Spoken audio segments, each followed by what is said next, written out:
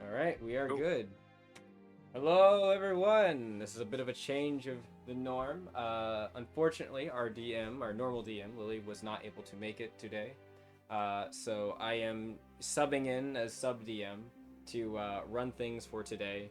And I think maybe the next session, we'll see. I don't think so, because I think we might end up having a week break because of a show that's coming up in next week for us. So we might not be able to make it for the next week's session, or if we do, it might not be coming out the same day as it normally would. We'll play that by ear. But in any case, we will have our wonderful DM Lily back probably within the next couple sessions. They just are very busy at the moment, and they want things to keep going on. So I said I don't mind subbing in for a session or two. So that should be fine. I have my little notes that I have been left by our wondrous DM, and I also have, I was pulling up something on my phone when I was on doing something else. Let me check. Quest. I just want to pop something up because I know there was mentions of this by you guys about certain side quests and things. I just want to make sure I have it pulled up so that if something happens, I can... Yeah, okay, cool. Alright. Oh,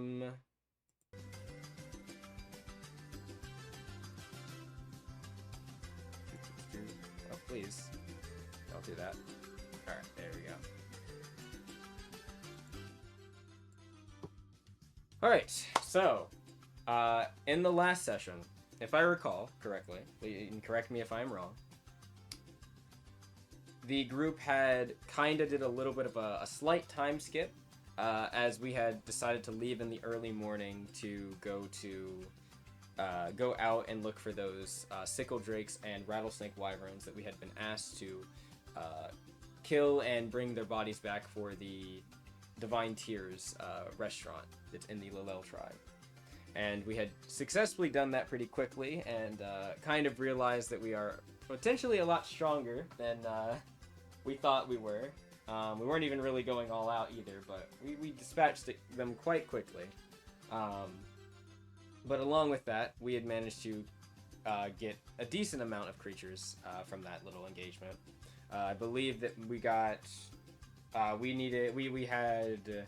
I don't know if there was a number we were given, but I think we did end up figuring out we had enough of the bodies, and that we were going to head back to town and kind of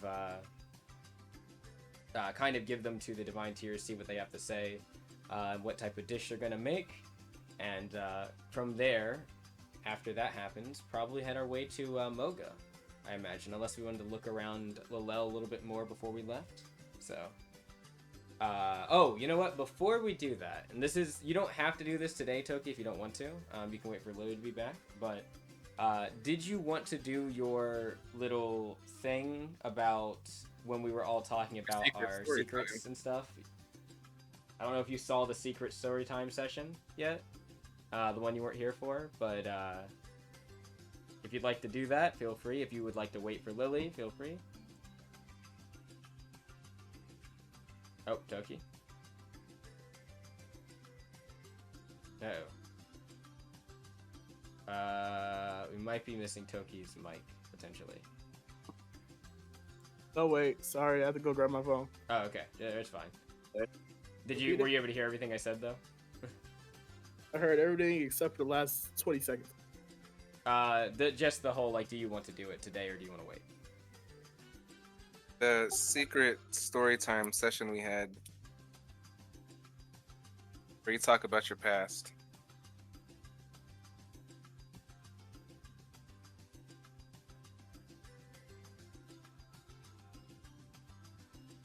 Hello? Oh, there you are. I said, we can wait. You want to wait? Okay. Get to here. That's cool. Cool. Then, for the sake of things, we will act as if, again, as we have, that has already happened, as it did during that night. And,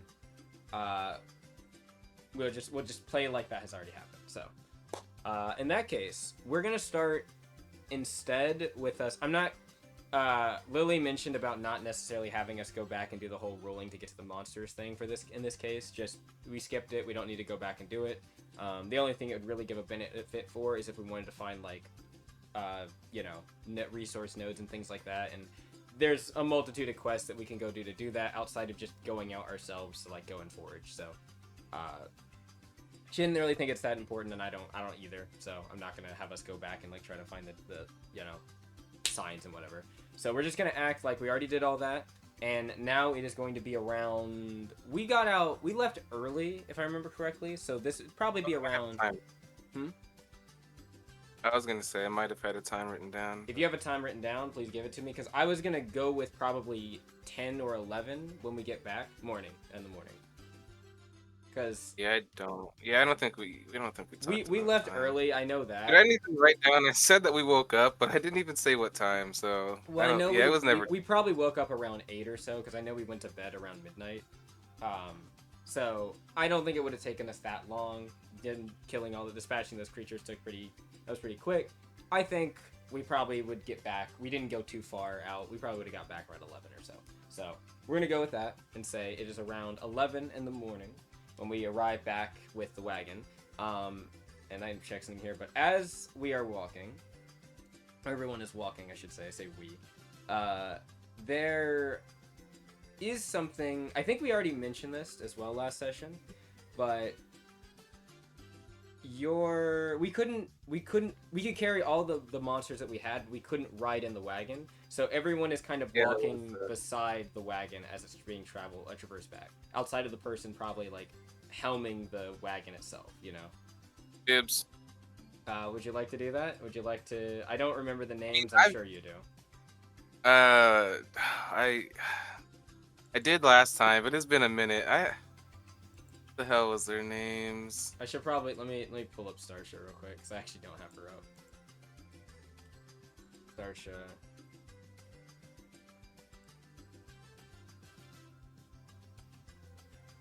Hurts my soul that I don't remember off the top of my head. I'm checking my notes.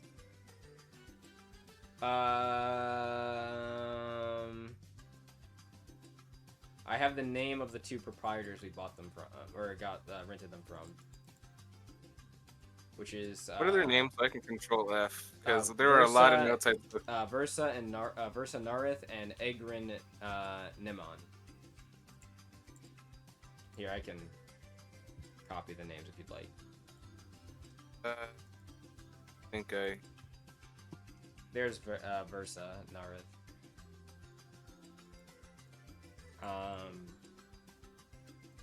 I imagine that's in Discord. Yes, I sent it in Discord. Where is it in Origin chat? Origin host, yeah, I put it in Origin host. I can put it in Origin chat, sorry. Oh, I completely spelled it wrong. That makes sense. I mean, I didn't spell it wrong on my thing, but I spelled it wrong when I was searching for it, yeah. It was Brutus. Yeah, that's Brutus. the boy I pet. Yes. Brutus and there was a girl, if I remember correctly. I didn't write that down. And Sokek. Sobek. That's it. Sobek. Yes. It must have been autocorrect. I remember why it was Sobek, because I remember the joke I made. The very dumb joke I made. I'm honestly surprised that's the name I forgot, but anyway. I know I wanted to drive the carriage because I went like versed in like driving, and this is like the only way, as far as I know, is just experience. It's just experience, yep. We'll Which means if we left it, you get probably like at least 4 hours. We'll say of creature. Well, how would we call it? For now, we'll just put it as like creature helming or There's a word. I'm just it's escaping me right now, but like manning, or keeping the reins on creatures effectively. Yeah, we'll figure it out later. Yeah, we'll figure it out later. Just 4 hours of it. We know that. So, as everyone's walking, there is a little bit of mild overcast this day. It's not raining yet, but you can see like the cloud cover beginning to turn to a little bit more of a grayer tinge, and it probably will rain later in the day, maybe in a few hours or so, probably on the way back to Mogah. And you know it's gonna be a long, like, he's gonna be most of the day's trek to get back, but it's not gonna be super bad. But yeah, as you're traversing, is there any, I just want to check something, but is there anything anyone wants to say to the other, or anyone else while you're traveling? Or are you guys just kind of casually walking back along the side of the cart? Homie, Magellan, Marliana.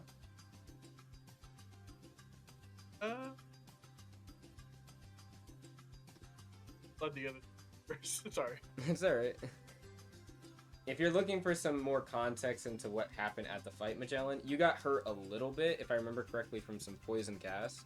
But both Felt and Gathor healed you at the end of it, right before, as combat was ending. So you ended up not really taking much. It was pretty superficial damage. Okay, so and then former ex-wife and Yes, they did. Also, you have, because you're level 3 now, you have your Gatling or heavy armament, blast armament now. So. heavy gun. Yep, you are now a heavy gunner. So, in terms of I actually showed some interest in that when Yeah. you used it in the fight. I'll actually say like Both our frontliners had some new weapons, and I'm just chilling with my hand. I got more hands in my level. But I'd say, like, in terms of just a general description, everyone would probably pick up on the fact that, like, there is a noticeable change in at least most of the party's, not decorum, but aura. Like, for those that are more spiritually sensitive, I'd say passively, you would be able to tell that everyone's spiritual aura has kind of began to grow, just not even slightly, probably a decent jump ahead slightly, ever since the last few days have passed. Maybe the mixture of the experiences now are beginning to actually bear fruit in terms of actual presentation now. Magellan, to his part, is carrying around a much more denser and heavier base augment onto his melee weapon, into his firearm. It's got like a little bit of a you can see it's got almost like a rotating portion of it that seems to spin the barrel faster when he fires it, which potentially adds him to shooting more ammo and dealing more damage. He also managed to pull off a little bit more of actually, I think he did a finisher. Am I misremembering that? Did he do explosive payload? I don't feel like I he might did. be Not wrong. gonna lie. I mean, it was like a 2-round comp. 2 rounds? 2 rounds? I'm scrolling up. I don't know. I don't remember him using a finisher. I probably would have written that down, but No, there's a probably chance right. I forgot. He did armament. He did the armament, blast armament shot, dart strike, Yeah. dart strike tail, channeling. I just remember by the time he was out of the poison, the fight was nearly over. Oh, he did augment cell shot. He chained that. That was what it was. Because he critted a couple times. I think he critted twice or something. That was what it was. Magellan, you were doing pretty decently that fight in terms of your range capabilities. Outside of that, though, Homie, kind of running into the horde and taking a bit of the attention, proved to be pretty useful, and also that he didn't get really touched for it. Yep, Homie kind of didn't really. He used some of his energy, but he didn't really break that much of a sweat. Neither did Marliana too much, but Homie definitely more so, I would say, for what he was doing. Yeah. Marliana used her We have the same amount of energy left, but I did use a little more because I used a sharkfish or a swordfish bomb. Swordfish bombs at the end, yeah.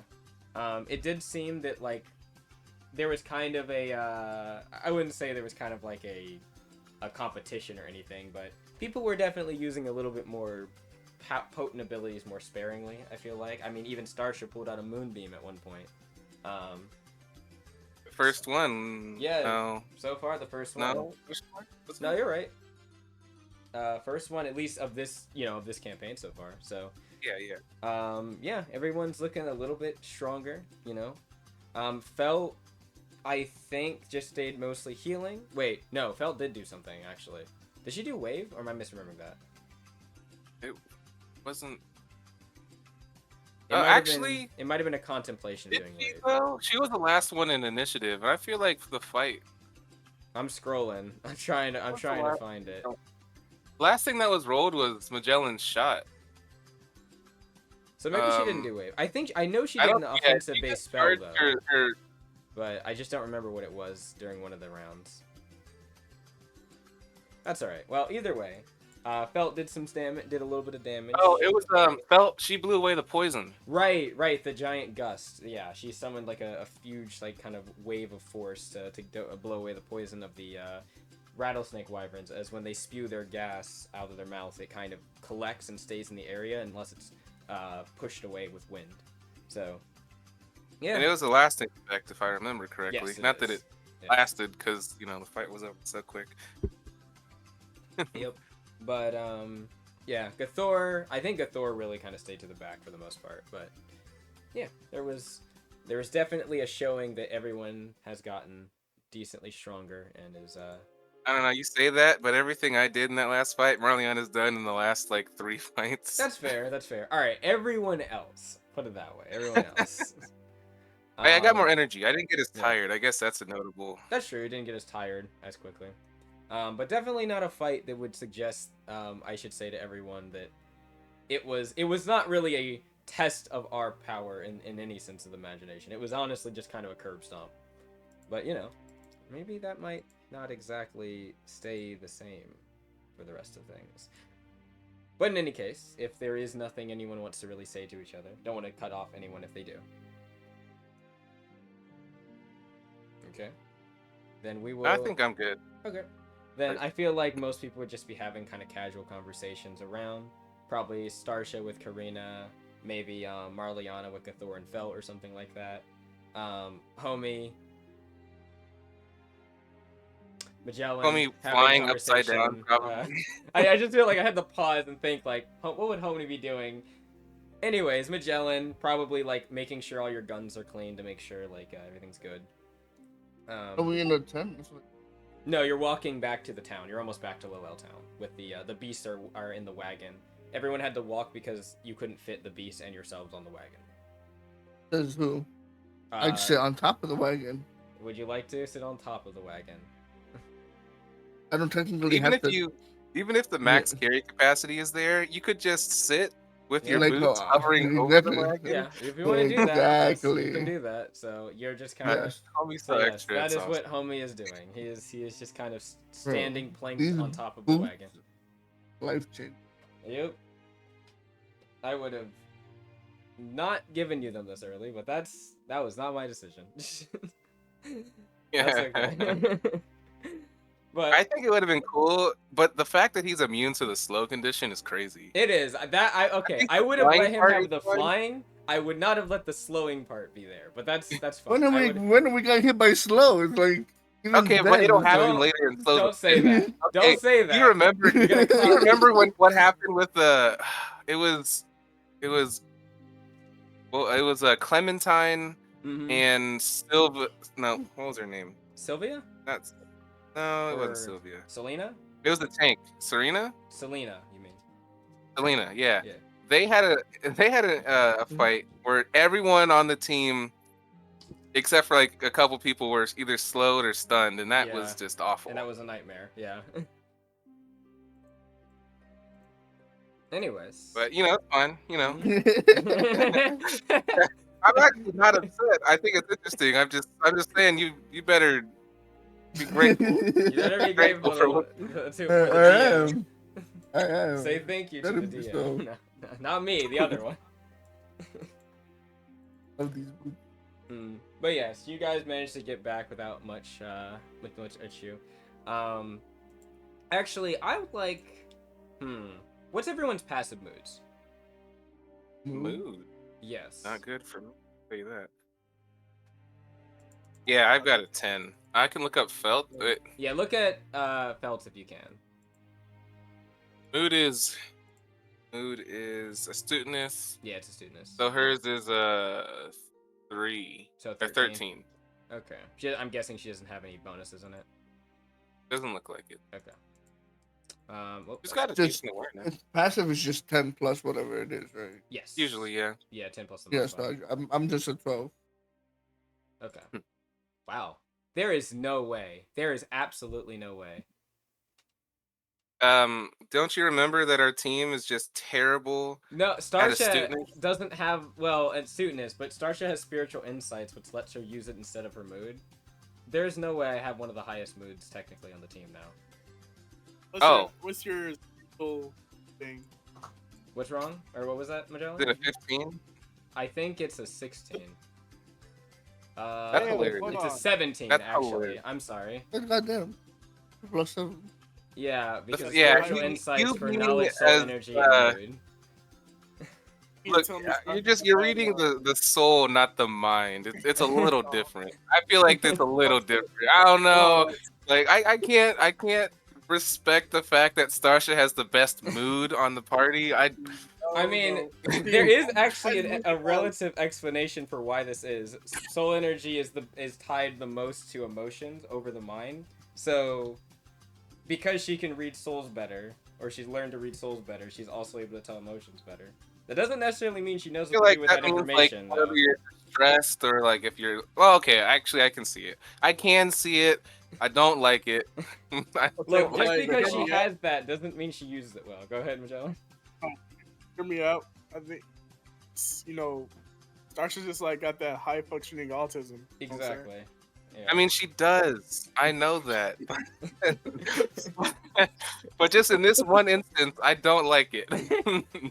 Well, in lieu of don't use. You know, I was gonna say in lieu of not knowing Gathor's, I'm pretty sure Gathor has a 0 astuteness, doesn't she? Probably, maybe a 11. Or at least a 1. Or a Yeah, 1. it's probably not. Yeah. Again, everyone on the team before Felt and Corina joined, we had shit astuteness. Okay. 2 at the time. Starsha, actually, it's fine, because Starsha is talking to Corina already. Starsha, I wouldn't say loudly, but she just kind of, they're talking casually. Starsha would probably mention something that I'd imagine some people would hear, even just passively. She kind of looks, as they're talking, Corina kind of stops for a moment and is just kind of looking off into the distance. And Starsha would just kind of turn her head, kind of looking at Corina up and down before she kind of mentions if, is everything alright?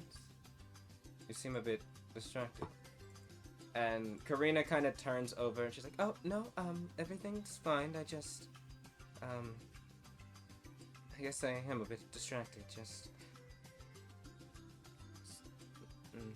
She kind of, like, looks back off to the distance and says, it's nothing. And Starsha has the look like she wants to push further, but she's gonna wait as you guys are getting close to the encampment again. She'll just say, we can talk about it later. And that's all she says. She doesn't say anything else.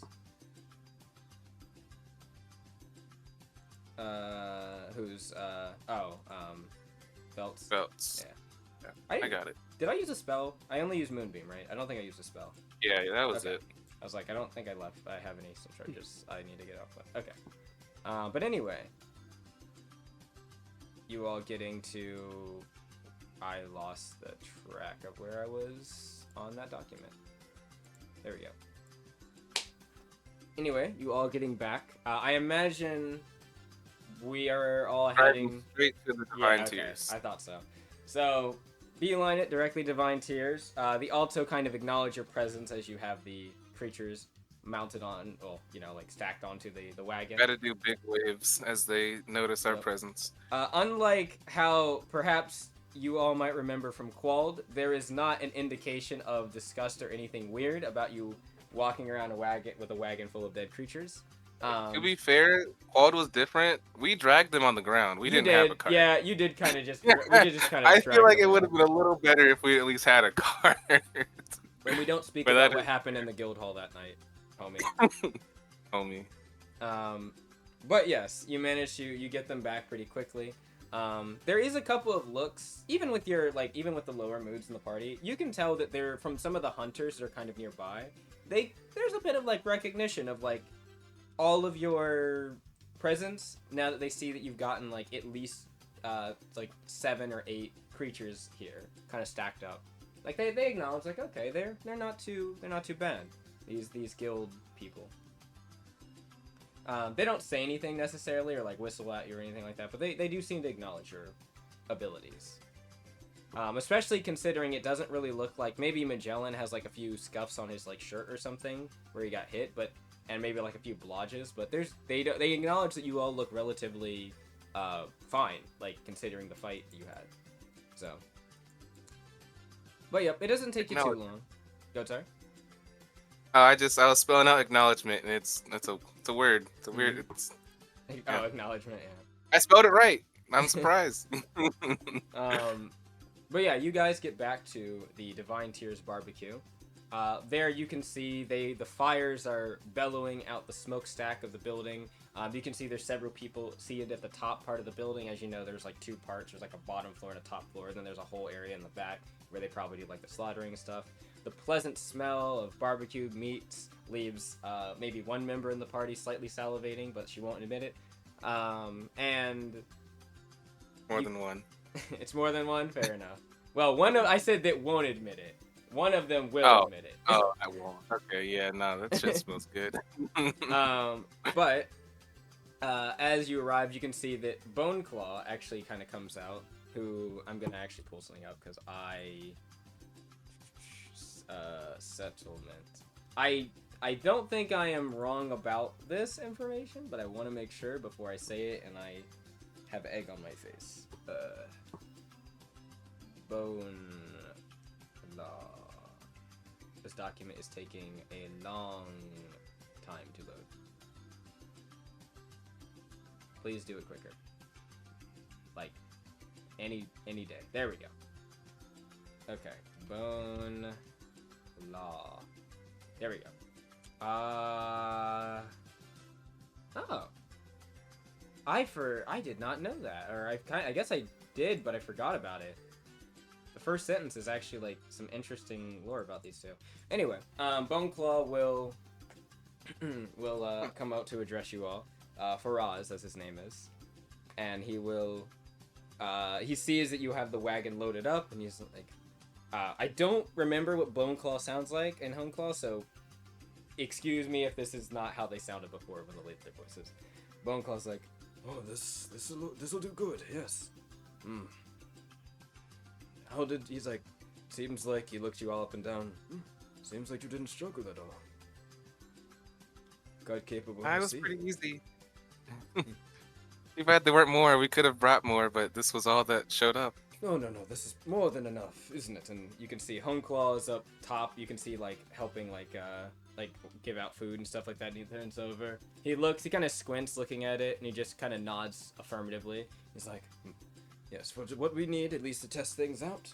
This will do very nicely. Would you, he kind of thinks. Considering things, we mentioned that, what we'd have for payment would be a free meal, of course. Well, would you all like to sample what we're trying? What we're attempting to make? Yes. Well, I think we'd all like that. Starshed nods affirmatively. He kind of looks over. I see.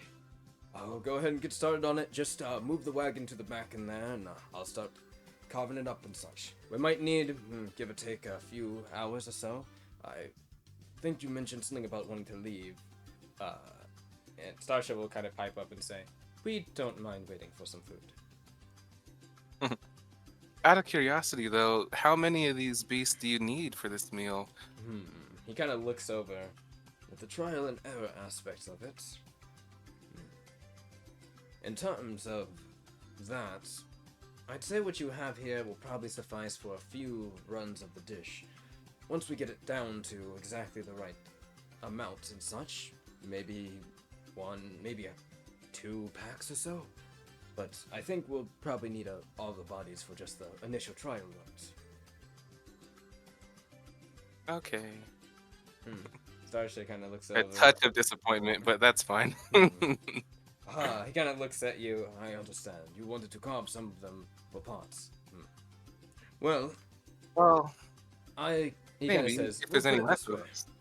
I will do my utmost to try and, after I'm carving them, get some useful materials that could be good for hunt. Oh, he kind of coughs a bit.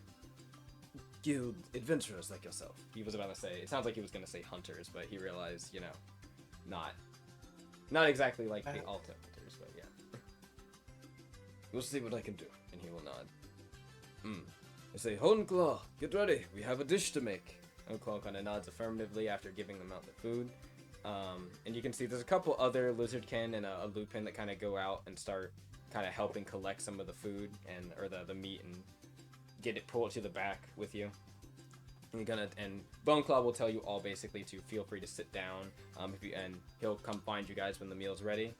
Starsha will look over and say, considering the overcast, do we want to sit inside or do we want to sit on the roof?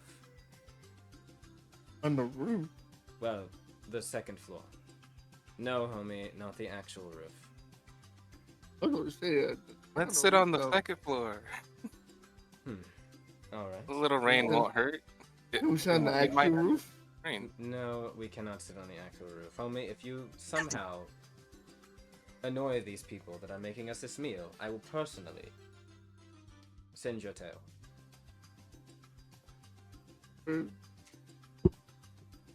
Then she kind of clapped her hands. Then you better behave. Let's go. And she'll head up the stairs. As you're kind of all walking, I assume most of you have a passive awareness of at least 13. So You're wrong. okay. I'm guessing. Okay, maybe I shouldn't have made that assumption, but who has a passive awareness of at least 13? I guess I should is a better way of saying that then. Belt has a 14. I feel like Magellan also has something around that. I have, I think, 17. 13. You have a 17? Oh yeah, Kitsune. Yeah. What the? I think the only people who might be in trouble are me and Gathor, to be honest. Does Gathor not have But it's definitely me. I think Gathor has a 12, not a 13. So passive is 10 plus bonus, unless you have other bonuses.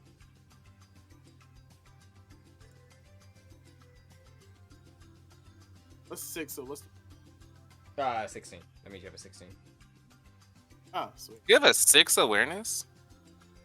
Probably verse. That's crazy. Good for you. What is mine? He was Magellan was the awareness person, I think, for the most part, right? It was Homie, but Homie had an 8. It was because of he has an 8. The force stuff. Yeah, because he gets favor on it too. And Homie, they're both good options, but I didn't know he had a 6. I thought he had a 5 or 4. Oh no, I was right. Yeah, I said 13. Yeah, I got a 13. Awareness. Looks like I'm the odd one out this time. Well, again, I think Gathor is in the same boat, but I can't be certain. But either way. What the I hope that's a glitch I'm seeing and not on the recording. But every now and again, the slideshow glitches out and appears on the entire screen. That's interesting. We're just gonna see. I don't think it's a problem, but we're gonna hopefully it's not a problem. We'll find out later when I review the recording. But anyway, with that passive, what that means, there is a slight thing you hear inside the building where someone's like, "That's a peculiar aroma." It's not Homeclaw or Boneclaw. It seems like it's one of the other workers, and you hear a woman's voice kind of come and say, "Yes, it's quite odd, actually. Something singed these creatures." It's like, "Oh, it's probably fire. You see there's marks here from magic and other things." No, I don't know if that's exactly fire. The smell it's not bad. It's actually quite good, but it smells not like normal char. It's like, do you think that something's wrong with the meat? Perhaps. Maybe we should ask Homeclaw. Oh, there you are. Do you... And you hear him, say, "It's not a problem. It's just a little extra flavor. It's kind of a Like pause. a little paracosm flavor. Well, they don't say That's like. that's real. He kind of looks over. You don't hear anything else for a moment, and then they're like, "Oh, should we? Okay, we. No, we will not." You hear Honkal's voice say, "Do not worry. It will not damage the food in any way, and it should be safe to consume." He's like, all right. Huh? All right." Those are not the words you want to hear when talking about food. Not gonna lie. Yeah. Like I know he's trying to comfort them, maybe, but like, nah. We could have put You could have a put a little little more more. emphasis on it. Like, don't worry, it's all fine. Yeah, there's some confusion in the back. You guys just passively hear. Everyone with at least a 13. You could hear. Felt Gathor. Well, Gathor I guess didn't hear it. She probably doesn't have a high enough awareness, but felt kind of like her ears flick a bit, along with Starsha's, and she's like, what do you think is there something wrong with the food? Do you think there was something wrong with the creatures we killed? She's like trying to whisper it. But yeah. Like, what would give you the idea there's something wrong? Oh, I think I heard them talking about the food. They said that there was a interesting smell and something about fire. Shanna looks over at Homie and Magellan. Did you two hear it? Yeah, it just smells like Marley. Oh, I mean, I guess it didn't. They said it smelled okay, or it smelled good. They just didn't know. They said it was some weird magic. Starsha is like, she has this look where she's just like, oh no, I forgot. Remember, I used a thing on them.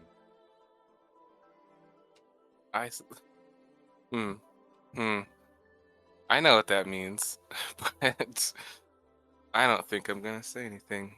I'm gonna look towards you, Starsha, and like, I don't know, crook my neck a bit. Like, I hope Starsha's lost in didn't thought. make anything different. She's kind of thinking like, this could be. And then as the thing that you see, Bone Claw comes out and it's like, there you guys are.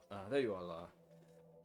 Yes, they're getting everything prepared. It should be, give or take another 30 another hour or so. But they're getting everything carved up, and we should be cooking things shortly.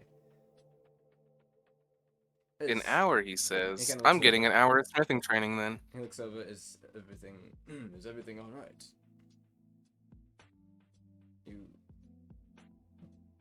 Yeah, he just asks everyone, is everything all right? It should be fine. I'm really curious to see how the new dish is gonna turn out. You know, it's as am I. Us. He kind of looks off to the side, like looks over back at like where they're cooking everything. He's like, as am I. And he will walk back and start working. Sasha just kind of like massaging her temple a bit. Is kind of like, I'm going to have to talk with Sharptooth at some point, aren't I? I didn't think about that. Oh well, I'll deal with it as it comes, or I'll deal with it as it comes. And you can see she's trying to just like not think about it and relax as best she can. Corina seems slightly lost for a moment, but then she realizes that what exactly is being inferred.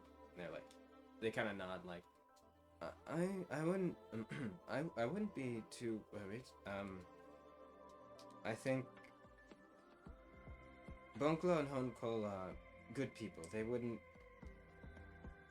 wouldn't spread any rumors. Same with the workers here. They actually they've been one of the main people that stayed kind of nice to me in spite of everything. So I think I noticed that when we met them the first time. she nods. She's like, They and after my situation, they were one of the few that didn't seem to treat me any different. Them and I know the name of them. I just saw them as I was scrolling. I just don't remember where it was inside. Them and they're one of the. No. Where is it? Where are they? They're like a clothing person. Yosuke. Yeah, them and Yosuke. They actually they have a. They're a scale shaper nearby that makes different armor, weapons, and scale shaped materials. Actually, one of the reasons I got kind of into fashion, or helped me with it.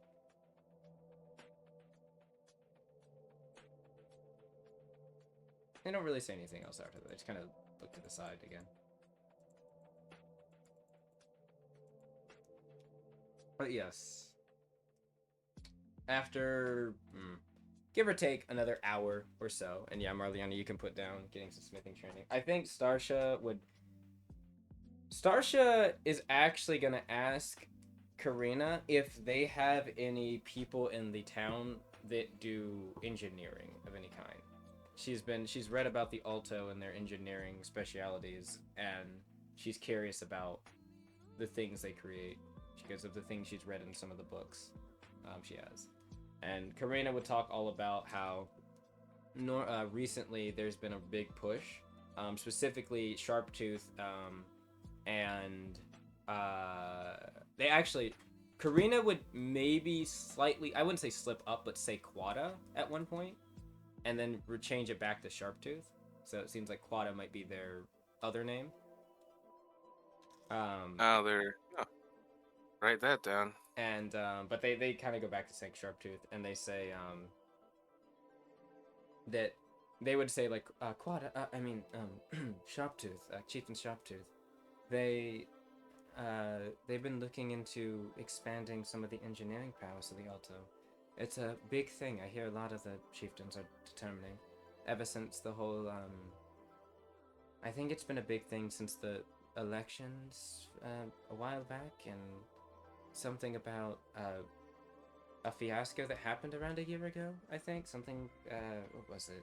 Something, it had to do with Memorum, if I remember correctly.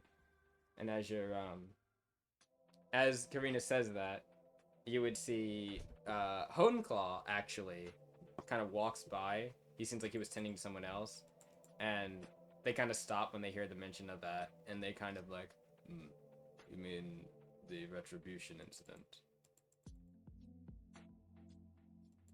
It's kind of pop up behind Corina and the rest of your party.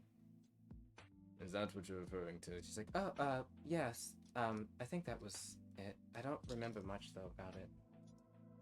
Honeclaw kind of nods. Takes a he kind of looks at all the other tables. He says, seems like everyone else is being tended to quite well. And he'll like take a seat and sit down. You mind? He's asking the party with table? Yeah. He's sitting at your table. Good for the sit. Yeah. Starsha will nod as well affirmatively unless anyone else says anything. So he'll sit down and say, around a year ago,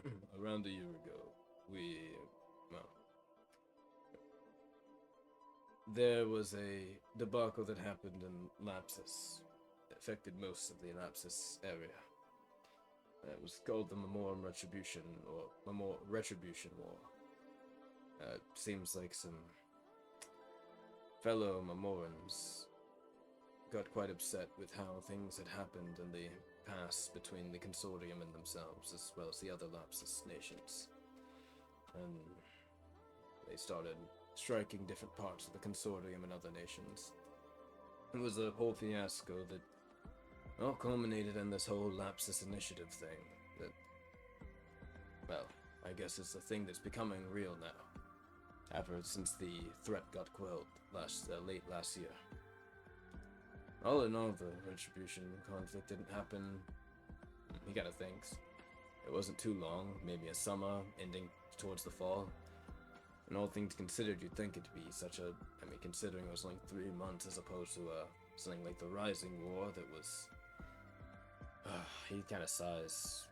Or even the Memorum Civil War that was nearly 7 years.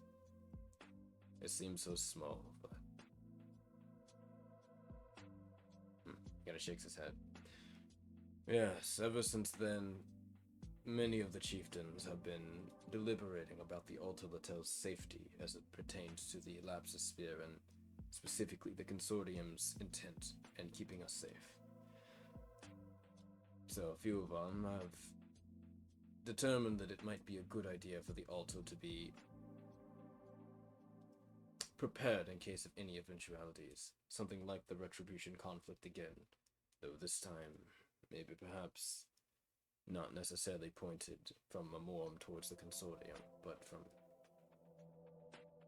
inside the Consortium and pointed at others, we'll say.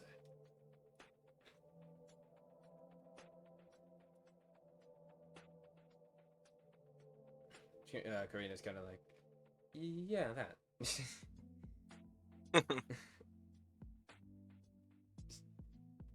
I know Starsha wants to say something, but I'm waiting for if anyone else wants to.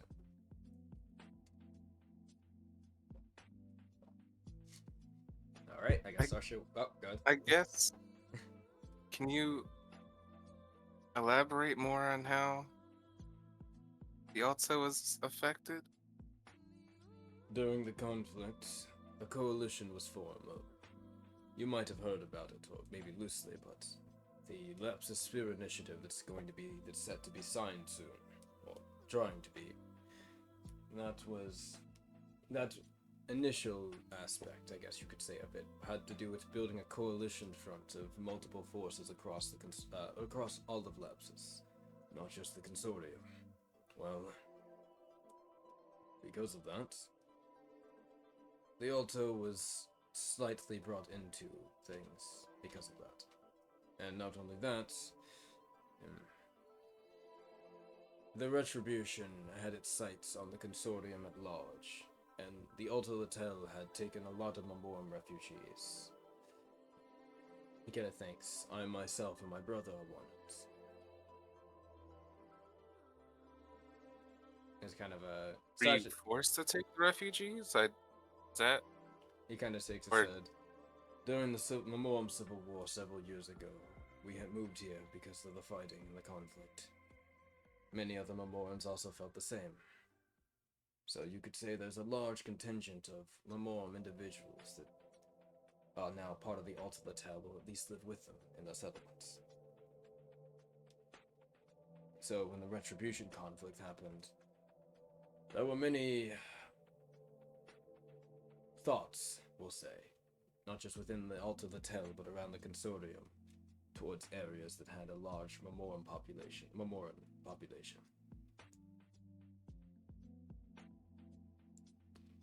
We'll just say that, in case of any threats, it was deemed it would be a good idea for us to, well, for the Alto Tale to prepare. Whether they be from the Retribution that's now been, it seems, stamped out, or from something else.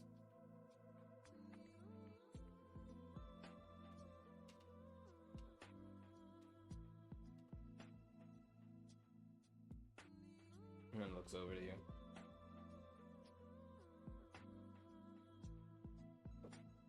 But, yeah, I guess he's like looking over, like, in case you have another question, or if you want to say something else. Marliana.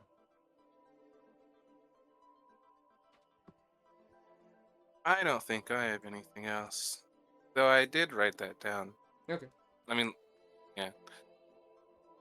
Starsha's question got answered because he said that they were Memoran refugees. Because that was she noted that he said fellow Memorans, and the way that was said referenced it almost like they were also Memorans. So, yeah.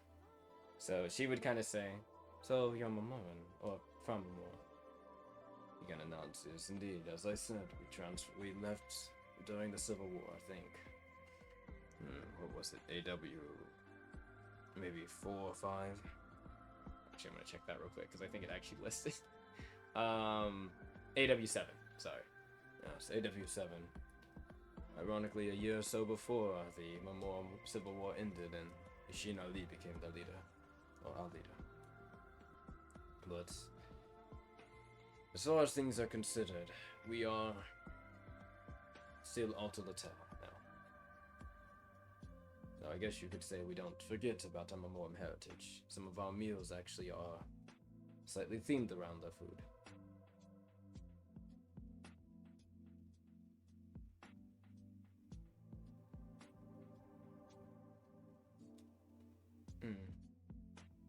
Starshia's gonna ask, you mentioned threats internally from the consortium. If you're not worried about the retribution, since you said that that situation has been rectified, what threats are you talking about? I gotta roll something for that. I don't think he's just gonna say that unless I roll.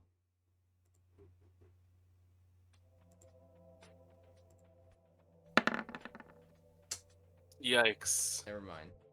He's not gonna say. It's not. He kind of says. He'll kind of look. It's not exactly something I want to say out loud. If you're that curious, you can ask. He kind of looks over. He'll sit up and kind of stand up from the chair. If you're that curious, you can ask Sharptooth. I'm sure he'll be willing to tell you. And he'll kind of say, I've droned on enough. I'm going to get back to things, and then he's gonna walk away. Sasha just kind of thinks. She kind of thinks, it's like, maybe I pushed a bit too hard there. But Well, I think I kind of have an answer already.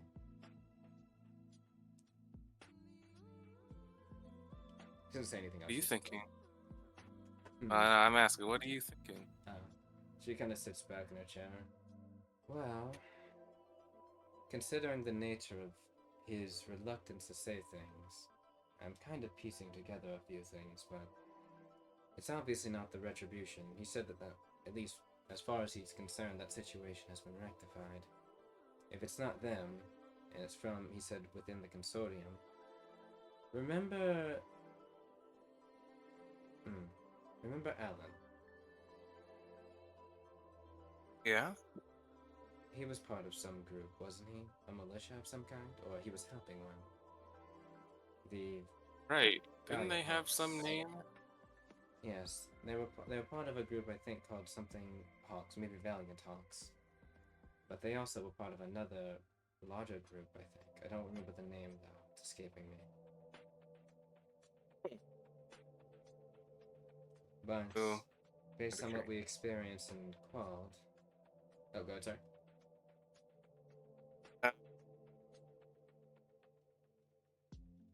Was it the Altus regime? I wrote that down. You did? Yeah. She's like, yeah, that name sounds familiar. Altus, yes. I think that was the larger group.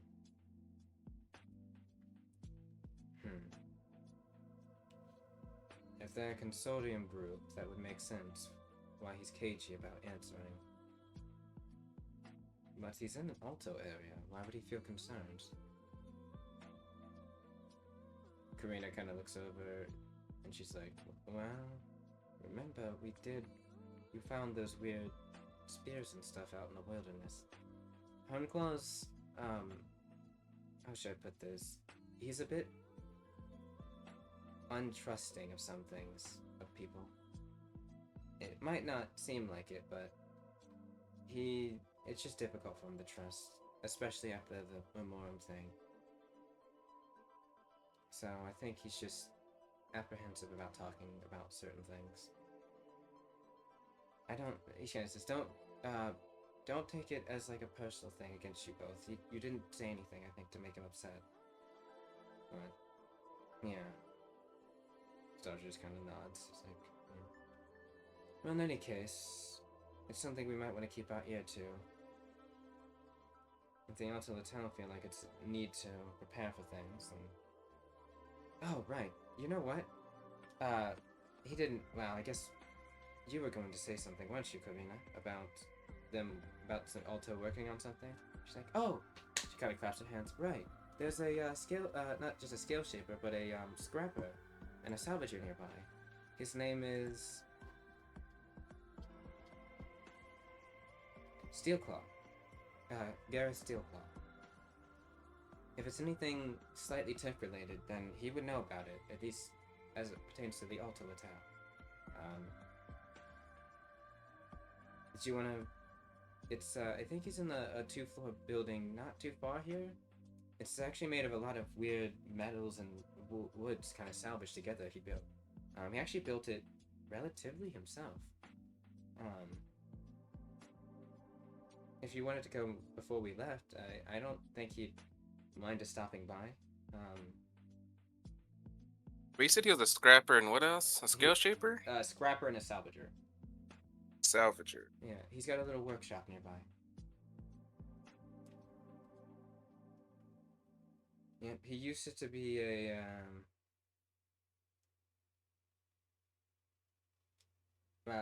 actually, I'm reading something real quick. I was 100, 2-1, he used to be, I think, he used to be a more avid hunter, but I think there was an incident that injured him. He's got a, what are they called? What's the word? He's got a replacement arm.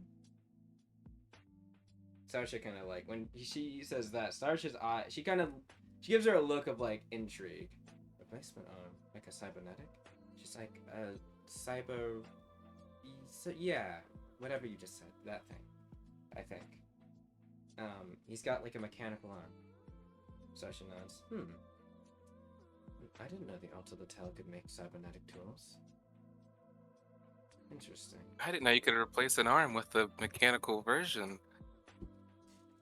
Starsha's like, if we all wouldn't mind after a meal, I wouldn't mind stopping by and saying hi at least.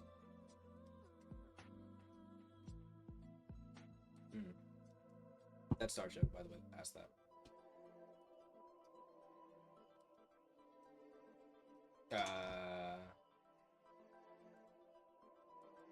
Any no's, yays, nays?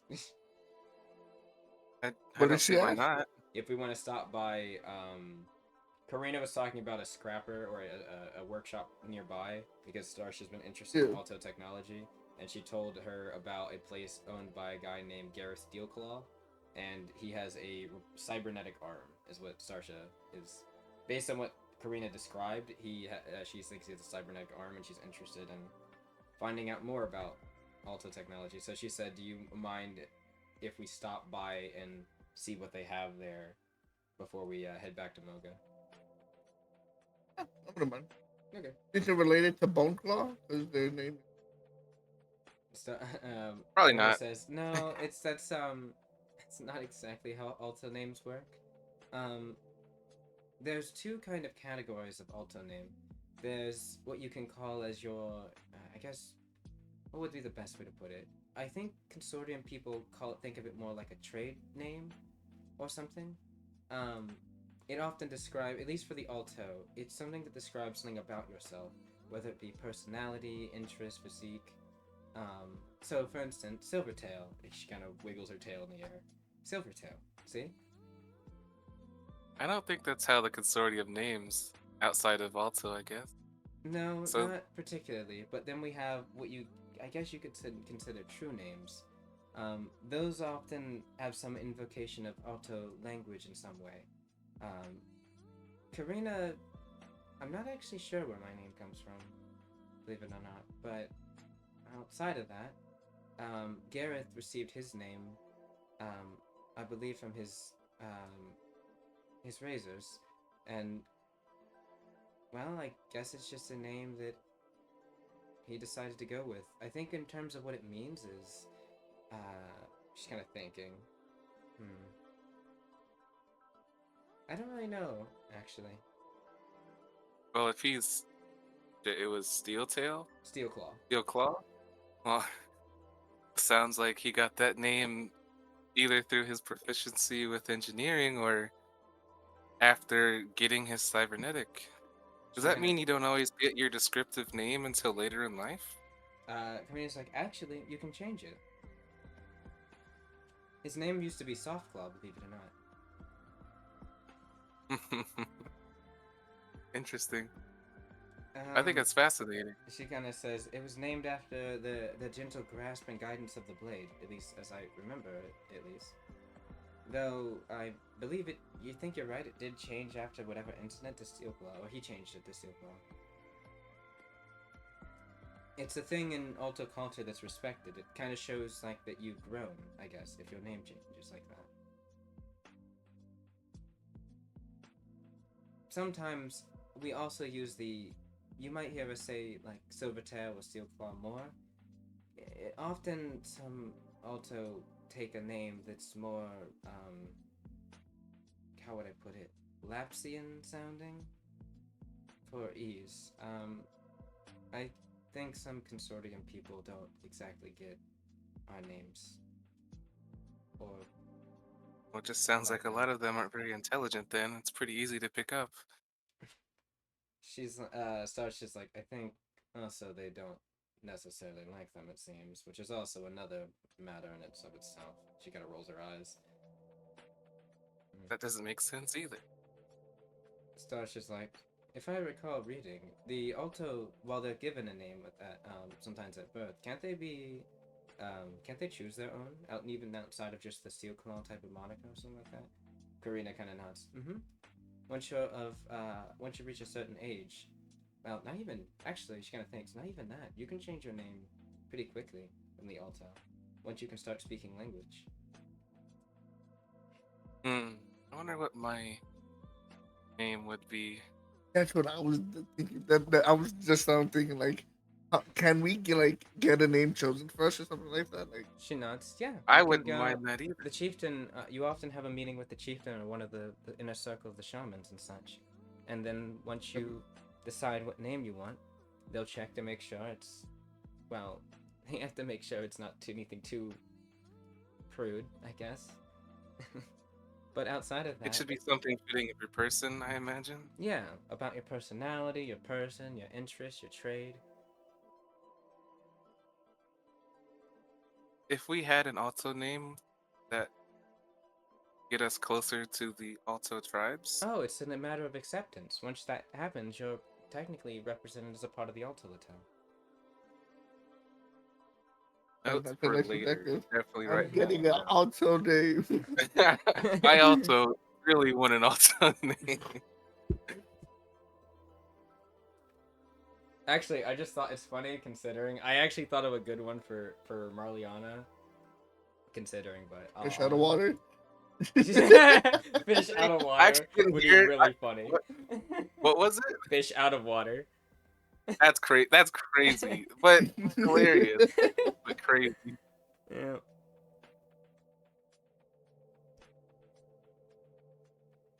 But as that conversation is happening, you would hear a kind of dinging, like a ringing sound in the background, as they would bring out these large platters of food to you all. As I check to see what the food looks like, because I definitely remember and don't have to check. I made a recipe, I think, but that's it. If Lily had any... She told me what the effects are. Wait, that's not... Okay. Wait, that's not the effects of the food. That's the... That's the other thing. Oh, I forgot to mention this, but I will mention it as well. But we receive 10% discount on all divine tier. Oh! No, this is actually something... Alright, yeah, never mind. I'll tell you this in a moment with extra, because there's more to that. I forgot.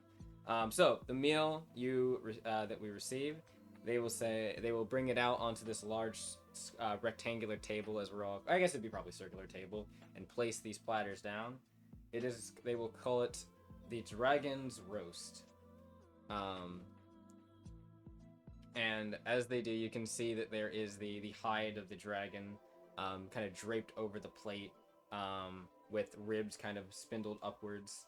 It looks like it is a very appetizing meal, with willow stalks kind of adding a little bit of green to the brown seared meat, as well as some purple shrooms kind of roasted to the sides, kind of all decorating this and around in a circle. The sticks of the willow sticks seem to be dipped in some type of like batter and broth, and it has a little bit of a spicy kind of like kind of spicy kick to it, but it's very rich and juicy meat. And the sticks, the willow stalks also taste exceptionally well with it. It's actually you notice like Bone Claw kind of says to dip the stalks into the broth of the meat in the middle, and it makes it taste amazing. Big bet. Starsha is just scarfing it down. She is decorum has left the girl for the moment. She is eating a lot. You described the willow stalks, but what about the mushrooms? Are they just like a garnish? Yes, they're tapered kind of on the side of the plate, kind of in a group, like maybe like a group of 4 or so on each plate. They're not small mushrooms. Like purple shrooms are like maybe palm-sized mushrooms, so they're decently sized. And I'd say when you take a bite of them, you can tell that they probably seared them, like the edges of them, and they probably soaked them in something, because the mushrooms have like this sweet, and it's this mixture of like this sweet and kind of savory taste to them. No hint of the fact that these are technically, well, they can be poisonous, but they are cooked to not be right now. So no hint. Yeah, I mean pufferfish are poisonous, but they taste great too. Yeah, exactly. So you don't feel like there's anything wrong with the food. I will say, what would this be? I'm debating about. I think appraisal might be actually the thing. Shit, I was typing in. I'm gonna roll one of those. I'm thinking of like, what's a taste check? I think appraisal would work, but I'd like that just because, again, I think, and I've said this before, appraisal is not used often enough. We'll use appraisal. We'll use appraisal. How about that? Yeah, I think appraisal's fine. I'm going for it. Go ahead, everyone else, if you'd like. I don't know if Toki's back yet. Son of a bitch, man. That's lame. It could have been. Wait, what happened to Toki? Oh, that was it. No. You should have laughed.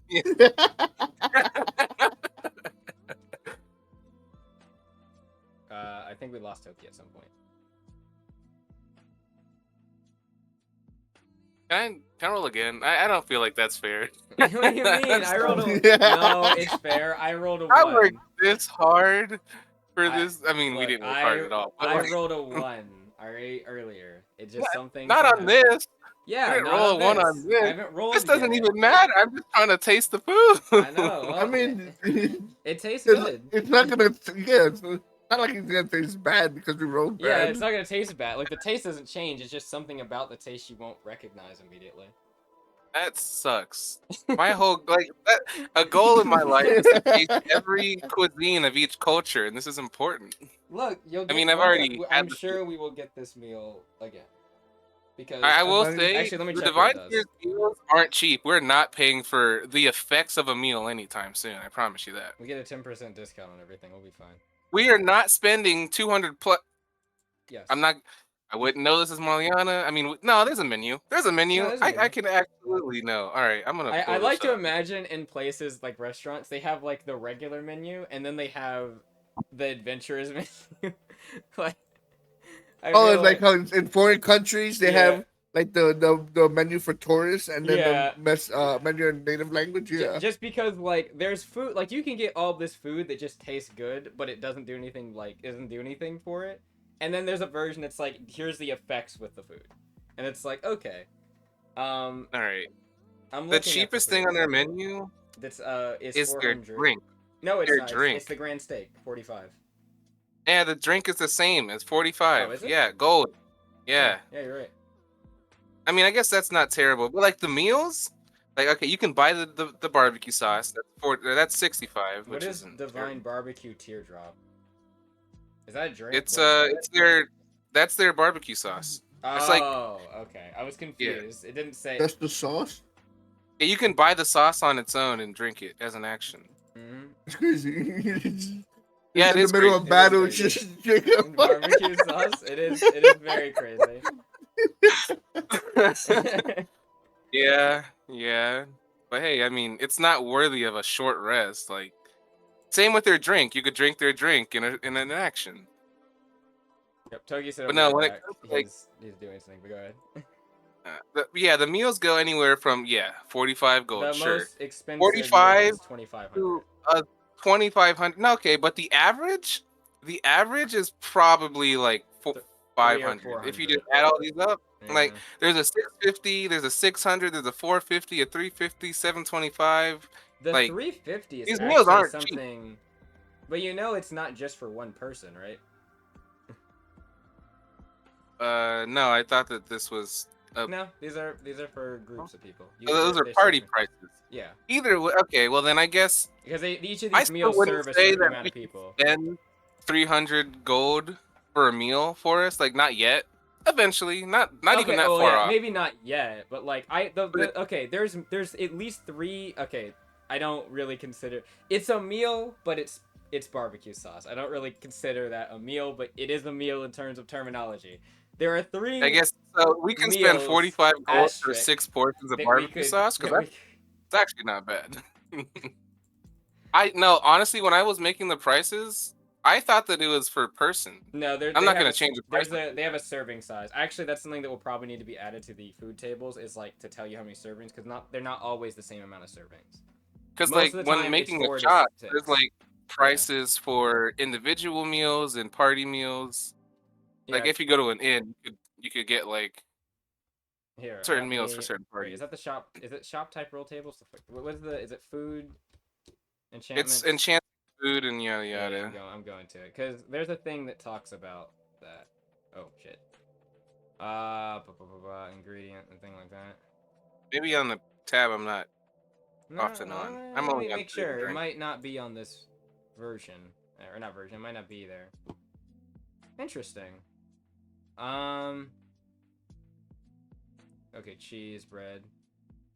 Oh no, yeah, the serving thing is actually missing. Yeah, I didn't know there was a serving thing. I would have absolutely. In the actual profession, it talks about like when you make food, like the serving size and stuff like that, based on how much stuff you use. So, yeah, we'll just need to add that. Oh, most meals, not every meal is necessarily gonna like. There are some things that are like this is a single thing, like maybe a drink might be a single price or whatever. But oftentimes they're grouped in 4s, 6s, or 8s. Sorry, 2, 4, 6, and 8. In terms of serving. All right. Yeah, I can update that in the future. Yeah, honestly, I might go do it just for you, just so you don't have to go through all of them. I wouldn't care either way. Yeah, I might do that. I mean, I should probably be part of the process so I can keep that in mind for the future. Yeah, keep it in mind for the future. Yeah. But we'll do that. Yeah. So some of these prices like are for like, hey, you'd be buying this and everyone in the party can get it. Type feel. All right, yeah, because that would be a big determinant for price. Yes. Like every meal that has a price right now, I just have that price for the effects it gives. It has nothing to do with how many people are eating it. I see. I mean, even if we did like increase the price for some things, still, it wouldn't be like multiplied by 6. It'd be like 2.5 or maybe 1.5.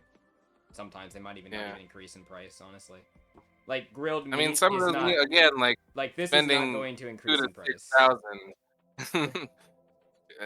It's a thought for the future. No, I know some things aren't going to necessarily increase in price. Like they might just be like fine where they are. Yep. Like most meat packs serve like 4 people. In general. Cool. Good to know.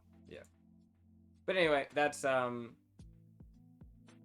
what was that? Yeah. But anyway, back to the thing. So yes, that is we might consider. I mean, yeah, I still agree. Like right now, we might not want to spend money on a meal, like at least immediately. But I think it's not gonna be crazy for us to spend money on certain meals. The one thing that might become an issue, not really an issue, just something to consider, is not everyone will necessarily want the same meal. Yeah, so we might have to we'll have to look for like meals that are sold in 2s. Yeah. Because like Homie and I would probably like the same meals because we play the same role. Versus like me and then you and Victor, yeah. Meal, yeah. So I think I'll keep that in mind in terms of the serving sizes of things too, because it might not make really a lot of sense to have like more general like, hey, you get a lot more health or you get a lot more of this resource. Might make sense to be higher serving, but like for more niche things, it would probably make sense to be more singular based because Right. Like, yeah. So I'll make sure to consider that when we do that as well, because that's probably a consideration. Anyway, distractions aside, what was I describing? Right, I was supposed to roll until your appraisal. You want? What? You know what? I'm tempted to roll for Magellan because I don't think I have a good appraisal. Actually, even though I don't think either one of you would have a great one. I think Magellan might, because Magellan. For resourcefulness, I feel like it wouldn't be very good. It should. I don't know. That's what I would expect. Also, homie, you only have a 2 resourcefulness. I guess that's not bad,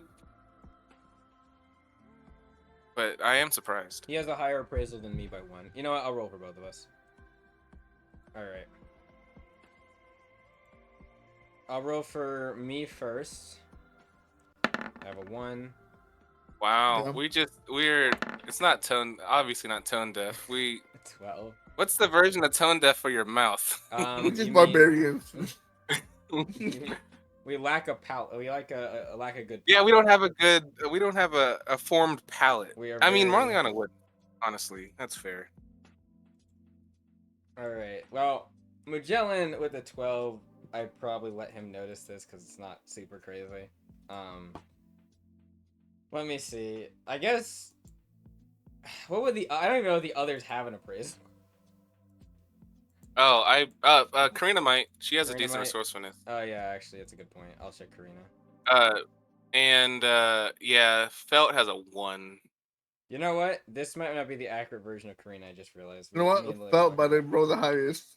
You know what? Go ahead and roll for Felt. Go ahead and roll for Felt. That's your reroll. Rolls a 1. Oh, okay, 13. Yeah. Almost got a 2. I would have. I don't know. Wouldn't have been happy. I feel like that version of Corina does not have the correct thing, but I think she does have an appraisal, but I could be wrong. It does kind of make sense that she would have an appraisal first. So what did she have? I'm just gonna give her 1. That'd be another 3 or 2. I don't know what her. It'd be 6 total. So 17. She got a 3 resourcefulness. I'm gonna say Felt and Corina notice it. I don't know. I have no idea what Githor's is. I'm not gonna lie. I don't. Wait, maybe. Actually, wait. I can click. Hey, you know what? Let me check her stats. I'm gonna just roll a natural d20 for Githor. She has a 1 in her resourcefulness, so that's a 9.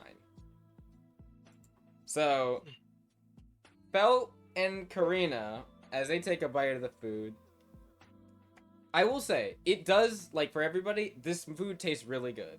For those of you that don't know about the conversation, cough, cough, Marliana, that happened behind the scenes,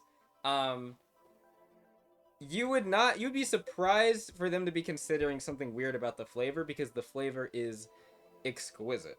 It tastes amazing. Did you taint it? I mean, I guess that's not tainting if it's better, but...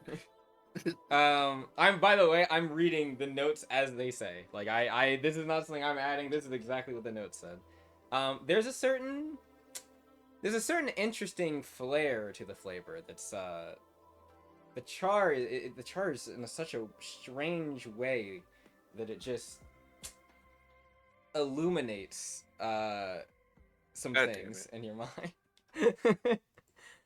Homie, I have a question. Can you roll me a recollection, please? Does it taste familiar? I mean, I'm gonna connect the fact that you recognize maybe some smells because of that's crazy. A certain person. That's crazy. Oh, that's so crazy. Homie, there's a tinge of. I honestly probably should, even with Starship, I should probably roll considering who it's coming from, but there's like a quick whiff, and for a second you think of Rebecca for a moment. Oh. And then you're like, that's weird. Huh. Hey, just continue eating, nothing bad. It's not bad, it's like a pleasant memory. You're just like, I don't know why. It starts to tear from one eye.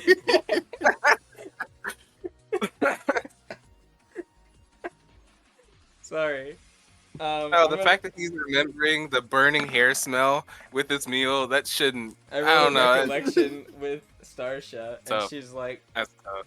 Starsha like sees eating, and she stopped for a second, looks a little bit around the table, shrugs, and just keeps eating. After all eating and everything, Bone Claw will come around. He's like, "So, how's the meal for everybody? Are you all enjoying?" If I had mascara, it'd be like it'd be running. He kind of looks over and homie, when he sees the tear, the fur on your face is a little wet. Yeah, he's like, that's what we strive to do here, Divine Tears. Make you cry, make the angels cry with how good Divine Tears. That's hilarious. The food's so good it'll make angels cry. But I do hope that those are tears of joy. So, yes, it reminded me of my first love. What a compliment that he could never comprehend. Yeah, actually, it's like he's actually taken aback by that. Like, oh, he's like, he gives you like an alto kind of like chord against this. Well, thank you for the compliment, my good sir. And I forgot to mention, as part of the quest that you did for us, we wanted to extend. I know we can't exactly pay you as we said, but we want to extend that discount. We said that it was going, it would be 10% for Divine Tears. But, I would clarify, it's 10% for all Divine Tier establishments. Well, there's more? We're planning on extending out. So perhaps if you travel around, you might see us setting up shop. I think we're planning on going to not just the other Alto settlements, but even some of the main consortium areas. Bring the tiers of joyful food to the other Lapsians, you know? Well, we have a ascending stone thingy, telecommunication device, right? Device. Did we get to keep those? I don't remember we got to keep those. Did we? I don't remember. I don't. All right, I'm gonna say no in the sense of like I don't think we did, but write that down and ask Willie later because I would also like to know if we kept our transceiver devices. If we did, we only have 2, but that's fine. Yeah. Either way, we need to get some. But yeah.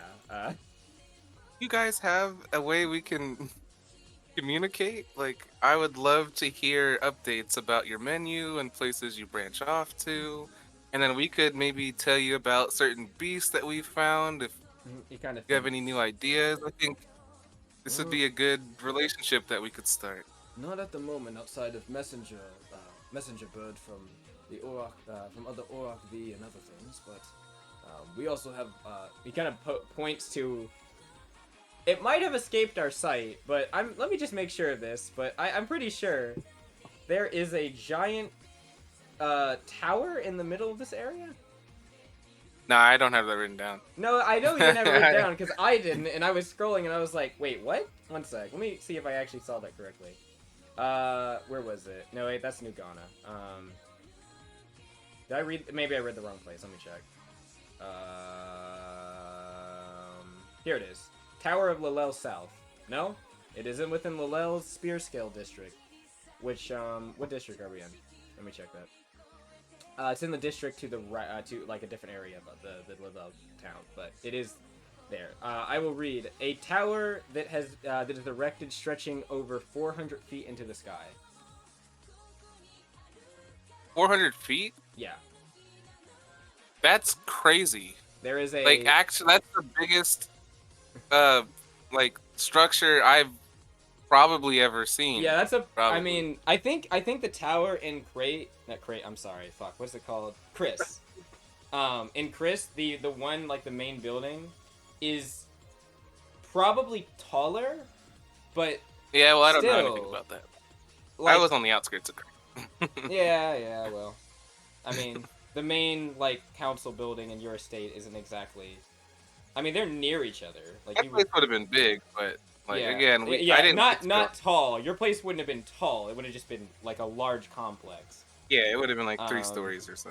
Yeah, the tower is like it's honestly astonishing that we didn't notice the giant fucking 400 and something foot tower if it was like, just standing in the middle of the town. Yeah. Yeah, it's going far above. So as he kind of says, like, well, there was a. Oh, right. Actually, I believe there's he kind of says, I believe one of us was actually looking for some assistance about something regarding communications. I think Sharptooth mentioned wanting to get some type of transceiver communications or transmission communications around the area. And I looked at Starsha immediately. yeah, Starsha is nodding my head, intently listening. He's like, but I'm not really sure. I don't know that. I'm sorry, I don't really understand that type of stuff too well. But to my knowledge, it would allow us to communicate with all sorts of places if it was. He scratches his head a bit, like hooked up, kind of like a. He kind of makes like a motion, like a phone, kind of like a transceiver, to call people from people even in Emerald Sphere, within a matter of moments. So I would guess, however they end up getting that set up, that would be one way too. I'm not sure how long and when that's going to be set up, but I'm sure whatever we end up having, we'll set up in all sorts of places, so you'll be able to contact, well, Lalel Town and then contact us. Yes, we're gonna have to figure out what they need. Starsha nods. We'll help out any way we can. Yes, getting communications, transceiver communications up would be a very good thing for this place. She kind of thinks, interesting. So it seems like they're just beginning to start branching out to this stuff. She's kind of saying that under her breath. But anyway, yes, I've noticed that you've all noticed the large Tower of Lalel. I guess it's called Tower of Lalel South. It was, he says, it was erected many years ago before the Consortium Wars. You said, why is it called Lalel South? He will answer after I read something real quick. I believe it's because there are technically other spires like this all across the Consortium. Well, I guess Alto settlements. There's one within every cardinal direction. One in the north, one in the south, one in the east, and one in the west. And supposedly, there's even other spires related to the whole, what is it? To the cardinal directions. Roll me a knowledge local regal if you'd like. Big bit. Starsha's gonna do it as well because she actually doesn't need that high of a thing with this, and yet she still failed. Wait. So it's called the Tower of Lalel South. Yes. And he said there are others in different cardinal directions. There are others in the other cardinal directions, but does that mean there's 4 towers in Lalel? No. In the other there's one. Gonna nod. There's one in Capel. There's one in. There's one in Capel. There's one in Lotier, and then there's one in Vale. So south. Okay, I see. Yeah, that's cool. Though, Corina kind of nods. It is odd though. I mean, Capel is technically south of us. We're kind of more like central. Janet says, yes, it is odd. I've always wondered about that. Maybe there's a reason why. I mean, many of the towers were destroyed back in, back during the Consortium Wars. So, maybe it's more of a... I'm gonna think. Perhaps there was ones on all of this land. Maybe this was the southmost one on this land. But... or one of the ones, he kind of thinks. But after the Consortium Wars, they destroyed the others. What did you get? What were the checks people got? I haven't rolled yet. Sorry. You said local regal. Local regal. Oh my god! I actually think I did get it by 1 because I have a +7. Thank you, surveillance. Thank you, feet. Local regal. Right. I'm happy I made that decision to get this feat early instead of the quick draw feat. I hate life. Well, luckily, Starsha actually knows because I got an 11 and I only needed 10 with my, my thing.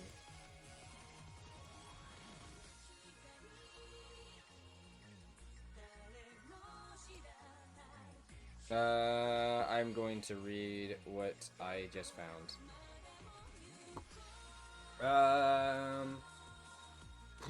Okay. Blah blah blah blah blah blah. Oh. Oh, yeah, that actually does explain certain things about. Huh. I kind of off the cuff, by the way, without reading this, gave the description that said that there were other towers that got destroyed, and maybe that this is like kind of named this because there were other towers and. Well, yeah, I'll give explanation. So, Sarja kind of thinks, and she's like, "Oh wait, I actually remember reading about this. There was a book I remember reading when I was in Gala, as it pertained to the Washi Path." He kind of nods. Oh, he kind of snaps his fingers. That was it. Yes. It's he kind of says, the building acts as a housing complex in a skyfort that overlooks the marshland for miles. It's a landmark that was dedicated to the Washi Path and the Lao people. But I guess our ancestors built it. They must have built it. And she kind of nods, and she's like, from what I read at least, that sounds... about right. It was a priceless fixture of historical and architectural importance. A triumph, I guess, from the way that the book talked about it, of the Lao, as it is in actuality, ironically. It's a... Oh, right. If I remember correctly, it's not even the real tower, technically. He's like, Corina kind of nods. She's like, oh yeah, Quada mentioned something about that. It's a replica, right? She nods. Yep, it's a replica of the something card? The Lao... Corina would say, the Ami card. It's one of our Washi Path deities. It's like a giant bird, I guess you could say. She's like, yeah, Ami card, that's it. The Ami card totem of the Lao. It's a... well... From what I remember reading about, it was the replica that is here is probably a fourth of the size of the actual, maybe a fifth.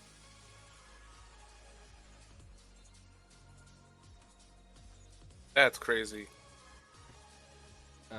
She kind of continues, she's thinking like, it seems that the Alto peoples, once time before the Consortium Wars and the destruction of many of their landmarks, there were many spires such as this one stretched across the Lapsus region, acting as homage, I guess you could say, to the Washi Path and Amikar, the guiding calm winds. I got that right? Karina nods like, And Karina continues, she's like, each totem acted as a way to channel a calming voice and carry his guidance, or his guiding gale. It's supposed to bring fair skies for travel and guidance through storms, while also playing a nice melody that some could soothe, that says that it could even soothe the rampaging Loxreen or Will Divine. Wait, you said it soothes the what? Loxreen or a Will Divine. You can roll a Knowledge Bestiary or a Knowledge Faith if you'd like to know more about them. I'd like to. There's also 3 things I need to know while I'm speaking. Yeah. Spellings, specifically. Yes. Omnicard, I'm guessing you need that spelling. That would be one. Yeah, Omnicard would be one. I didn't ask this earlier, but Sharptooth's first name, I'd like that spelling too. Yep. And what was the third one? Actually, that might have been it. I should probably look this up. I shouldn't just... I'm going off of phonetics. I probably should just go to the document that has Omnicard on it. Wait. Oh no! I'm having a moment. Okay? There is the creature called Amikard, and then there's the deity called Anamikard, I think. And I think I said that wrong. I think I said. I'm gonna check. Give me a moment. I apologize. Okay, beast. So you need Quada's name. Q-U-A-T. Wait. Yeah, Q-U-A-T-A. Alright, that's cool. I wrote that, but I just wanted to make sure. Yep, you're fine. Where's Anamikard? Okay.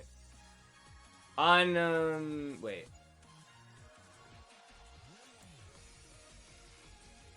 Anamiki. Okay, I did misspeak. Anamikard is the creature, so to speak. Anamiki is the name of the deity. I misspoke. So it would be the I apologize. Anamiki totem? So it would be the Anamiki totem. I apologize. Though she would, Corina would still say that Anami card is the creature, because Anamiki is depicted as a giant Anami card, is what they would say. And then again, you can roll that knowledge.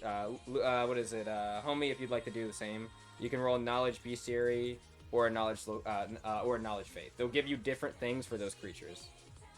I'm doing bestiary just to give you an idea. Okay. And then I get the spelling. I'm getting Anami card. You said you needed Luxreen and Will Divine. Wow, our rolls are just shit today, huh?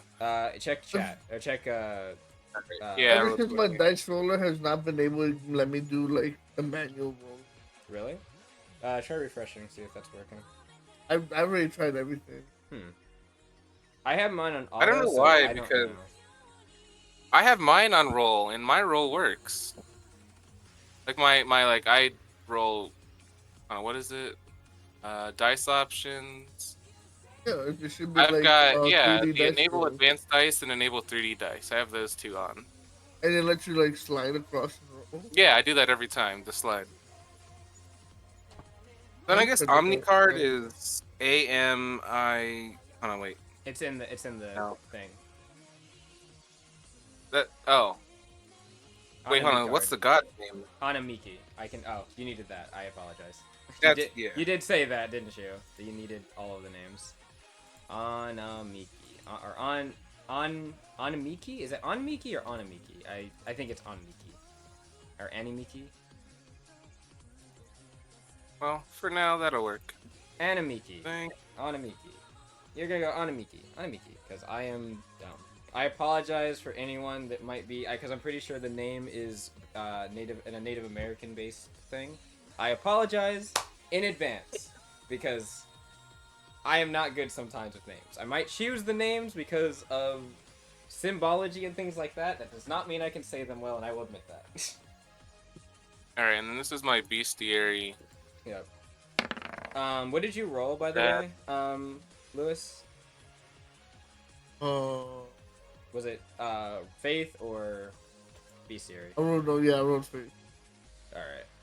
I think Starsha would do faith. Her bestiary is actually good because she has primal, I think. I don't think my faith. I mean, I had a pretty reliable beast roll. If you have a better faith. Yeah, I have a 4 in faith. Is the thing. That's not awful. That's not. I mean, that's the best faith we're getting unless Cthor has one. I don't know. I should check. I can check Felt if you want. Felt might have a good faith, actually. Actually, yes, Felt might. Check faith. She does. Yeah, I'll roll it. Yeah, she got a 6. Yeah, roll her. I'll do. Oh, thank God! I saw the 5, and I was like, I thought it was gonna rob me. All right, so 21. That's good enough for what you'll need. Honestly, I guess I should roll for Sarsha just because. No, never mind. She's tripping up a bit. She remembers the thing about the totem, but not always the names. Yeah, it's not. Okay. You figured it out? I say still auto routing. Yeah. Oh. Wait, what if you put on auto rolling, roll a few, and then take off auto rolling, and then see? Man, imagine. I don't know. I mean, let's roll a 20. It's buggy as hell. Yeah, it is. It's gonna sound stupid, but you should also try clearing your cache. I'm not joking. Sometimes issues in Roll20 are literally just your cache is like blocked up, and clearing it fixes it. I can feel my kidneys. Water. Did you go get water real quick, Eli? No, I've got water right here. Oh, okay. I thought you were saying gotta go. All right. In that case, I will give, because I'm pretty sure everyone got high enough for this. Homie. I say everyone. Yours was faith, right? Oh wait, you got a 6. Never mind. So, Felt. She will speak up and talk about some things. So she knows about Anamiki and Luxreen, and Corina is kind of, the entire conversation is kind of helping and coaching people. Like, if someone says something a bit not accurate, Corina kind of helps correct it.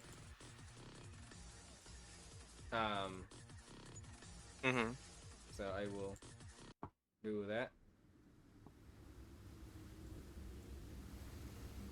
cut that down a little bit.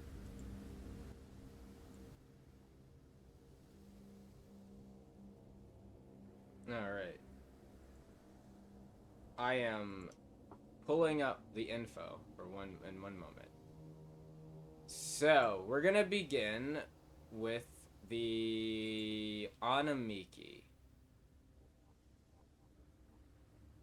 No, we're gonna begin with Lockscreen because I didn't have these in alphabetical. You Felt has heard the names before of them, and Corina again trying to chimes in to help. Felt will kind of explain with Corina that Locksreen receives its name from the Alto Tale after many years of kind of cultural mingling. This name used to probably sound different, but the deity this name stems from is an Alto Tale Washi Path deity named Lox. Lox is revered as the great beast, is often called the great beast of the Alto Tale, and is very much kind of seen in depictions in northern parts of Jakar in general, where Lapsus and other things are. It is described like, well, what a Locksreen is, which is this large kind of mix between like a wolf and a wolverine. It seems like this kind of hulking behemoth of a creature that's said to have there are Locksreen all around, but they're said to have kind of been derived from Lox. They're kind of like its children, so to speak. Lox in general is, how to put it? Lox hails from one of the tales of the spirit of the Alto Tale beast spirits.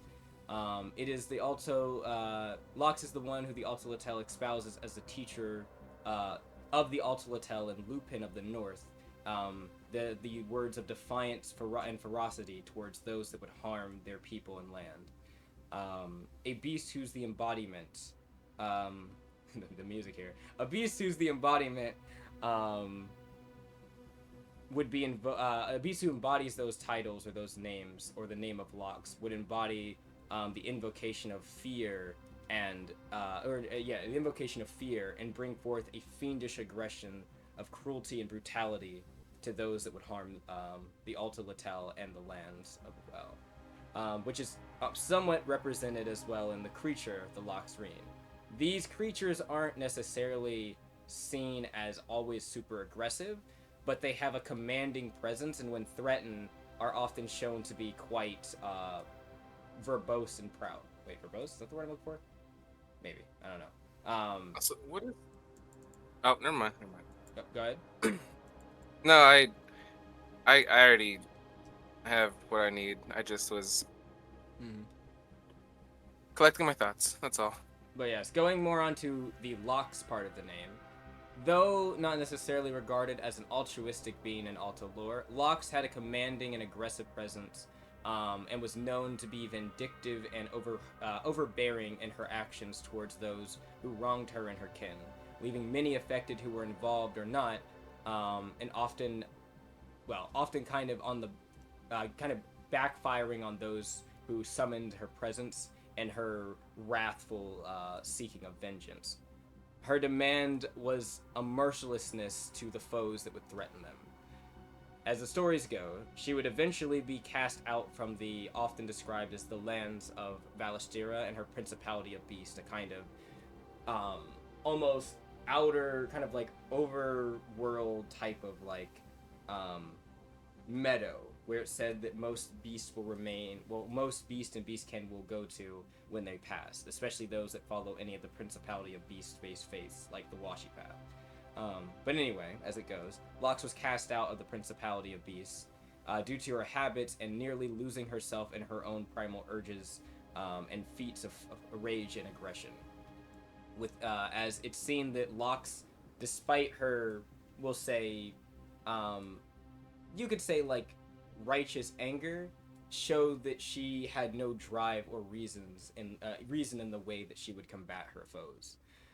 And it's shown that had it not been for the guidance of and leadership of Anamiki and some of the other beasts, some of the other beasts such as Quetzalcoatl and Anamiki. Lox and her kin may have been lost in the malice of her own making, and the repercussions, well, could have been quite bad for the rest of the world.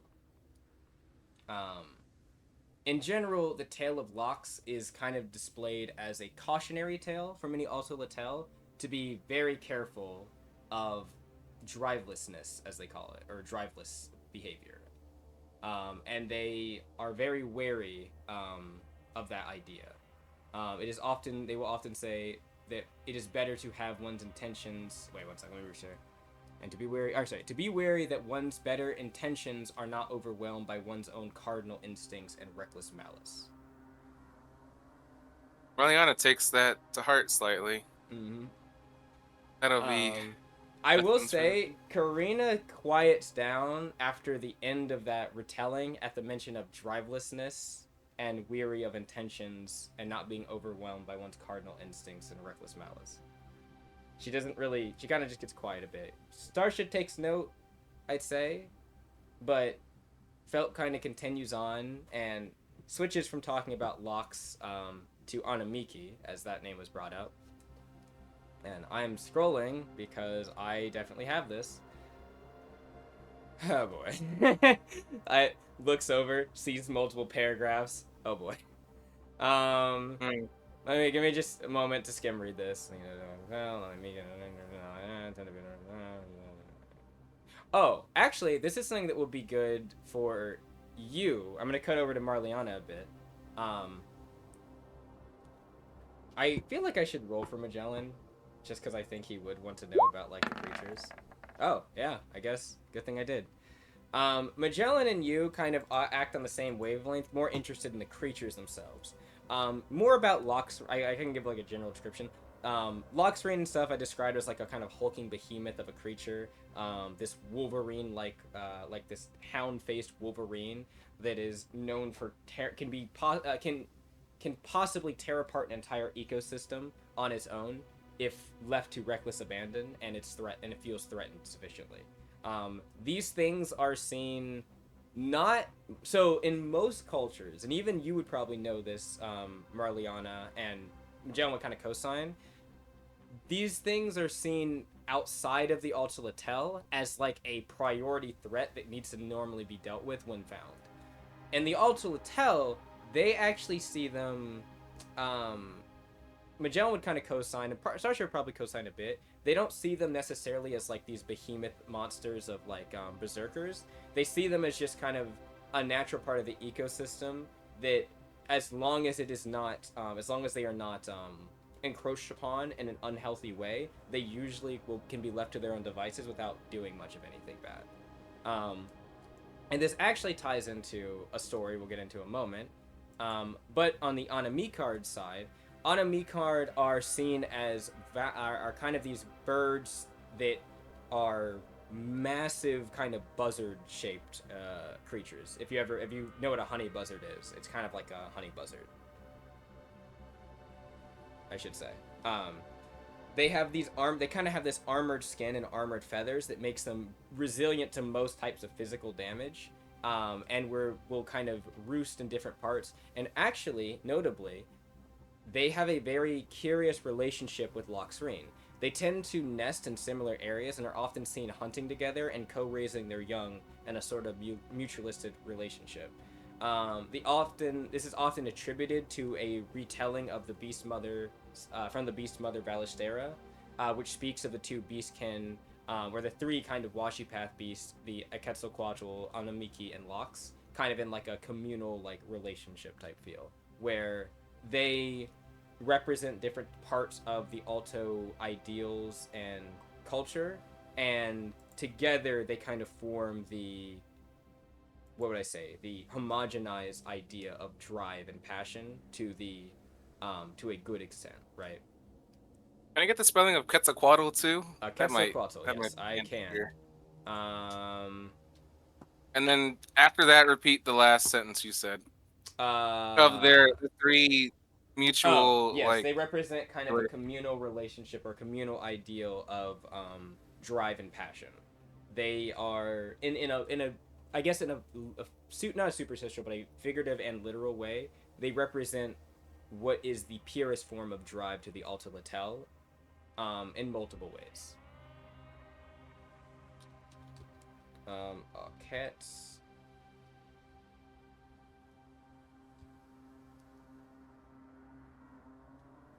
There we go. I can definitely spell words. I actually almost spelled that right on the first time. Oh no, I did spell it right. Huh. Check Discord. Not Discord. I'm sorry. Yeah, Roll20. Yep. There's a Quetzalcoatl. As I was, this was for the. I can speak words, and I know I'm not dumb. My brain works perfectly fine. Yep. This is the B side of things. That was the B side of things. I guess I didn't really say, but on a me card is, as it would make sense, are Avianus Beast, while lock screen I believe are Serval Beast or Serval Lupin Beast. No, actually, they're Brute Beast. I'm sorry. I think I switched up Lox and Loxreen. Loxreen is the creature. Lox is the deity it's based on, which I guess technically they on it like Anamiki and Lox were both we're both physically those things, but yeah, those are the creatures that they derived from them. I think I got it half right. Yeah. I did the same mistake when I was reading it because I was like, wait, I thought that they had a different name, like they had a deity name, not the name. Because I knew that those were the names of the monsters. I just didn't know if that was the name of the deity. So, fixing that. The story. There is a story that felt would kind of continue and add on, as it pertained to Anamiki and Lox. Anamiki was a. The kind of story goes that they were an avian, a young beastkin who was composed, dignified, and patient. He would care for the lands he lived in, reaping and sowing when needed, a caregiver to the lands, and the teacher of many of the Alto Tale hunters and shamans of the ways of caring for the lands. Meanwhile, Lux was a mix of a wolf and a wolverine beastkin, a violent, rude, brash, though protective and somewhat endearing, I guess you could say, other beastkin, to both her kin and the Alto as a whole. Lox taught of ferocity and fury, though carried a slightly malevolent force, it's believed, along with it. Lox would see the lands below tainted by those who traveled to them, settling outside the Alto Tale, or the Alto's tribal lands, and encroaching upon them. She believed soon they would bring their taint to the lands above and the starry seas, so she would cull them. A violent battle would ensue, as Lox was overwhelmed by her own power and hunger for blood. A driveless desire, or a desire brought into a driveless ambition. It is believed that what she believed is the ones who tainted the lands would soon. I said yes. The ones that had tainted the land would soon encroach upon other areas. Yes. During her bout of bloodlust, she could no longer tell friend and foe, and she began to hunt even the Alto themselves and her other kin. The Principality and Valistera would deem her too dangerous to remain in the lands of the gods and the Starry Sea. She and her kin of brutes would be cast out of the Principality and sent to live permanently, as it's believed, in Drakkar, to be hunted by the Alto. However, Anamiki had watched this all from their lands in the north, perched atop a mountain shaped in an arrowhead. Perched atop a mountain and a land shaped in the form of an arrowhead. They would descend to the southern lands where Lox had carved her domain and dominion in an attempt to speak to the fiend who had once been Lox and had now become something else. Anamiki, whose mirth and calm, Anamiki would come to the situation with a mirth and calmness, attempting to break through the malevolence that had seemingly encapsulated Locks and her brood. An aura of disdain and aggression permeating throughout the lands that were the Dominion. And it would seem, with the assistance of a Quetzalcoatl, with both the Anamiki and them deciding to leave the principality lands of the gods, they would somehow manage to break through the malevolence that had encapsulated Locks, temporarily bringing purpose and drive to the lost and wanting Locks and her kin. They would offer Locks and those of her brood a chance to live amongst their kin in a new home, an opportunity to place their power and ferocity to a cause guided and driven instead of reckless and devoid of reason. Some would take this offer, while others would desire to relish in their newfound drivelessness, rage, and reckless ambition. No end to the aimless spread of their malevolence. However, Locks would agree to take their talons and their tail of Quetzalcoatl, the force of malice dissipating as they did, and sent to wander and fester into the sea, the starry sea above, and further on in Drakkar.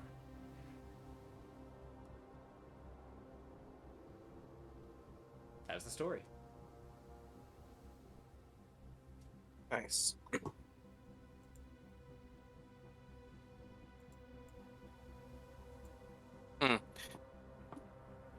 I don't think Marliana will say anything about that story. It's a little more personal to her than she'd like it to be. Starsha actually, as she's listening in, she's kind of like, the starry sea, you say? Corina kind of nods. Are we in public? Yeah, we are. You all unplugged. Boneclaw at this point has kind of like he's not with you at the moment. He kind of left to go back and help other people. But you guys are kind of in public. There's other people eating around, but they're not still around in the restaurant eating. But we weren't like surrounded by other people. Yeah, you're not like surrounded by people. Like people are having their own conversations. I mean, if you were to talk loudly, they could hear you. But if you don't talk loudly, then probably not. But go ahead. Can I whisper to Starsha then? Starsha kind of looks over. She's like, So then, the one thing I forgot. I already forgot the name. But does that mean it got infected with BOS? Is this a thing of BOS? Starsha kind of thinks. I'm not sure. Either that or, that weird court stuff, maybe. You started attacking friend and foe. Yeah. But BOS is relatively new, isn't it? Unless, of course, it's not as new as we think.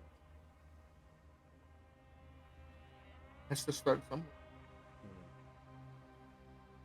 It's an interesting theory. If BOS or whatever is related to it was all the way back then.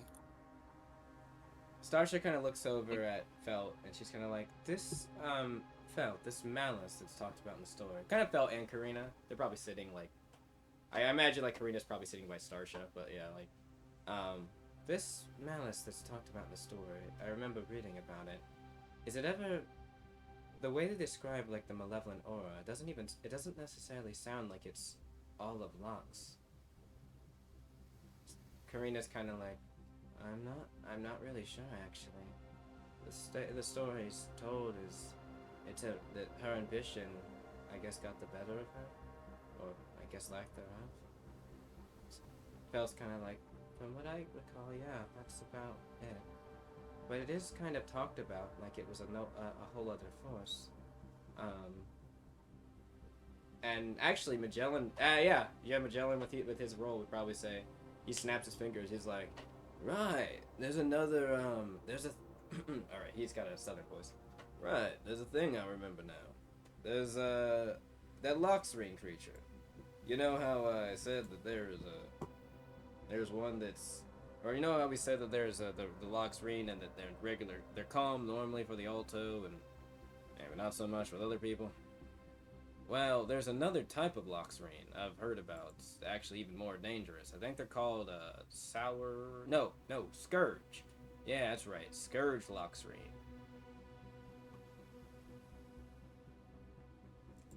And he's like, he kind of like, yeah, they call him, I think they call him that because they have some type of fiendish influence, but something else. I think they're always aggressive. That's the thing that makes them so dangerous.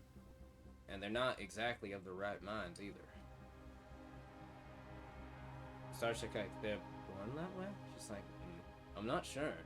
In fact, actually, I think that a regular Loxreen can become one, but I don't remember how. Starsha's like, a regular Loxreen turning into something else.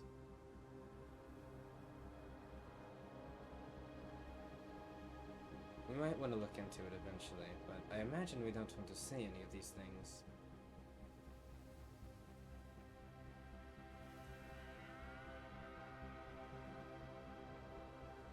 Well, for now at least, it's something that we can think about. I don't necessarily know if there's anything we can act on yet. Corina, what do the Alto see as a driveless ambition? She. Of course you asked Karina that. Let me check something real quick. You said, Karina, what do they see as a driveless ambition?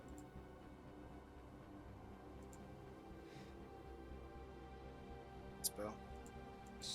She kind of thinks, and she's like, well, based on the stories about how Lox was, and just in general, I guess it's seeking something without having an actual reason for it.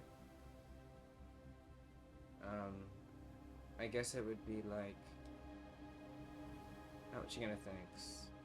Maybe like if you were seeking food without the desire of hunger, an insatiable appetite. You were seeking knowledge without the desire to share or covet it, to hold it, and such. Or seeking strength, but for no reason other than just having it.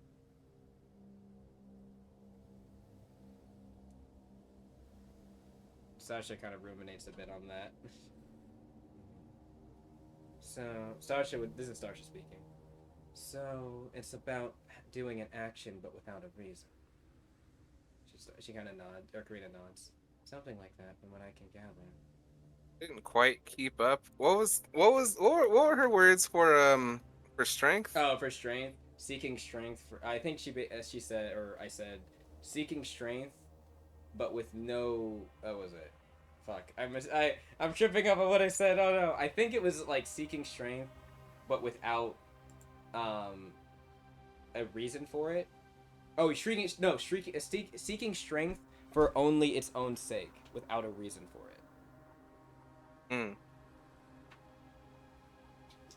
And then Starsha co-signed and said, so effectively doing an action or something, but without an actual reason or intent behind it. She's like, Starsha says, so effectively having no will or desire. Karina nods. Yeah. She looks a bit down. I guess like that. Starsha kind of says, but there's no telling that you might not find a desire as you're seeking it, right? It's like, yeah, I guess so. Starsha kind of says, sometimes... Well, I think it's better to do something than not do anything at all. But I can't say I can't say I don't agree and understand the point that they're talking about in that story. It's probably not a good idea to just recklessly seek something without knowing why.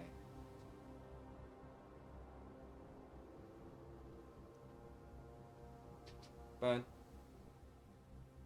I don't think she's gonna say it, but she'll look over. I mean, I don't necessarily think that's a problem we have at the moment.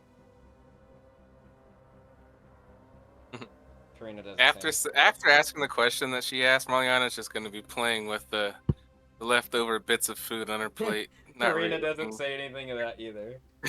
Sarsha just kind of like... Sarsha's definitely like looks left, looks right at both of you, but doesn't.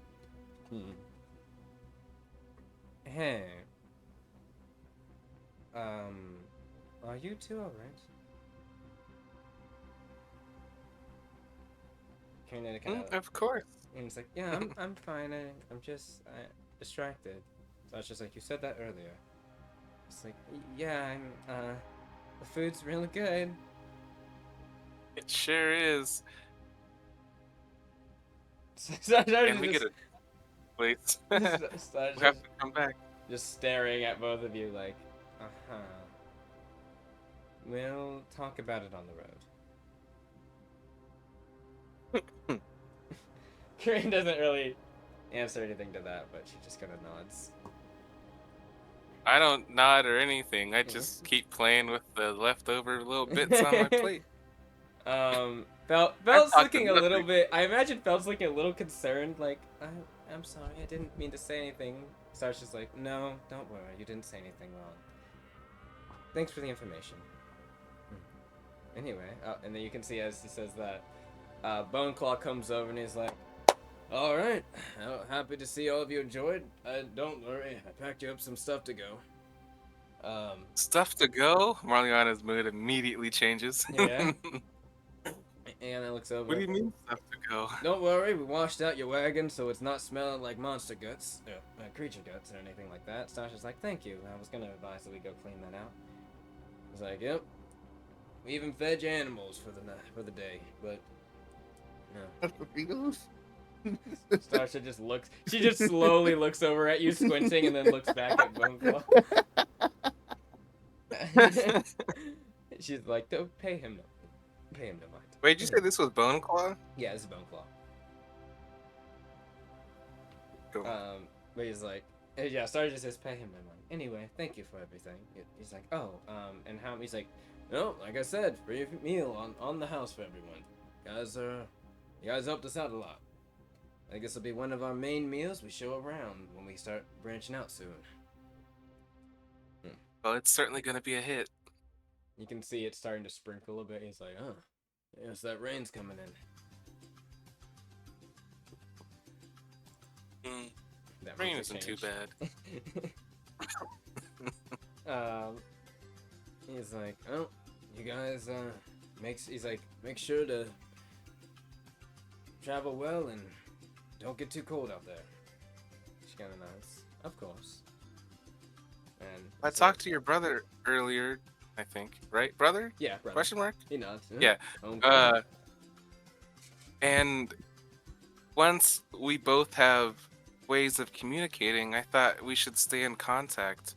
I heard you were planning on expanding your business to other places. Yes, sir. We yes, would ma'am, definitely like to visit them. Yeah, well, I'm sure we'd But love to maybe have we you. could find other creatures for you too. We want to. We might be looking for new create some dishes and new places. So yeah. Yeah. Just keep us in mind whenever you have anything you need. Sure thing. And yeah, whenever communications get set up here, we'll definitely give you a shout when we can. I'm sure it shouldn't be hard to find you. You guys are sorry, went a bit in Magellan voice there. You guys are a guild team, right? Yep. Yeah. Then Starship says Echoes of Stars, so Stardust. He's like, oh, then I'll look up with them, and I'm sure I'll be able to find the name. Was that the first time it was said in session? I feel like that might have been the first time it was said in session. No, we already have our name set up. Was it? I Yeah. don't completely remember. Yeah, we do. But that's cool. We already had it checked out, like before we left. We had it figured out. That was the last thing we did before we left Mogah, was actually get our name down. That makes sense. I don't remember the last thing we did in Mogah, so That yeah. was a while ago. So That wasn't the reason, but yeah. Yeah. So he kind of nods, and yeah, everyone can get yourself set up. Oh, actually, before I forget, because Starsha mentioned it, we're stopping by Gareth's place. I don't remember the name. I'm looking for it.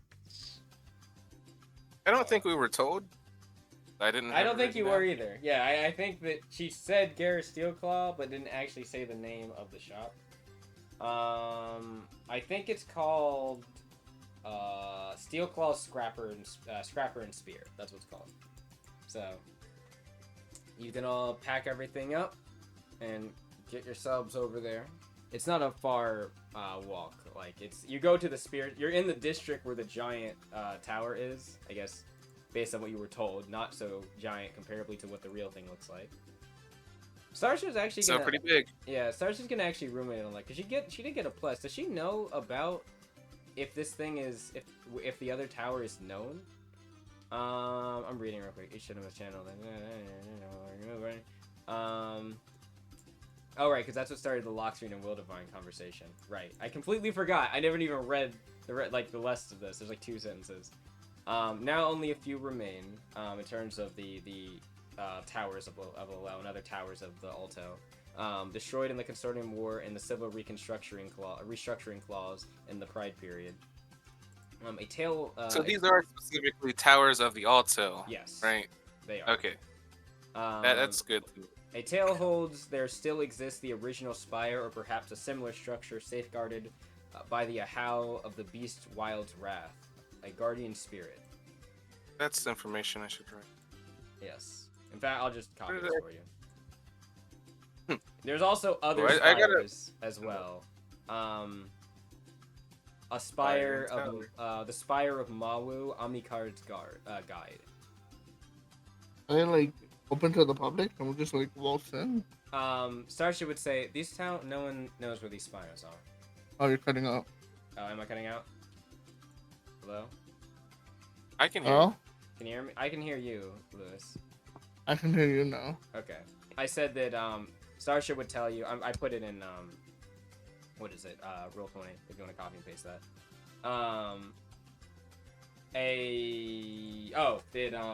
There is no one knows where they are. Well, okay. People know where some of the towers are, but the 2 spires I just mentioned, the spire of brain. I gotta go back to it.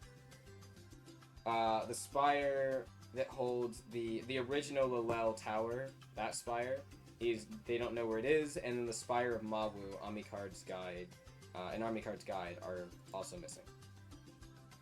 I mean, not if they're missing, but it's like we need like sort of little key. Starship says, Or is it just like once you find it? It's not just Corina would actually say that could be fun. Actually, trying to find one of the towers, but I mean they've been lost to the ages. I don't really know if it's gonna be that easy. Well, I want to explore everything, and everything means that anything we find could be possible for us to find. So it's just like. And this is going on my goal list. Entry number 17. All right. What's 1 through 16? There's a lot of. I mean, I could tell you if you want. It's written down. It's not just 1 through 17, but there's like 1A and like 2B and C, and there's a bunch. But Starship. I'm gonna write this down as a party goal. Starship Find the other animations Alto spires. Spire of Mawu. Why does that name sound familiar? Corina will kind of add. Oh, it's the name of one of the moons. She's like, right. The Beast Moon, right? She's like, yep. It's the more like bronze color one. The spires on the moon. Corina laughs at that when you say that. I don't know if that's the case. What's so fucking funny? Corina are you actually saying that, homie? Corina kind of shrinks back. She's like, I didn't mean to be rude about it. I'm sorry. Don't ever take anything he says seriously. Starsha's just gonna slap you in the back, homie, with her tail really hard, like almost knocking you over, as you're laughing and cackling on the ground. Starsha's like, don't be mean, homie. Okay, I was just ripping her into. That was good. That's cool. I haven't had one of those in a while. Karina's like, oh, it was a joke. She kind of like tries to smile a bit. It looks a little menacing. Like it looks like she's got like a very like teeth bared smile. Kind of looks over at Starsha. Starsha just gives her a thumbs up. It's okay, Karina. Again, don't ever take anything homie says seriously. Anyway, so we'll keep going over as you guys get to the Garrus place. All right, so Garrus place. Where is that? I literally just had it. I shouldn't get lost. I really shouldn't. Here we go. Steel claws, scrapper and spears. Scrapper and spears. Yes. So. The building you arrive at, or the workshop, is an average-sized building with 2 floors made of rare woods found in the area, mixed with different metals and minerals as foundations and trimming. The first floor is where most of the goods, it seems like, are sold, based on the outside you're kind of looking, with shelves lining the area, store items, chains and rope hung up, and like tied to other large items around. The top floor, or the second floor, I guess I should say, seems to be a space where you can tell like most of the workshopping would go, as like you can see smoke bellows out the back of it and the side of it. There's also a little workshop area like in the field in the behind the building, and you can see there's like different pelts and different monster parts, as well as different like machine parts and stuff that are kind of hoisted up on things, and like yeah, it looks like they've been working on, like they've been engineering something. Wait, so the places that are outside, are those workshops meant for the public? No, it or seems just like it's part of the work. It's like in the back of the building. It's part of the workshop. Ah, okay. So, but yes, I imagine everyone's gonna enter the building. There's large double doors. I mean, Yes. Starsha's going to with Corina. I'm going in. I'm curious. Yep. Inside, you can see the large. Well, I mean, you can see from the outside. There's large windows, and you can also see there is large, thick curtains made of. They're sewn together from different animal hide. They're strewn about. They are drawn to the side to let natural light in and let out the fumes from the crafting that's going on. Inside, you can see there is a large kind of lizardkin man that almost resembles more of like an alligator. Kind of like, you can see him clanking away on something and kind of like, he's got one arm, you can see the scaled arm. I'd say like kind of a little bit of some green, dark green kind of, dark green kind of scales with ridges kind of going down the backs of him as he's cranking this thing with a wrench. And then you can see as he holds up one hand, to like acknowledge you all entered as a bell rings. You can see him sitting down, hunched over, and he's like, "I'll be there. Give me a second." And you can see the hand, this large metallic clawed hand, reaches up as it goes back down. Kinda reminds me of a car set. It is shaped in the same fashion as its other hand, though. Like it looks like it has fingers and everything. But is the hand bigger than his other? Like, Nope, is that they what just I look was? like they're the same size. It's just a. No? Oh, It's never just mind then. he's a very big person. Like he's He's a big guy. All right. he's a No, very yeah. big, So then hefty I dude. wouldn't. Yeah. I would not say. Yeah, I thought sorry, that it's not the like a metal crab arm claw. was bigger. No, it's not like a claw Alright. claw, but I meant more like he is just a large man and the claw or the hand is very big. Right. No, that's Um, cool. He's actually about like he's a little bit close to your size, maybe a bit taller. You think, Marliana? Interesting. And I- he is unlike I was you, already like gonna size him up wide. before. He is like he's got like the barrel chest. He's wide. Nah, he's a true smith. He's Yeah. a true craftsman. I do want to give him I little want to size appraisal? him up a little bit. Give me an appraisal. Yeah. Yeah, give me an appraisal. Take it. He is still like it seems like he's acknowledged your presence after he said that, but he's kind of like Come working on, something. dice. Really? What'd you get? I mean, I got a 13. I'd say with I'm the pretty sure I have 13 both my human die, but Do you want to use it or you want to wait?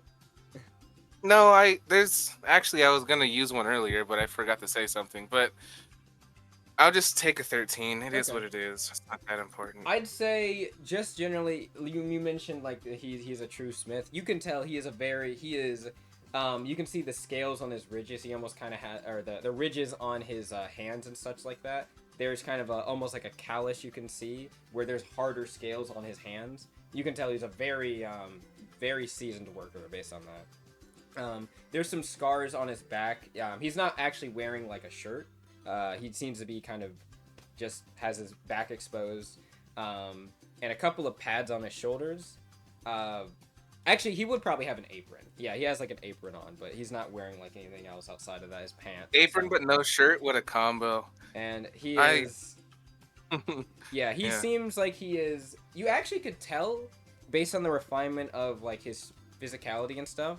He probably not just like works on machines and things like that, but he probably actually like works out decently well as well. He's got more than just a refinement of work on his muscles. He does have like he has done a lot of training physicality wise, or he is maybe a former fighter of some kind, which I think you were told that he used to be a hunter. So Yeah. And there's you can see scars on his back, kind of down his other arm. Again, you can see the metal arm, so there's also that. Yeah. But he kind of turns over and he's like, it's you, Corina. What are you bringing to me? And She's over. bringing us. Marliana rushes to his side to see what he's working on. When you rush and over, he's like, he kind of looks over, like, he doesn't like flinch or anything, but you just, I imagine, get very close to him, and he's just kind of like, who are you, miss?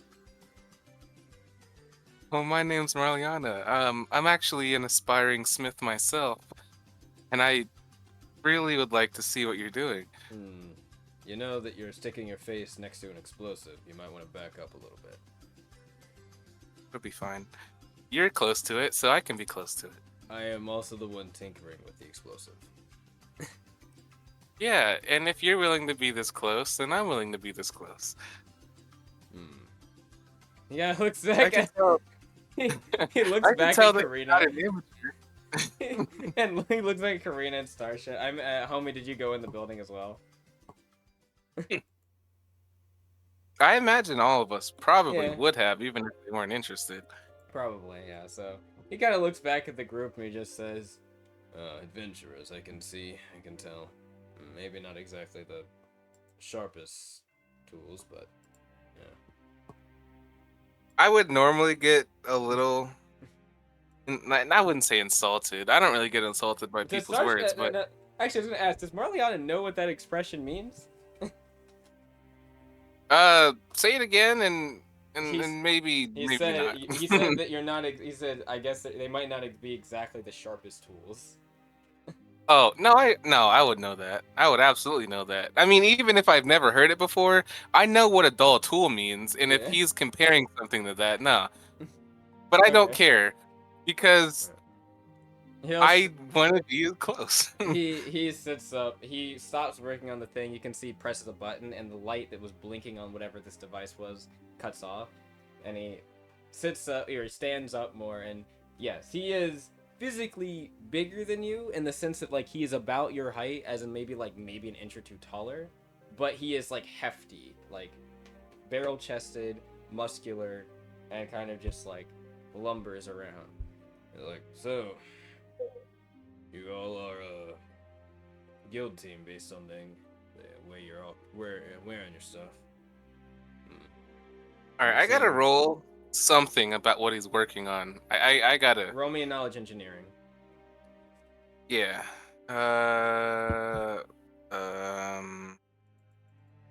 There it is. Okay. Come on, dice. You haven't been kind to me yet, but please. All right, I'll take it. It's not fantastic, but I'll take it. I got a 17. Yeah, I'd say with a 17. So he was like, I mean, he didn't lie to you. This is an IED of some kind.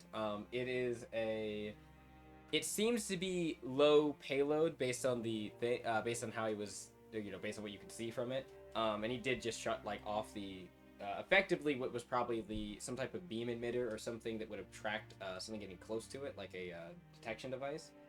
The actual explosive is definitely hoisted in this thing. It's not necessarily fully set up. You can tell he's still tinkering with it. It looks like it either was some type of tripwire, like there would have been a light that shined that if it crossed after a certain point would probably activate it. Which might also allude to why you said you're getting a bit close, because the light could have been on you and you would not have known at that moment. But it seems I guess I like probably should have rolled before I approached, but whatever. It is what but it is. either way, it seems like he was smart enough to have it probably a little bit more like not exactly active as much, considering that he's working on it himself. But again, anything could happen if he's tinkering with it. So it was more See, of I a would warning. think the end phase of building a device would when you would set up the You would think, wouldn't you? circumstance of explosion. You would think. He's used to working a very high octane type of craft, we'll say. But yeah, it seems like there's some type of explosive of some kind, tripwire explosive. But he looks over and says, "Oh."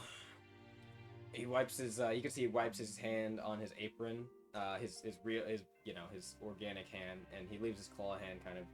He dips it. You can see there's a bucket. He dips it in some water, and you can hear like a kind of sizzling almost. And the pulls out the clawed hand, and it seems to be a lot cleaner and not covered in like dirt or not soot and powder. It's like, oh, so can I help you? So can I help you? You said you were. I take a couple steps back, realizing that, I may have been getting in his way. He just nods a bit to you, but doesn't really say anything.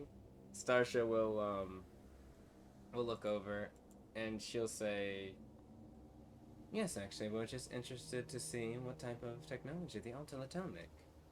He kind of raises an eyebrow to that. He kind of looks at you and Starsha a bit. You said you're a smith of some kind, right? Looking at you, Marliana.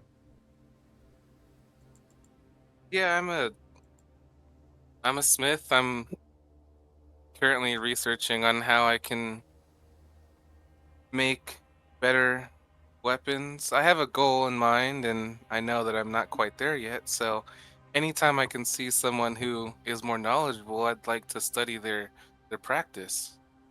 Hope I didn't offend you by getting so close, but I could tell immediately you were a seasoned crafter and warrior. He nods.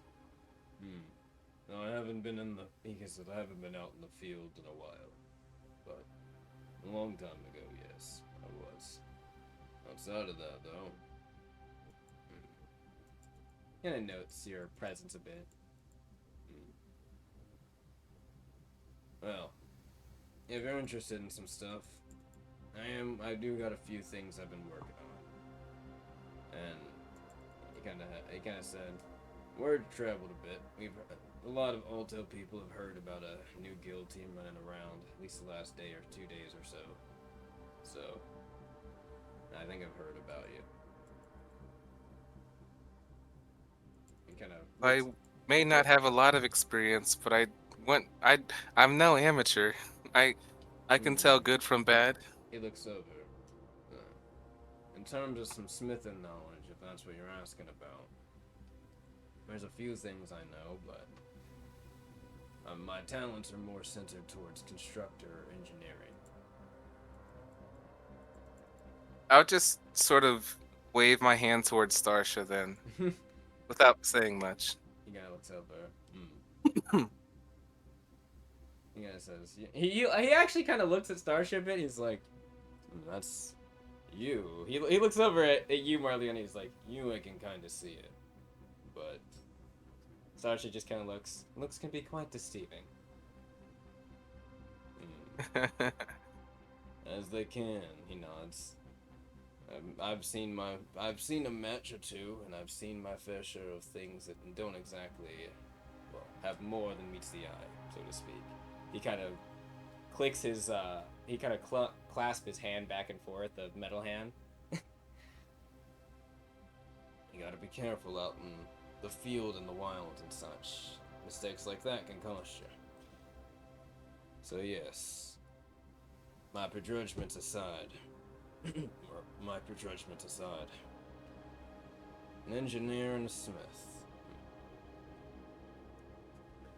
Well, I got a few things, mainly some stuff that's been grabbed from me by some of the hunters and the warriors and such around. Some metal shards, wire bundles, magazine feeders, barrels, different adapters, things. Skysha kind of says, any special projects you're working on? Special projects. He kind of looks over at Corina, like, kind of like, what did you tell them? I feel. Corina's like, I told them that Sharptooth was looking for some, they're looking to expand their communications, I think. He's like, about that mess. Yeah, we are still working on that. Actually, that's a fair point. Considering that the hunters seems like are busy lately with stuff, I wouldn't mind requisitioning some assistance outside of them. He kind of looks over at Corina. He gives her like a look, and she nods like affirmatively. Well, I guess if Corina vouches, then sure.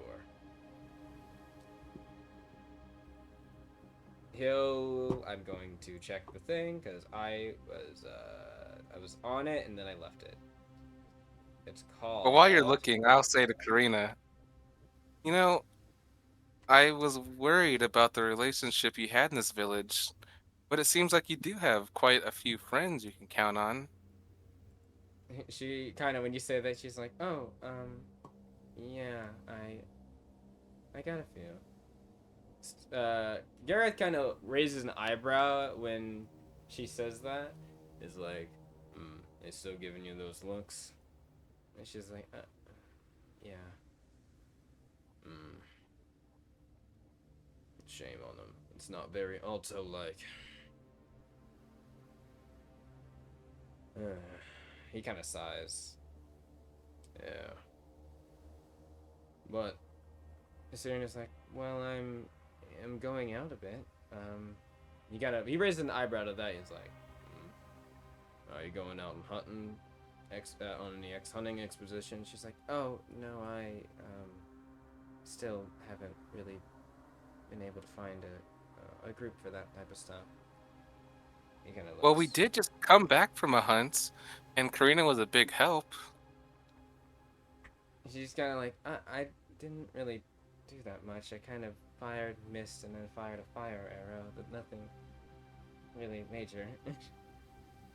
Well, I will say the fight wasn't challenging to any of us, but I definitely noticed the help you gave. It would have taken us a little longer if you weren't there. Well, Just think about what you could do when we're actually in trouble. I'm sure you would help us. Gareth kind of crosses his arms and nods. Yeah, I think if you got a little bit more of how would I say, cut your teeth on some things, I think some of the other hunters would stop all their bullshitting around about things. It's like, maybe. You still don't know what your drive is? She's like, no. Well, you're young. Don't worry about it too much. I'm sure you'll find something. Besides, if my thoughts are correct, seems like you're traveling with this group, right? She nods. Well, then I'm sure that they don't mind helping you help with that. Starship kind of nods. Of course. Starship would say, she's part of our team. And we've already got some ideas for things she could do for us and for the Alto tribes in general. If that's what she chooses to do. When he notes when you say that, he kind of says, good team.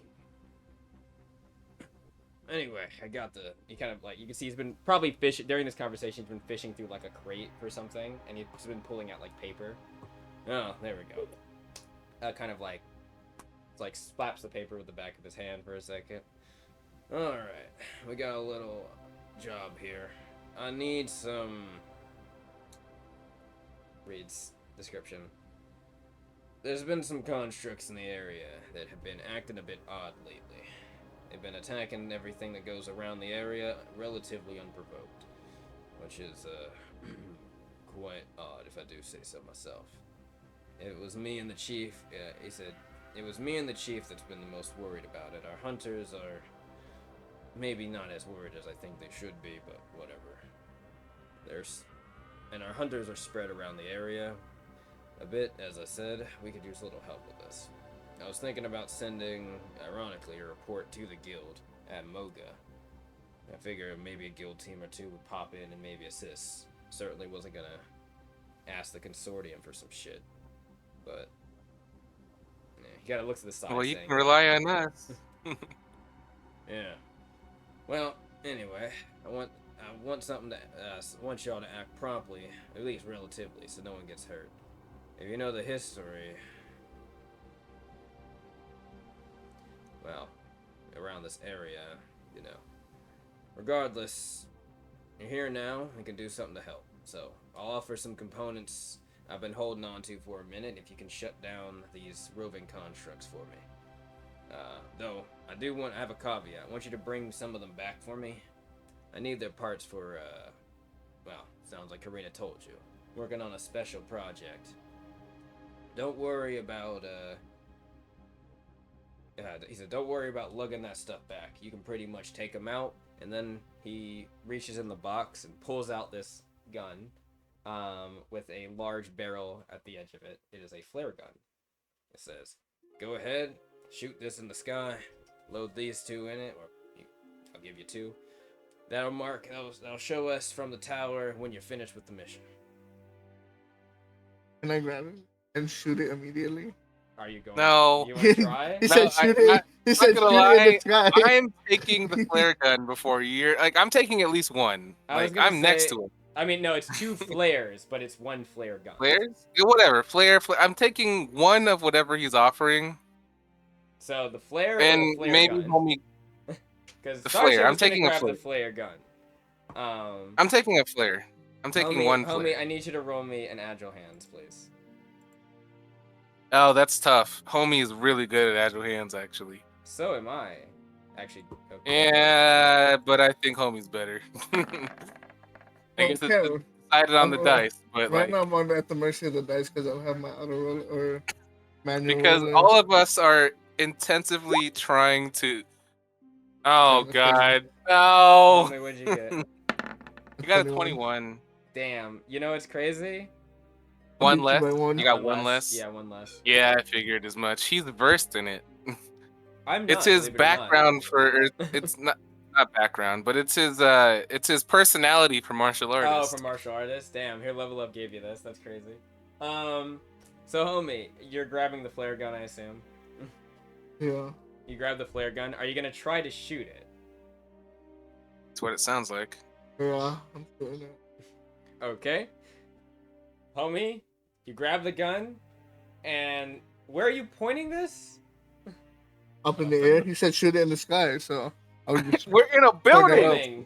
We're in a building. Homie, well, wherever up is, there's only one up. Homie points the gun up in the sky and pulls the trigger. Nothing happens. I actively slug him in the. I don't usually hurt. I don't usually like hit homie. Oh, it's gonna be both you and Starsha. But like I am this time. I'm palming you in the back of your head. All right. Actually, no. You know I'm gonna roll a disarm. I'm disarming you. I don't blame you. I'm thinking about rolling a disarm. I was just going to scoop him up in my tail and start crushing him like a snake until he lets go of the gun. What would a disarm?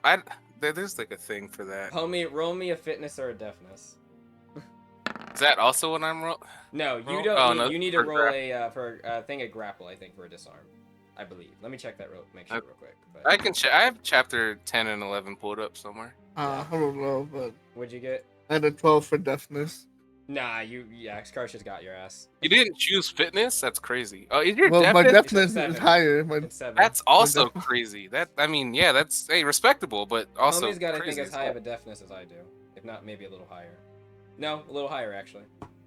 Yeah, It's that's because not. I can use Right. endurance instead of fitness. Oh, right. You can use But you endurance. could have used endurance instead of fitness. That's what I'm saying. No, he said deafness or fitness. No, yeah, you Or could have yeah, used and every endurance. time you Yes, hear it's an advanced fitness, you can skill just use because it's endurance. an advanced Oh, skill. Yeah, that's why I'm able to I use my guess spiritual insights for mood. So yeah. instead that would be 4. No, wait, 9 5. Yeah, it'd be 14.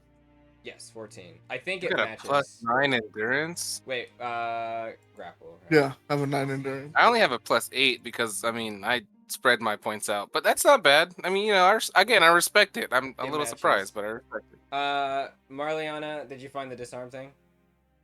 I stopped looking when we started rolling things. Oh, okay. I'll But just. no, I can. I mean, you're on the page too. Do you? I mean, I I'm can clicking look, it. but You can make okay. a fitness. Wait. Make an attack roll contested by the target's fitness or grapple check. Wait, no. That's Yeah. bullshit. Yeah. Make Ain't an no attack way. roll.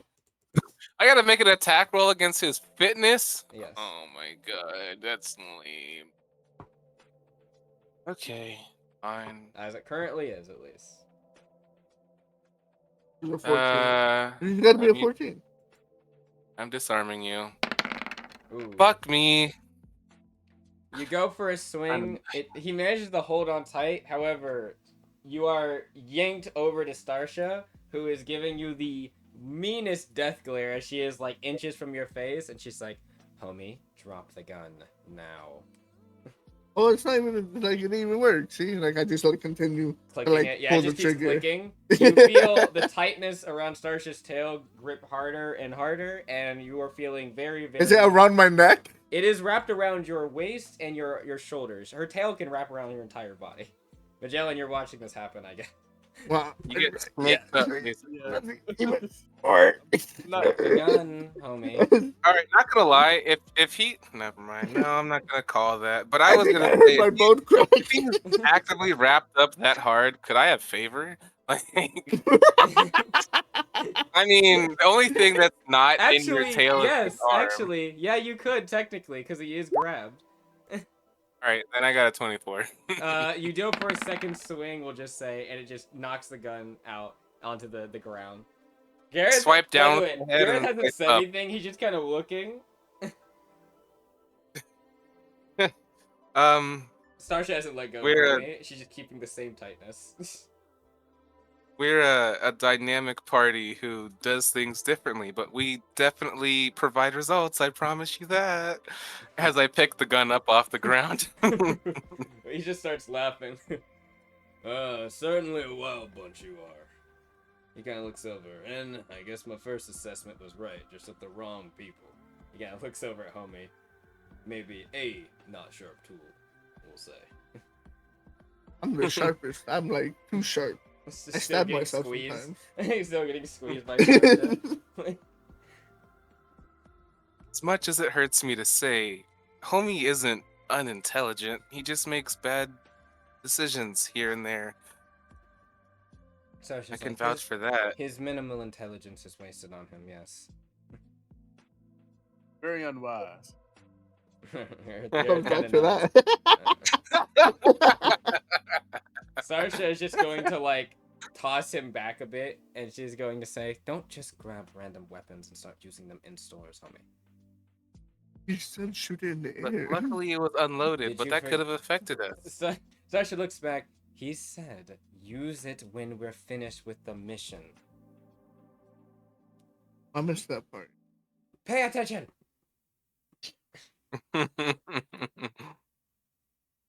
Shit, I gotta write all this down. All right. He just says, "Well, yeah, I'm not dumb enough to hand a loaded weapon to someone. I don't know. Flare gun, not, I guess, isn't really exactly the biggest weapon, but still." Anyway, as he shows, there were two. You took one of the flares. There are two flares you can load in this to fire. He's like, anyway, yes, you can fire both of these once you're finished with the job. So we don't have to scrap for parts or anything like that. Just pull, and Yep. you'll come pick, or you or your people will pick up the parts. Yep, the hunters will see the flare in the sky. I got someone that's been looking out for it. Don't worry, there's someone every day looking out. I'd say maybe within the next, maybe 4 to 5, you could get it done for me, that'd be nice. Well, we're leaving the town soon, so I imagine we can do it while we're gone. There you go. Yeah, well, you heading back. Yeah, it looks over. You're heading over to, Mogah? Yeah, we've Well, got to turn in a mission we did. mission. Seems like there's a lot more troubles in Mogah than here. I wouldn't necessarily say that. With the constructs acting the way they are, and some other weird beast things that's been happening the last day or so. I only say that because you guys seem to have things together, and Mogah does not. I don't want to imply that your problems are He kind of looks worse. over. Oh, you don't say?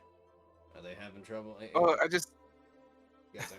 I get the idea that this town, this village, is much more well off than Mogah. I mean, you have more resources. You don't seem as stressed. Like, you guys are definitely. You seem well off. He kind of nods. He's like, "Well, that helps when half the town isn't ass mad at the other half." Yeah, I guess so. Yeah, looks over. Yeah, them consortium. Kind of. Yeah, kind of you can see chews on his words a bit. Yeah, there's some problems in Mogah. Even before all this weird stuff with the beasts and stuff started happening, and the storm started picking up. I know the guild technically fielded most of the building of Mogah and stuff a year or so or 2 years so back, and she is good people. Same with Kane, but I just don't know. I feel like even there's some of our Alto that are in that town, or Beastkin that are, I should say, some non-Alto. It's just hard for me to trust. I know, I've heard that that Breeze guy is okay, but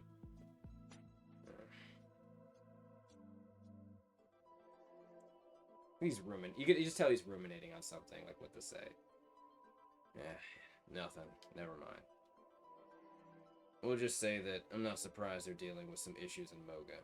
From what the rumor mill is, it seems like they might not have as many soldiers around as well. Then again, he kind of looks over and he says, "We've been having some, not necessarily people problems, but we've been running into some issues ourselves. Y'all been to Quad lately?" That's our next step to go, but we haven't been there anytime recently. No, you're not the only ones that haven't. We haven't been able to send anybody up there. Well, after we deal with it, shouldn't have any issue. Okay. It's another goal of Just send ours. us. What'd you say? Tell me. Just send us. Because we're going there anyway. So, Yes, we will. So it's just like, after we're done with Mogah, we're heading into Qualms, don't worry. He kind of thinks. I wonder well, he wouldn't say that. I wonder if Mogah have any knowledge about what's happening in Qual. As far as we're concerned, there's creatures in the way, some abominations and some other stuff. Though I think that we had some run-ins with some raiders recently. Don't know who they were part of. You might have to ask Sharptooth or one of the hunters about it.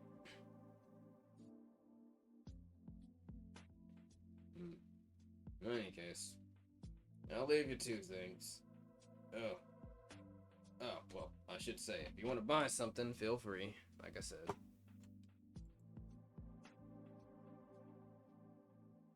I'm interested to hear what he has to sell. I Hey. also have to go to the bathroom. I'll be back in a couple minutes. You're fine, go ahead.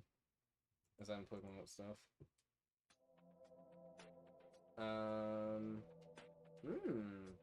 Okay, there's a couple things in here that might be interesting for some people. What is it?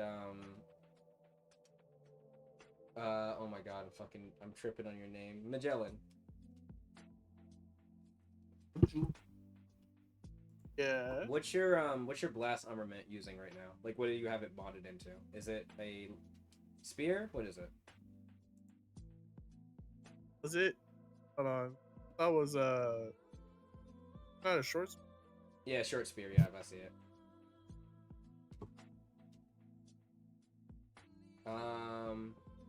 Well, that is I mean, it's just a regular short spear. There's nothing crazy about it. There is some weapons that he's got that might interest you. He's got, maybe the quarterstaff might not, but he's got a tomahawk, an alto tomahawk, an alto short spear, and an alto volt spear. What's a volt spear? A volt spear is a trick weapon. I am gonna look at it real quick. It is a... Nope, that's the vehicle sheet. There we go. That's what I mean. I'm starting to talk in Garrett's voice naturally. Brain. My brain.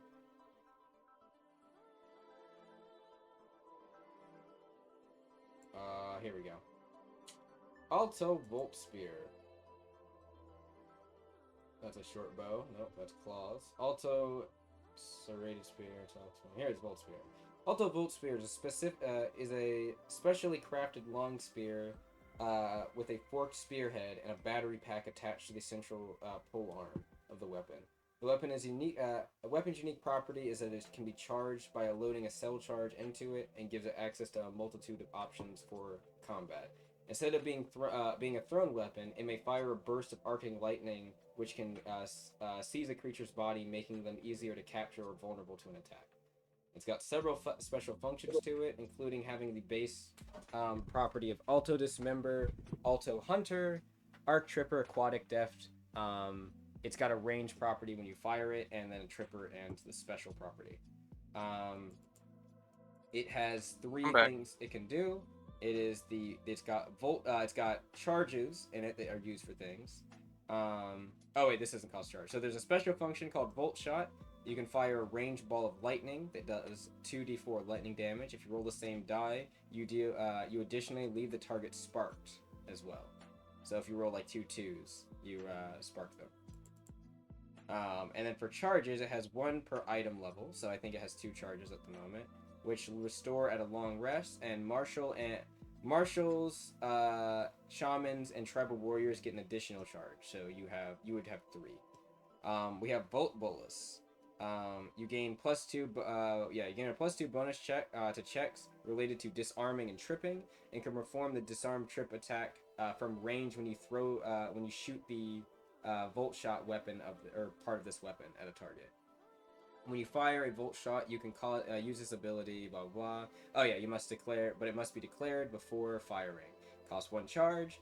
There's the stun portion that was mentioned in the description, where you charge the weapon with electricity, and then it says swift action, but it should say during action, and it lasts until the end of your next turn. On a melee weapon hit, the weapon deals an additional 1d4 lightning damage, and a creature must make a DC 16 +1 per item level vigor exposure check.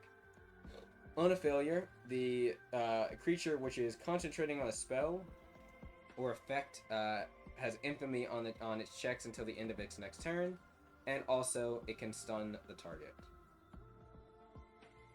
Actually, I think that's worded wrongly, because if it stuns the target, it wouldn't really matter if they have infamy, because they would lose concentration. But yeah, it can stun them as well.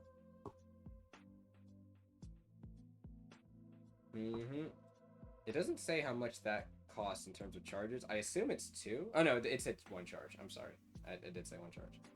So, yep. It is quite expensive, but it might be something you want to look at for later. It is 884 gold. Yeah, honestly, I wouldn't expect us to be able to buy any faction gear right now. Not gonna lie. Also, short spear is nowhere near as expensive. Yeah, but even if it's a couple hundred or 100, it's not. like It's nowhere near that. Like, it's in the double digits. 20 gold. Yeah, you're close. 24. 24 gold. Do they have a magnum? No, not here. Oh. Wait, can I negotiate? Can I ask him to make a magnum? Yeah, you could. Be like, hey, I see you know how to make a flare pistol.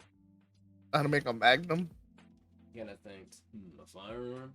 I haven't made many firearms, I guess, outside of the Volt Spear there. I wouldn't really call it a firearm, though. wouldn't really call it a firearm though, but I could try. Cost you extra though. Yes. Meanwhile, that's happening.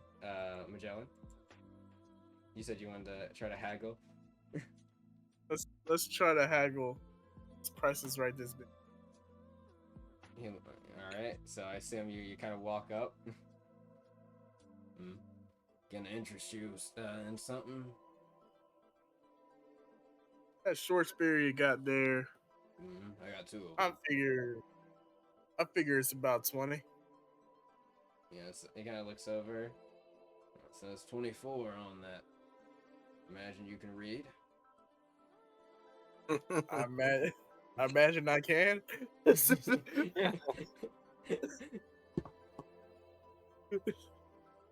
Look, you seem like a reasonable person. I'm just saying, knocking off a couple of bucks ain't going red, is it?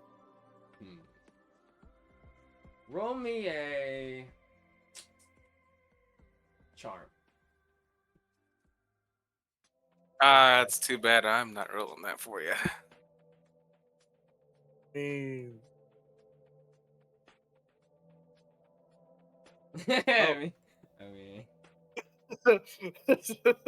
Oh wait, I'll chime in. Actually, I'll try to help out a little bit. Say, well, you can guarantee that we're going to get any job you offer us done without any hiccups or issues. I know that we're not quite familiar yet, but trust and believe you can rely on us. Maybe we can rely on you for future gear. I love it here. I fucking love it. Magellan, as he's like saying that, almost trips and face plants himself into one of the barrels. And he kind of looks over and he's like, My first roll in the month. My first roll in the month, baby. And he's like, 20. He's like, I don't think 24 gold's too bad. Besides, it helps keep the shop going. I have to all this. Yeah. Well, we wouldn't want to we'll look your business over and say, Magellan, is this something that's going to help the party? I don't know what the fuck that was. Chupacabra. Yeah, I guess. Sasha's gonna ask, is this something that will help the party? I'm part of the party, so I suppose. How much gold do you have? You've got 20 gold, 24 gold. I do. Starsha, I'm going to the party fund. No, let him pay for his this is look, it's 24 gold. It's not that crazy. The fact that he's haggling 24 gold is kind of criminal. It is. It really is. But out of curiosity, I got 50 gold on my sheet. Did I lose? I feel like I made. One moment. Also, I was gone when you listed the items. Yes. I get the general idea of the Alto properties, but what did he have? Oh, he wouldn't happen to have had a he does not have Alto claws. I know what you're linking up. He does not have Alto. No, I don't want those. No, he has fatigues, quarterstaff, Alto short spear, Alto tomahawk, Alto bolt spear. In terms of weapons. Oh, I'm not interested then. He has. I want a polearm. Materials. And I don't consider a short spear a polearm. It might be. I think it is, but I could be wrong. But nah. Quarterstaff is. But it's a thrown weapon. That's not a. It can be. I don't really have an option for ranged outside of energy attacks. Starsha is debating about buying. She's clocking that there's biofuel here. She's noting that for the future. Oh, actually, I just had a completely semi-random thought It wasn't completely random, but it, Mhm. it makes sense in this context. At one point, when I wasn't cognitive, you made a phone call with With Pari, right? Is that what you're Bar, thinking? yeah. Yeah. How? Oh, I used the guild's transceiver device. They have one at the moment. That makes sense. All right, that's it. Oh, I want see to what you mean, because you were thinking like, did I have a personal one? No, it was at at the guild hall where Shia was. That We was had a her. sub thought of that. Yeah. No, that's a fair point, but no, that was that. I remember that vividly. I had to go ask Shia if I could call, and they have a phone, a Okay. transceiver device there. Technically, we could use the guild. Well, so the issue here is we could use the guilds to call around, like other guild halls in other areas potentially. The issue is they don't have anything set up here, so we can't call them if they. It's like you can't call someone who doesn't have a phone, you know what I mean, or doesn't have service. Yeah. But they're working on it. That's what we're trying to help them with. They're working on it. Starsha's actually interested in getting a few things, but she's not gonna spend the money on it yet. She's just clocking some things. I think she might want to get some of the metal shards though.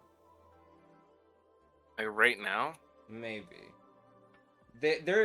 For some reason, I'm not. Maybe I shouldn't. But so for some reason, I don't know what it is, but I feel like there was something to do with metal shards. I checked that I needed for something, a device. I just don't know what it was. I mean, metal shards can create iron castings for grenades, but I can Maybe also just that use was iron. it. Maybe that was it. Like I can just get iron. Like Yeah, but we could also we just. should probably search for iron before you spend money It's for it. 5 gold. It's 5 gold. It's really not that bad. It's Well, not it's about 5 the gold money, that we it's can about the save. principle.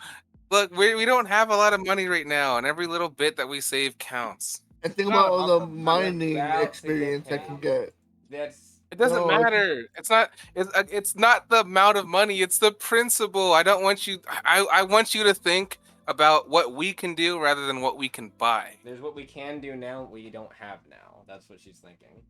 I could mine I could go out and mine. Like yeah, I me could do too. that. You have 2 Marliana, willing you miners. gotta mind.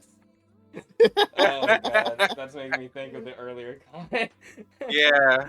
Nothing was said earlier because it wasn't Anyway. recorded. Anyway,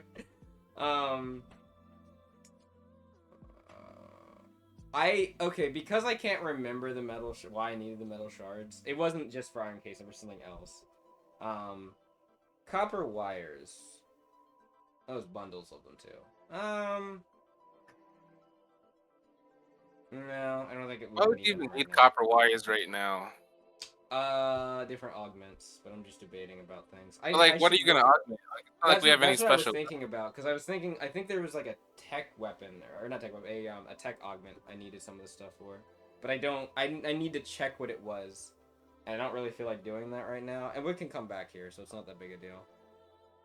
Shawik, yeah, we definitely can't afford that, but she's clocking something in the back, that she's gonna kind of walk over to the side near a crate or something. It's kind of ajar, and she's gonna slide off the crate lid, and she's gonna be like, "What is this? Wait, this is a resonance." She's gonna say, "Is this a core?" Garrett's gonna look over. "Oh yeah, that old thing. It's a resonance core fragment. It's not fully together, but yeah." That's a what? Oh, they're used for certain types of vehicles, like Sasha's gonna say armored knights. Yeah, actually. That and some other things. It can be used for other types of constructs. Have you ever seen any of those, fuck, what are they called? That, he didn't say, that's me. Sol something? One sec. I gotta pull up constructs real quick. I know they're for something. Brain tripping, I'm sorry. What was it called?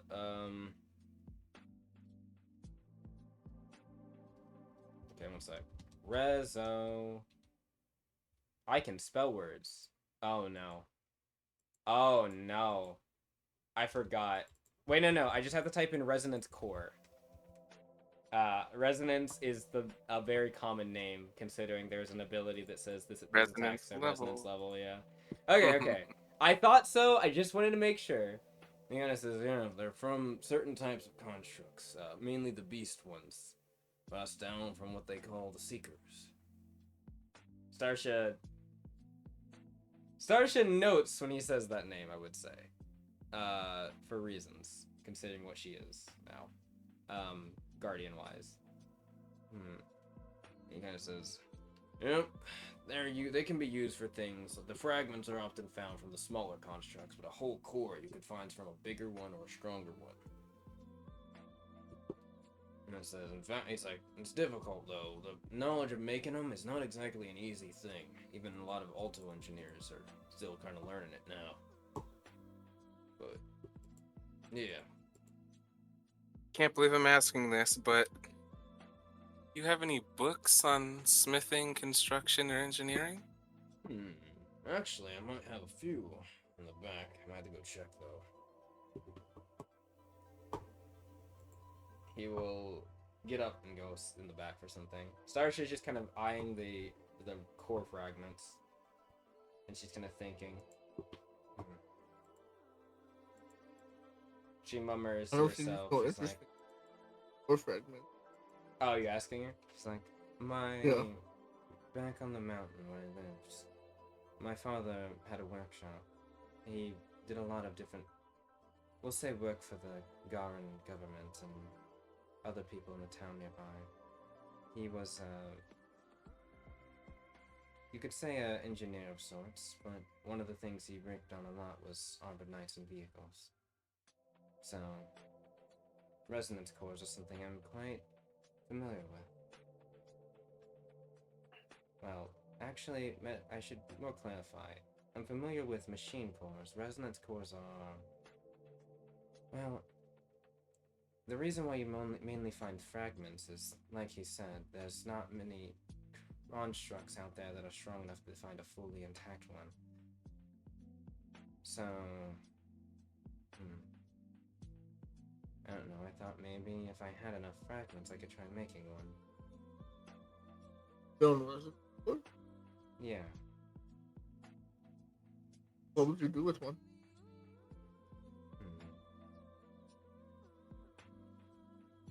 Make an armored knight.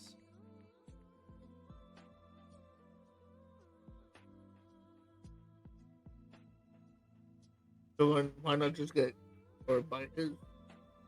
Well, I imagine, and she looks at the crate.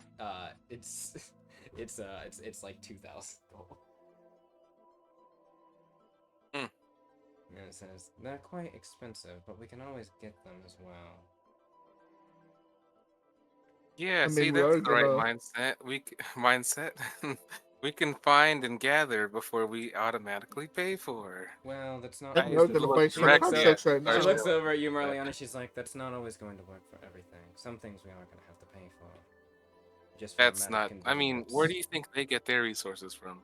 Other people that gather it for them." Yeah, other people. We could be those people gathering resources. She kind of looks over. Marliana, I don't think you have any idea how much materials you'll need to make an armored knight. I'm insulted that you don't think I know what I'm talking about. She looks over. What? Actually looks like you. She's like, "Do you know how many materials you'll need to build an armored knight?" I mean, I feel like I should probably You roll can for roll. that, Yeah, but you like, roll. Knowledge engineering. even still, like, I understand the basic the basic concepts of engineering and how big they are, and like, I could probably put it together. But I'll roll. I assume in engineering, right? Mm.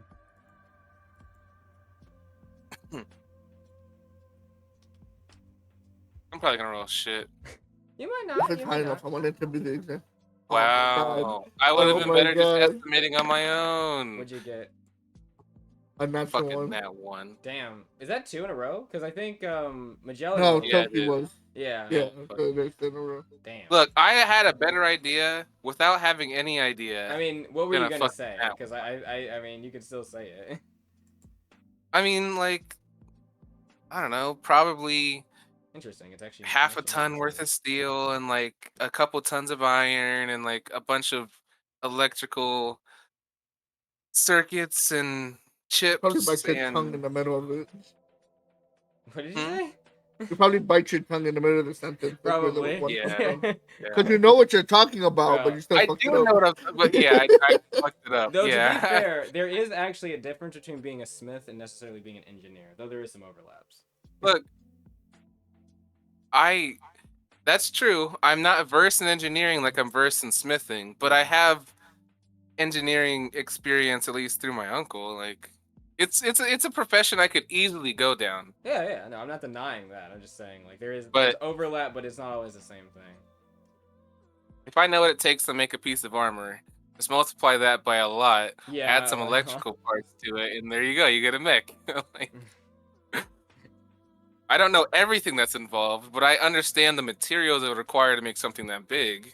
Yeah, a lot, but I mean, Sarja would kind of like look over and she'd say like, after you bite your tongue, she's like, well, I mean, most of what you said was pretty on spot before you bit your tongue, but yes, it's a lot of stuff, not necessarily an amount we want to try mining ourselves. For some of those things, it's better to just buy them outright. Well, I can't necessarily refute that. If we're given a lot of free time, I could always work on my mining skills while going after a large amount of materials. Yeah, I've no, never that's mined for iron, but it's like the easiest thing to find. And I can make alloys, like simple ones now, but I could make advanced ones later. She nods. I'm not denying that you can do that, Marliana. But you can't do everything, well, I guess I should say, we can't do everything ourselves necessarily. As much as I'd like to. For now. For now. But isn't it a nice goal to think of?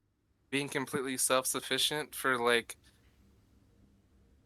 things that aren't completely unrealistic? Like, I wouldn't expect us to make a large ship, but mechs aren't nearly as big as ships. No, they're not. I guess it depends on the type of one you want to build. Why did the music change when I said that?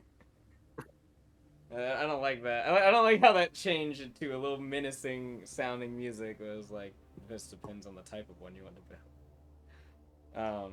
But she continuing, she's like, she'll say, there is quite a lot we'll need.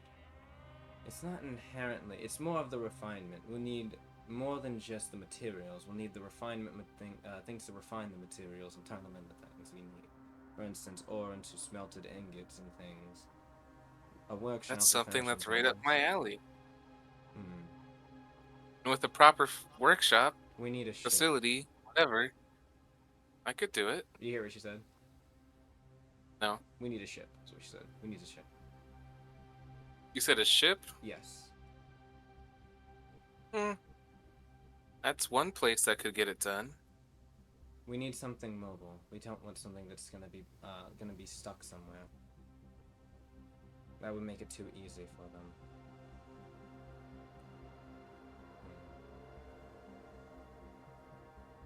Stand.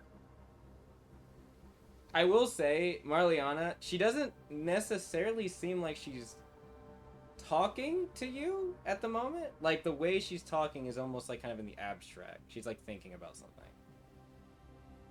The fact still stands that she's talking about things that I could do, whether or not she's talking to me or not. Right, I guess, yeah. I don't necessarily take it completely personally, but maybe a little bit. She does not seem to notice that you're taking it a certain way. She seems like she's lost in thoughts for a moment.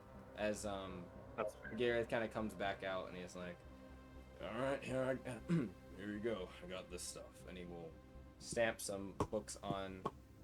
Let me go. Give me a second. He's not grumbling, that's me grumbling. I'm looking up books. Give me a second.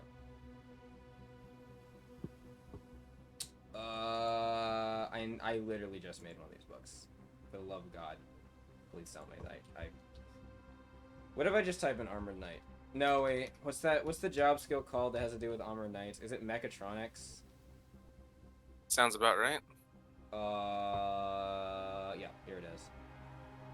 Alright, we have he has a book called Constructing 101, Constructing 201, Model Engineer Volume 1, Studious Researcher Volume 1. He didn't burp, that was me. Engineered Understanding, something you might be interested in, Metallurgist Volume 1. In Metallurgist. Yeah. Maybe. And then Mechanized World Volume 1. Yeah, I'm pretty sure the metallurging one is the only one I'd be slightly interested in. Starsh is I mean, I have in the two basic of knowledge them. of metallurgy, but I can tell you what the Metallurgist gives you as well, if you want. I got some job skill wise.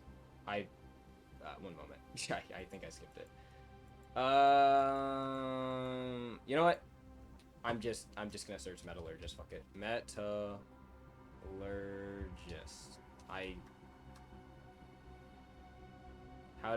Oh, it's 2 L's. Oh. Okay. Metallurgist Volume 1. There's. Oh. Okay. That's all right. You flip through the book. I'm sorry I didn't get all the descriptions down for every book. I got most of them, just not all of them. You flip through the book, and it seems like it's a general book about... It's part of a volume series of 3, and it's a general book series about various types of understanding of alloy refinement, metallurgy in terms of, like, using metals to smith and things like that. Mainly for smithing, not really construction. And certain information also about mining basic to intermediate ores. Go ahead. Sorry, you were gonna ask something? oh, if that's the start of what things are, hear you. So. Oh, did I cut out? I'm sorry. Yeah, you did. Brain. Effectively, it's a book about... I don't know where I cut off, so I'm just gonna kind of repeat everything. It's effectively a book about metal, mineral and metal usage. Oh no, can you hear me? Yep. Everything went black on my screen. Oh, I'm good. I don't know what just happened. That was scary. That was spooky. I'm sorry. It's a book about how various metals and such are used, and as it pertains mostly to smithing, not necessarily engineering. This is part of a volume series of 3. This is the first volume, Metallurgist Volume 1. It also has some information. Please stop doing that. It has some information also in regards to the first volume to general metallurgist understanding, and also certain mining knowledge of beginner to intermediate ores. It also talks about information as it pertains to 2 locations that are talked about in various types of lore and mythos. One called the Erupting Ravine Vein, as well as the Floating Silver Delve.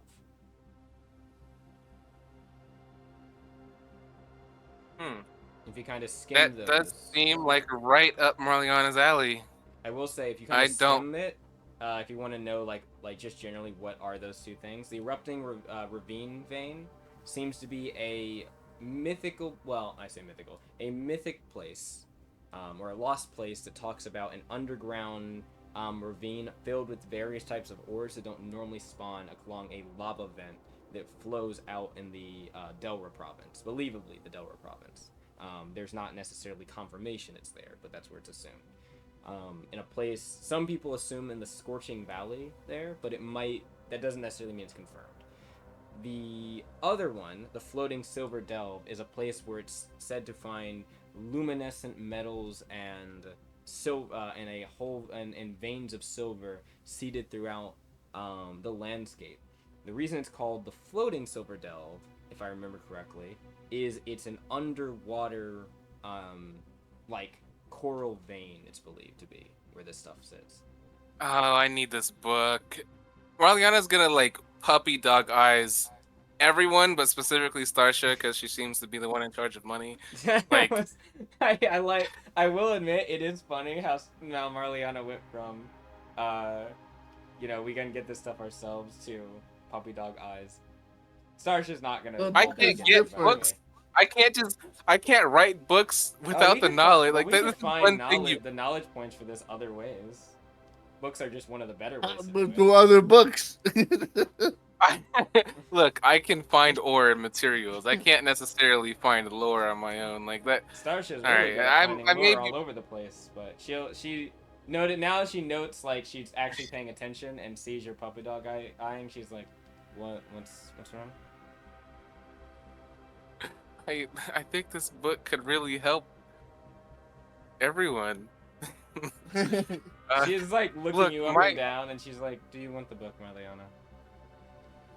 Well, I just think that there are a lot of things I could learn from it to help everyone. Like I want to make people better gear. I want to upgrade the gear we already have. I want to find new materials. I just think this could really be good for everyone. If I was to learn from this. Sure. And she goes over and pays for the book. Not knowing how much it costs because I have no idea. I'm like Oh, 80 gold. jittery almost.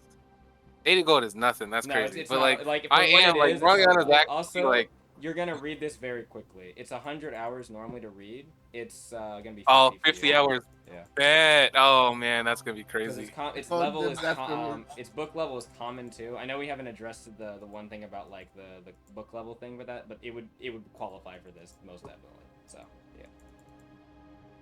All right, you buy the book. Marliana's gonna tackle you with a hug. Like She, I imagine she's probably a little bit expecting it just based on how giddy you were when she purchased it, but she is just going to probably return the favor and give you a hug. And she's gonna say, "There are some things. Just remember, Marliana. There are some things that are worth buying to cut time. All right. I'm not thinking that you can't do things. Besides, you'll probably be one of the main people we need if we are gonna build some type of armor plane. Though there's another option as well." She has a look on her, we'll say, a slightly nefarious one.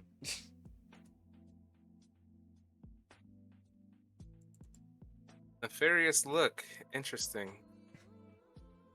But yes, I will just write down you have Metallurgist Volume 1, and I'll get you that book later.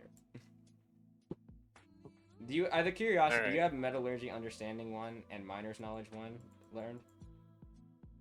I have. I'm just gonna, confirm. I wouldn't But be surprised if you don't have Miner's Knowledge 1. Oh shit. Oh, I thought I had metallurgy, but I think I don't. Well, hey, now you will. No, I Read know I this took book. smithing expertise. But you'll have it after this book, so there you go. So Gareth unfortunately does not have the second volume. He actually does say that he's trying to get like a couple of copies of the second volume because of his new stuff. That one comes with Alloy Understanding 1 and Metallurgy Understanding 2 and more knowledge points. He'll talk about how there's also a special vein said to be on an island.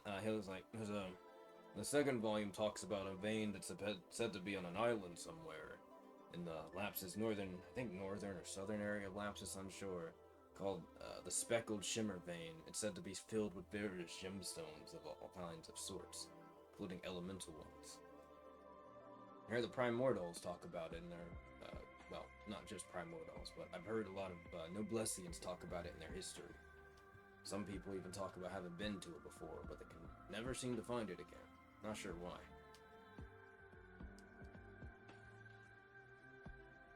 If you needed the name Speckled Shimmer Vein, and then if you would just put like in tab Noblesse connection if you wanted to.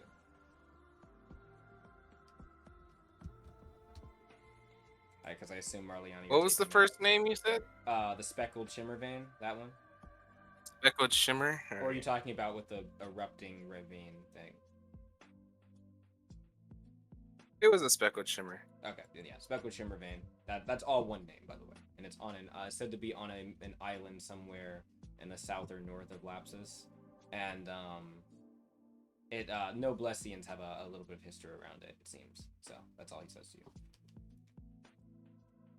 said it was south of Lapsus. He said north, or they don't know. Like it's not known. It said that it's Oh, either it's just north it's or an south. island around Lapsus. Is that what I should Yeah, say? you could say it's an island around Lapsus, believed to be in the north or southern areas of it,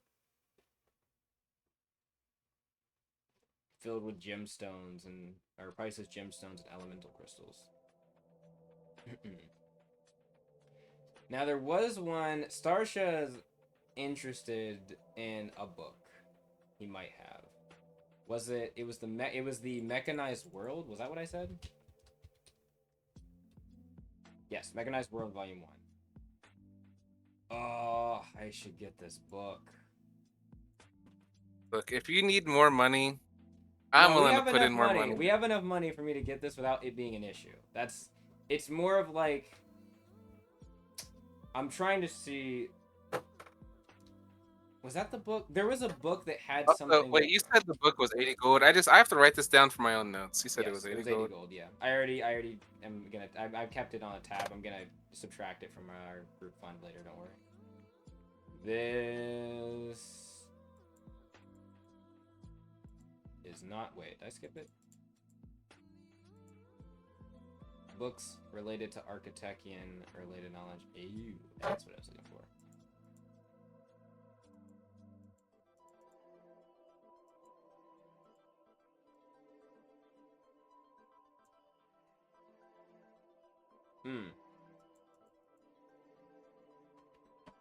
He's got 2 books Starch is interested in, I'm not gonna lie. Well, either buy him now or we can always come back. Like, we will be coming back after Quad, I imagine. I mean, we'll definitely be coming back after we finish the mission he set out for us. Oh, man! I want to get this fucking book. I just saw something I didn't realize. Why can't you get it now? Do we not have enough for it now? No, we have enough. It's just a lot of money. I just don't know if I want to spend it, or if I want to spend it. It has a lot of shit in it, is all I'm gonna say. It's a book. It'll take me 200 hours, but it's a good book. Also, the reason why I'm definitely interested in it, the book authors are Kaya Galandis and Kaimana, I think Kaimana Yor. It's Felt's father. Actually, you should get it. I want to get it. I don't know. I mean, if it's Felt's father, I feel like that's something we should absolutely try and get. It's what okay. Technically, I mean, I could like surmise like what else like what's it say it's in the book, but there is a lot of shit in this book that would be really helpful. Not even just the knowledge points. Ugh. Get it. I forgot about the book skill. The book skill you get from this, creating any armored knights take half as long as normal. Fuck, that's a really good skill. Wait, isn't this... I don't know. One moment. Let me where's Starship's character sheet? I have a feeling about something. What is it called? It was called... This is the other one. So there was Mechanized World and then a new era technology, Mechanized Infantry. I think that book sounds familiar. Why does that sound familiar? A new... Oh my god, I already started reading this book. Oh. This was the book I was reading at Qual. Wait, so then just get it... Like, you got it from a library at Qual. Just, yeah, I know you could probably just get it from the library again? I could just get it from the library. I don't know if it will cost the same. Well, again, we're gonna come back to the Lel. If you're worried about the money, we can compare prices. Yeah, but during the time, like we're traveling, I could be reading this, which means I could be. Aren't you also interested in another book? Just read the other one first. Yeah. How much is the other one? What was it? A Mechanized World or something? Mechanized. I can spell. Mechanized World. Father to give you a copy. Honestly. I don't really know how tenable that's gonna be at the moment, but that's not honestly not the worst idea. Just like I don't think it's happening. This one comes with 1, 2 mechatronics, mechanical understanding, technical understanding, and vehicle constructor. That's not actually too bad. Not gonna lie. For that volume, it doesn't come with the thing. Okay, so there's a thing I want. I'm gonna tell you what I want above all the job skills. There's a specific thing I'm looking for. I'm looking for knowledge about a certain subject that I already talked with Lily about, and I want to look into it. But this book doesn't have any knowledge skills. It's just job skills. The other one I was reading and qualled, and the one that's here does have that. Have at least one knowledge point for it, so I could start looking into it. Sounds like the quad book might be better. Well, he has it here. There's no guarantee that the book's gonna be cheaper. Is the thing. So I might as well I could just get it. I could just get it now. How much money do I have? I'm gonna use my own money. I will bankrupt myself for this. If you don't have enough, I'll add some money. Again, you helped me out. I mean, I know it was party money, but you allowed it to happen. I'll add some if you need some. 34 gold. I mean, that's what you need? No, that's how much I have. 34 gold, 18 silver. Damn. I've got almost double what you have. All my money I've been putting into the party gold. So I can give you some money. It is, I think, 320 gold. I can't give you that much. No, we have enough for it. We have enough for it, but we are gonna get paid when we get back to Mogah, is the thing. So it's not like we're gonna be bankrupt for long. We'll get paid. Technically, well, wait. Do we know how much we're supposed to be getting paid? I know, but I'm trying to not say. I don't write down that. I haven't written down money payments yet, so I couldn't. Okay, so I'm not. Yeah, because I'm I can't know that information. I but wouldn't I know we're getting expect paid. that we're getting paid any more than I wouldn't expect anything more than 200. Honestly, 150 or. My guess. I don't think we're getting a lot. Even though I know, Starsh's guess would be 200, and maybe some items is what her guess would be. But she doesn't. Yeah, I'm expecting 120 to 150. I mean, this is isn't this our first main mission? Second. We did the Piator first. Oh, that was main, right? I kind of forget. I mean, I don't know. I understand why, because it was easy, but. I mean, everything has been. I think I'm gonna bite the bullet and get it, because I can start reading it. I mean, you've already had Homie and Marliana. Time reading it. I gotta do it. What about Homie? What? Homie, Homie, you say Homie, no. nothing. All right, I'll get the book. So. And you know what, Homie? After I'm done reading this book, Yeah, it seems like it has some mining skills. I can pass it on to you too. Mm-hmm. All right, so I got the book back. A new age book series discussing. Oh, it's the part of a book series. Oh, okay. Discussing the advanced. They also write down this. Yeah, I guess write down this book. Yeah, a new era. I have it written down as well. A new era of technology is the book series, and then the first book is called Mechanized Infantry Volume 1. Mechanized what now? Infantry. Mechanized Infantry Volume 1. Which is just a shorthand of saying, Armored Knight. That's another way they call Armored Knights instead of Armored Knights.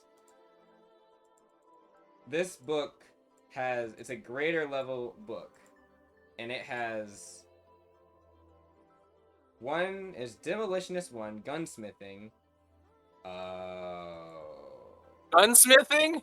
Gunsmithing? I need that book too. I'm gonna need to read that after you're done with it. I need guns. Issue. Well, no, this is fine. I can work with this. I'm gonna get skills that I wouldn't be able to use yet from this book, but I can just get the prerequisite skills afterwards. That's fine. It has advanced mechatronics in it, so I can't I couldn't use it until I get regular mechatronics. But mechanical understanding 1, advanced power understanding 1, and technical understanding 1. Wait, okay. remind me, reading that book doesn't take up a book slot. That's only if it's a No, it's feat-related only if book, you. right? So it only takes up a book. You can read as many books as you want, but you can only have book skills. A book skill is what takes up the feat limit thing. Those aren't book skills; or the job skills. Those are job skills. The book skill is the I mechanized could read that constructor book thing. without taking up any slots of my own Yeah, brain. you just can't equip you just don't have to equip the mechanized constructor thing. Yeah. Also, because I need that takes up gunsmithing. That's like an actual goal. that's a skill that takes up 2 slots. So I personally don't mind using it because I'm gonna make armored knights. It's Wait. one of my goals. Wait, But, hold on. yeah. Say, so the book does take up knowledge slot? No, I'm confused on the whole. The skill takes up 2 slots. What is 2 slots of what? The book feat limit. You have a book feat limit, remember? So the skills do take up slots. Yes, the book skill takes up slots. The book itself doesn't. Well, I mean, if the skills from the book take up book slots, and the book does take up slots, because the book gives you the skills. Yes, but you don't have to equip. Well, never mind. I don't want to read it because I mean, there's a possibility in the future. I think I just realized the misunderstanding. Are you job skills and book skills are not the same thing? Yeah, all I want. So from you that can book get the is job skills. You can get the job skills. You just won't equip the book skill. That's what I'm saying. So so I have the option to not equip the book skill. You can you don't. It doesn't automatically equip when you read it. That just gives you the ability to equip it. Oh, okay. Well then, yeah. That's Whenever I'm done with it, I mean, I know I'm gonna finish my book before you. I mean, that's inevitable. You definitely. But it's very easily. In fact. I need gunsmithing eventually. I honestly, by the time you're done with your book, I might already have gunsmithing. But if I don't, I'd like to borrow that from you. I mean, because again, homie, I'm making Marliana and homie. I'm making us magnums in the future. Yeah, that'll happen eventually. Though again, I imagine we'll probably have access. Revolver because he needs one as well. Well, it doesn't need one. Well, a revolver's a lot easier to make than a magnum. I could make a magnum pretty quick. I mean, they both probably need gunsmithing, but a magnum. Because you said you can make a magnum very quick. Did you mean revolver? Yeah, I guess that might have. Yeah, I can make a revolver. I was confused. I was like, wait. So you can make a magnum? I was like, wait. Then what's the? Never mind. I gotta. I'm pretty sure. Well, they might happen at the same time. Okay. I'm just confused. If they don't, revolver. I get what you mean. Yeah. Okay. So yeah, shopping took longer because I was deliberating. I apologize. This book has new recipes. Oh, the recipes are undecided, so I think that those are still getting edited. That's fine. There's some recipes that I can learn.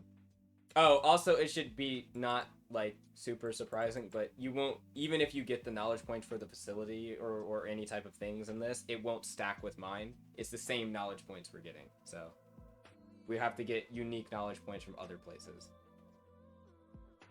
So like, okay, here's a better way of putting it. If I read Metallurgist and you read Metallurgist, even though we're both getting a knowledge point for like the erupting delve or whatever or it's called, that doesn't mean they're not gonna stack because they're not unique. They're the same knowledge point. No, that makes sense. Yeah. That was all I was trying to say. Just that like we can't all like 3 of us read the book and get all the knowledge points we need. It's the same information. Just yeah. Just I guess we'd all know it about the same amount at that point. But yeah. Sarsha is interested in knowledge points because I think her 3rd feat she wants is... I'm still debating if I want to get that or a different one, but I might get Story Seeker. It's such a good skill for finding like lost places. You know, it's funny thinking about feats for everyone versus for myself, because by the time I'm level 5, I know I'll have my 3rd pinnacle, but I don't think anyone else even has a 2nd pinnacle yet. I have a quick draw. That's it. I mean, you haven't a pinnacle you want, but you don't have it yet. Oh, do you mean have it? Oh, I'm sorry. I thought you meant like have as in know you want it. Yeah, no, I don't. I only no. I already have 2 pinnacles. That's something I already have. Yeah, I could not relate. I don't have that. Yeah. Yeah, me getting pinnacles isn't about how many. It's not about how much AP. It's about what level I What am. level you are? Yeah, you're like, At I least know until what I level want. 5. By the time I'm level 5, it's gonna.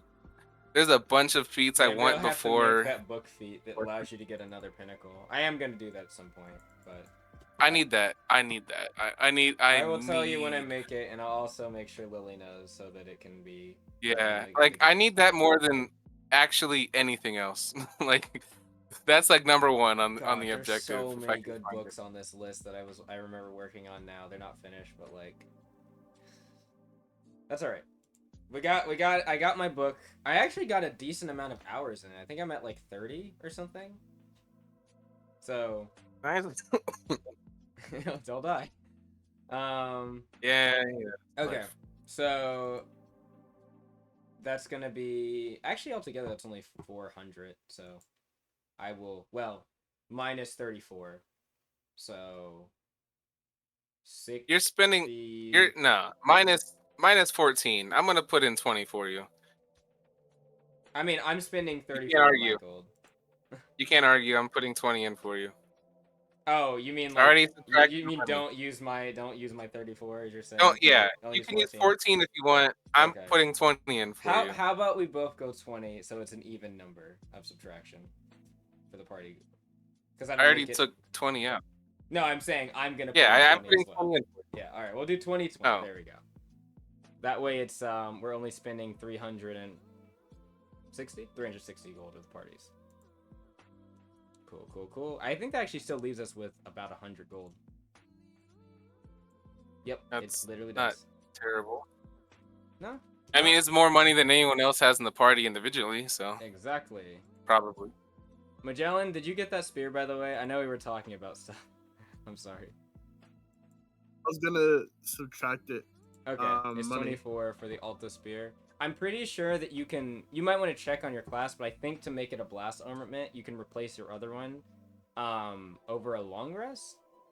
But check if I'm pretty sure it's a long rest, okay, yeah. I think it's a long rest. I didn't know if it was short rest, but it would make more sense for it to be a long rest, but yeah. Yeah.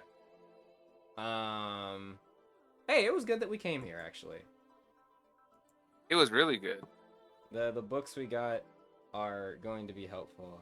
Oh boy. Also, I gotta hug Corina now because she gave us the knowledge of this place. So be prepared. A potential knocking over hug aimed directly at Corina. Starsha was prepared because she knows. Yeah, Corina maybe not so much as she's looking at something as the towering Marliss comes charging in to give a big hug. I guess Well, actually luckily, not really she's towering. the second Cause tallest person. yeah, we're at the same I'm size. only a actually. couple inches taller than her. Yeah. Yep, a big bear hug, I imagine. She's just kind of like, thank you. Why are you hugging me? You told us about this fantastic place, and we're gonna learn so much from the books and from Gareth himself, probably. I look over to him. He's actually not really paying attention. He seems to be talking with Starsha about something in the book that she's purchasing. Okay, well, he'll understand eventually. I'm not leaving him alone until I learn something from him personally. He knows you're interested in learning something from him. He'll see what he can figure out. Ooh, it could be useful, but he might be able to teach you how to this might. I don't know if Marliana would be really interested in this, but he might be able to teach you how to salvage a bit better. I mean, that's not bad. Not bad. This isn't gonna help you with non-constructs, but you know that's. Look, I can't really mess with non-constructs because my astuteness is so trash. I'm sure I could mess with constructs pretty well. Good point. Well, you know, this may help. So. Wait, is messing with constructs naturally scavenging? I believe it still is scavenging, yes. But scavenging is also astuteness. Oh, well, that's lame. He could give you a bonus to it. If you. I was really hoping it was a resourcefulness skill. Nah, unfortunately not. But that's okay. You sure it's not knowledge technological? Nope. It's not. Unfortunately. I don't have a special plus or anything. I I have +4 with my resourcefulness. Oh well. I don't know It's why fine. this is unupdated. It should say 32, but whatever. I remember talking to Lily about that. All right. Well, anyway, so we've gotten our books. I have the money down. I've subtracted it already. I should be at 14. Cool. Everyone a-okay on gold. Also, yes. I don't. Who's holding the flare gun now? I've got the gun. Okay. I've got the gun. And the flares, I assume, as well. Because you grabbed one of them. I assume Yeah, I you have grabbed both. one flare, but I'll grab both. I don't care. Yeah, the other one was sitting there, so he was giving both of them. They were for free. So flare gun. There actually is a flare gun. Like you can find it in chapter 7, so you might want to grab it. Yeah, I'll go ahead and grab that. All right.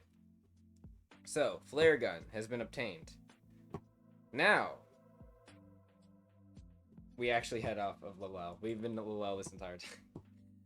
So everyone, get your stuff on, and everyone is ready to leave Lilel. I looked up flare G. It didn't pop up. Is That's flare not gun one word? Not. Nah. There's Nah. not a. There's 4 times that flare pops up, and it. Yeah, it doesn't exist. Flare gun. It definitely exists. I just don't know where. Wait, chapter 7. Not on 7. Why did it pop? Okay, we're gonna try. I don't know why it popped up if it doesn't exist here. The only time flare pops up is with the gunpowder horn, keg, and other size of kegs. You're right. I guess it found the fact that I said flare, and it's like, oh yeah, flare gun. You know, the thing. It tried its best. Yeah.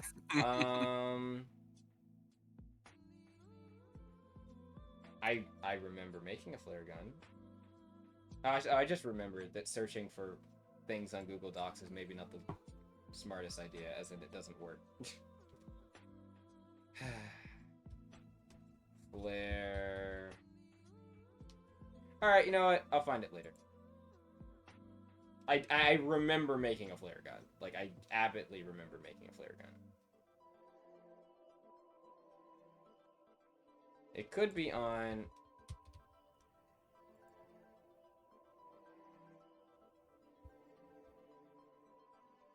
Control F. Flare. Alright, we'll find it later. We'll look for it later. Alright, so.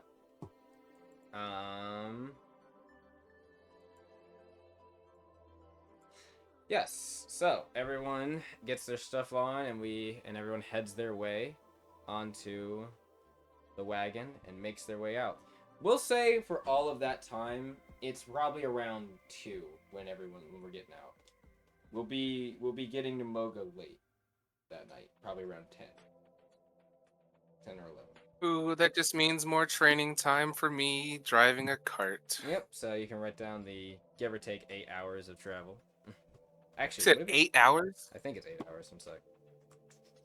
I mean, that's fine, but that's good hours. I mean, I'm sure learning how to drive a cart is gonna take 200 plus, but like probably. But am I right? I think it's 8. I can search.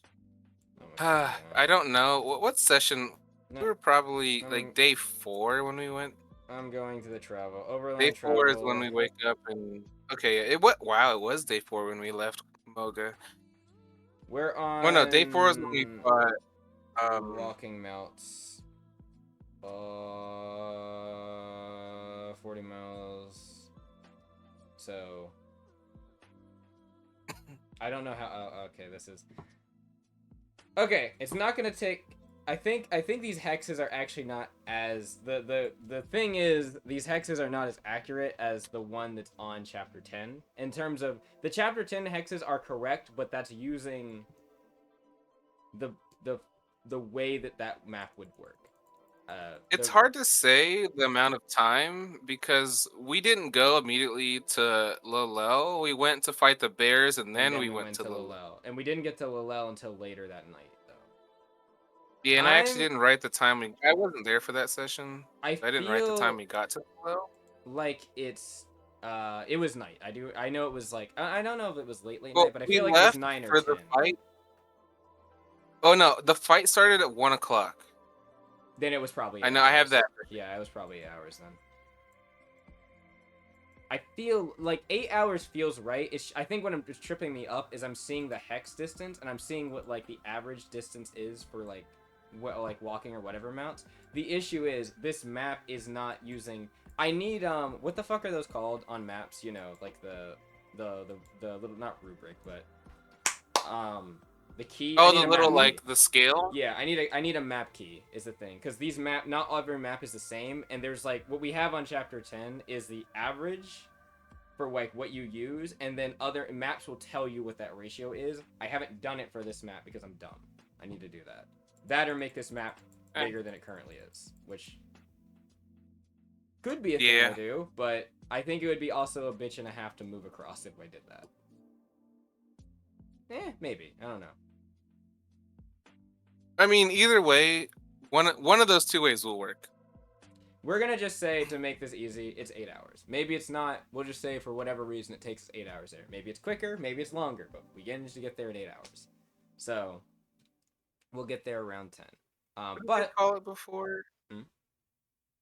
What the hell am I gonna do? It was you guys have creature books. helming training is what I'm calling it right now. Yes, creature helming training for now is what we're gonna call it. He said, "What are you gonna do for 8 hours?" Technically speaking, I guess it's not. Yeah, traveling, so I can't do much. If we were on a ship, you could like train and stuff, but we're not really doing that. So. No, well, I mean, I guess it depends on what you're everyone training. can be in the carriage or cart, so like you're not actively walking. But yeah. If you had a book or even like research, probably could have been done. I can't read. I don't know why. I just imagine Homie grabbing the book upside down when he says that. Nah, again, Homie is intelligent.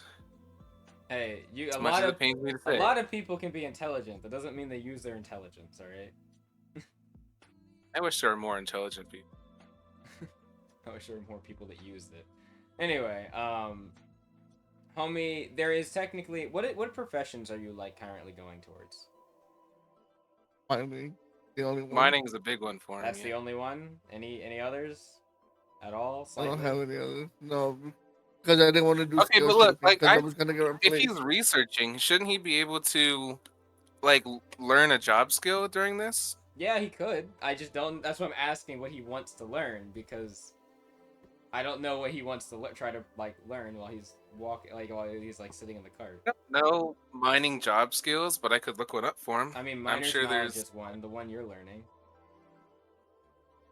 Well, I will be. I haven't started yet. Well, you know what I mean. I'm currently working on. What am I working on? I'm working on combat tools of combat 1. I've got 2 out of 5 checks passed, and actually, I said I was gonna do this earlier when we were eating. I wanted to make a check, but I was gonna look for the bonuses you get for researching and the time. Let me look again. I've got. Well, maybe I can do training. Hold up, time out. I'm brain black. You're gonna say because of the I can do boots. Training. No, I was gonna pull the wagon. We have mounts for that. I got it. But the mounts can take a break. Yeah, I'm gonna carry the mounts on both of my shoulders and move. Yeah. Homie's on that Saitama strength training or whatever. Yep. Mining knowledge. Stronger. Well, mining knowledge. You can That's not right. Or material the same type. That's not super bad actually. Miner's knowledge 1. Miner's expertise is also not too bad.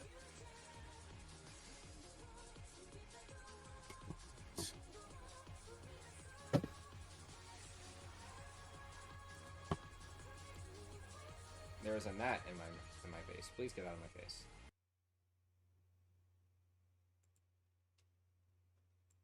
All right, so I wanted to make this roll, but I didn't know when it come to job skills.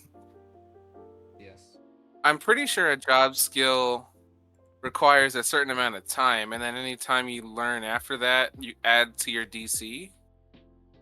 What is that rule again? Okay, so I like as far slightly as I look. know, without me checking it immediately, you normally to learn a job skill through time, you have to spend time like researching air quote that job skill, usually with some type of source for that research, like an object, a book, etc. It doesn't need to necessarily be Yeah, them like giving you it, right but now like I have written down it took 20 hours to make 2 yeah. passes. So what you have to do is So you I have to assume spend a minimum is minimum amount of time. I think it's like 8 hours, and then you can start. I don't. Okay, check if that's true, but I think it's 8 hours, and then you can make the check. After that, or I'm you pretty can sure spend that more is true, time, but and that decreases the DC you need to beat because you have to make different checks depending on what you're researching. I think that's yeah, how it that's works. what I wanted to find out because I have like that seems right based on the amount of like Yeah, based on the notes I the notes. have, but I I didn't think it's find the that. rule I itself. just don't remember what. For Should it instance, be I on chapter 8 tables? Because chapter 8, probably at least the chapter top 8. of chapter 8, You said because at the top of chapter 8, it tells you it like should how say to something train for about novice researching. apprentice. Right. Let me hold on. Let me Type scroll it. up. Let me type chapter. You said chapter 8. Let me try to go to chapter 8. So There's no way. research. You need a minimum of 8 hours, Okay.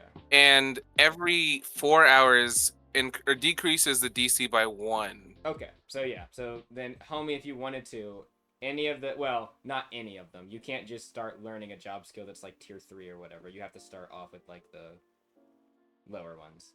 But yeah. If you're looking, are you looking for something mining related, homie? Homie. Probably. Okay. Oh, yeah. Miner's knowledge and miner's Also, expertise it are the does only say, two and that I can help. didn't know this, but you have to spend a minimum of 2 hours to add to that time. Yes, I remember there's like a cutoff. So That I've you got to can't spend just... another hour before I go to sleep tonight, That's fine. or else I'll lose my hour. So, miner's knowledge. So I'll tell you what they do as well, because like, oh well, doesn't matter. I'm not gonna make you like blindly learn these. Miner's knowledge gives you an extra uncommon or common ore or mineral whenever you get the DC. You initially meet the DC. So instead of getting 1, you'll get 2. Miner's expertise. When you go mining, you now may have a default of 2 plus astuteness modifier, and ores and minerals you can search for at once, because you can only search for a limited amount. So this boosts it by, I assume, 2, because I think it's just your astuteness modifier, maybe, normally. Yeah, that sounds about right. I'm pretty sure that's correct I think it's like because mine was a astuteness. minimum of 1. Yeah, minimum of 1. Yeah, so this will boost it by 2, no matter default. Oh wait, there's actually additional. Additionally, the minimum threshold of time you can search for ore and minerals before becoming exhausted is increased to 12 hours. I assume it's 8 because most That's proficiency. really good. So Yeah. that's miner's expertise 1. That's the And one you're probably gonna want. To that's be not honest. crazy. It's just mining. The DC is decent for like what you're rolling. It's a 22, but again, you can. It's a what? 22. That's crazy. For a tier 1 skill? Well, it's a tier 1 skill, but it's a special. Like for like the...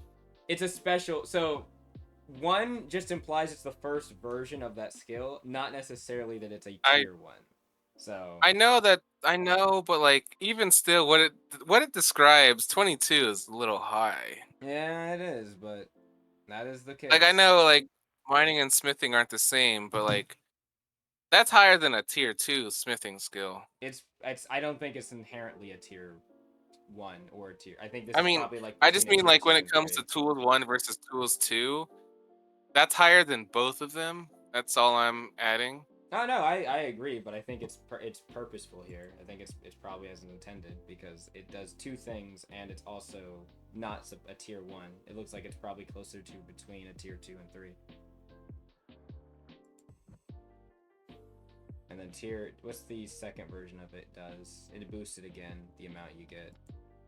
That's pretty good. Or, not the amount you can search for. I apologize, I misread that.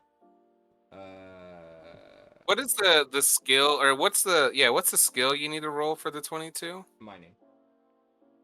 You need to use your You need to mining. roll a mining Yes. 22 for that? Yes. Because again, for like other jobs, you usually roll an actual skill, not a profession check. Nope. I'm looking at a lot of them now. Cooking, medical. Okay, but like I have. All right, but like what I have written down, okay, it's like half and half. Tools of combat 1 requires smithing or construction, and then engineering. Tools of combat 2, same thing. Gunsmithing. I guess it is half and half. It usually it's is not always one. half and half, but it can depend. Some of them might require like all of a certain one or 2 different ones. A lot of it says. Oh wait, no, it is half and half. Like, at least for my skills, it's half and half. Yeah, I'm looking at yours. I don't know, just 22. Like Tech Arms 2 is only a DC 20, and that's my highest goal. Mm-hmm. Like my lowest starts at 15, 14. My lowest is a 14. Let's see. I don't know. It's just my own personal input. I would say I think a starting time of 22 is rough as hell. Okay, but don't remember, you're probably comparing this. You're comparing to the wrong things. This isn't like a This isn't like a 1 to like smithing. This is probably closer to a 3. The better one that would be comparable would be miner's knowledge. Well, it gives you a +2 to how many things you can find, right? It gives you a +2 to how many things you can find and increases the threshold before you get exhausted for mining.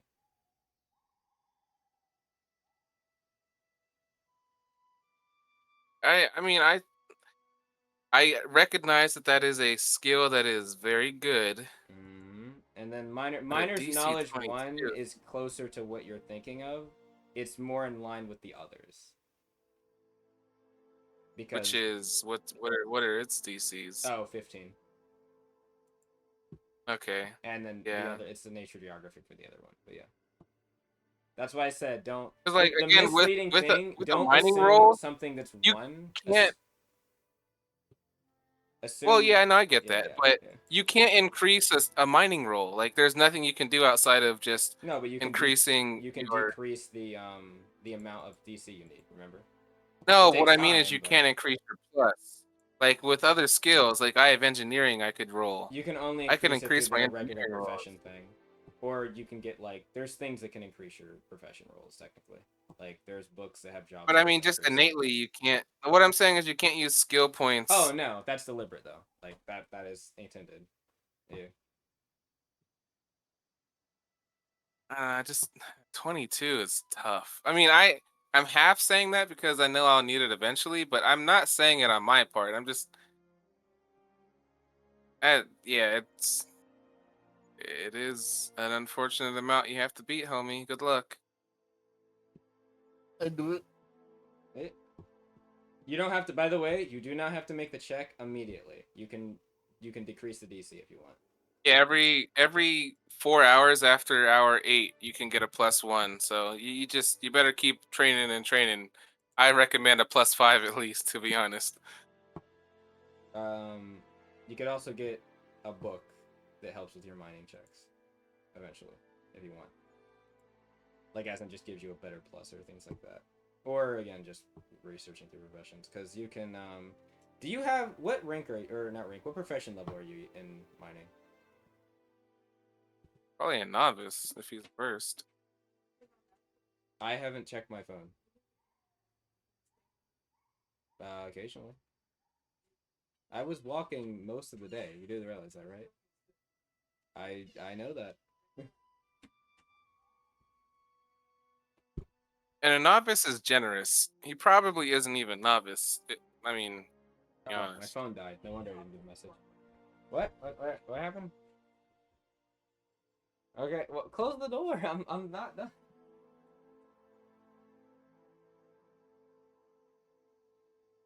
All right, I'm plugging up my phone. Sorry. Go ahead. What were you saying about novice?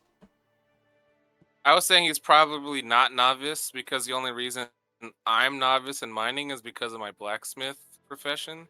Or not mining. I meant I'm only novice in smithing because of my blacksmith. Oh, yeah.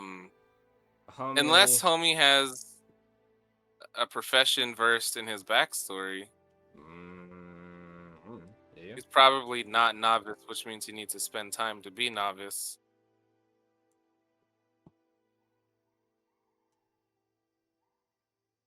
I Which is mean, something I also what have did to he do do on my during end. the time skip? He did more than 20 hours because he had more hours than I did, and I had 21. Well, I don't know. Like that as you will. In any case, I don't know. I was just asking like what is your rank in your profession? A rank in mining? Yes, novice. Okay. Did you complete the novice time already? Was it 180 hours? 100 hours?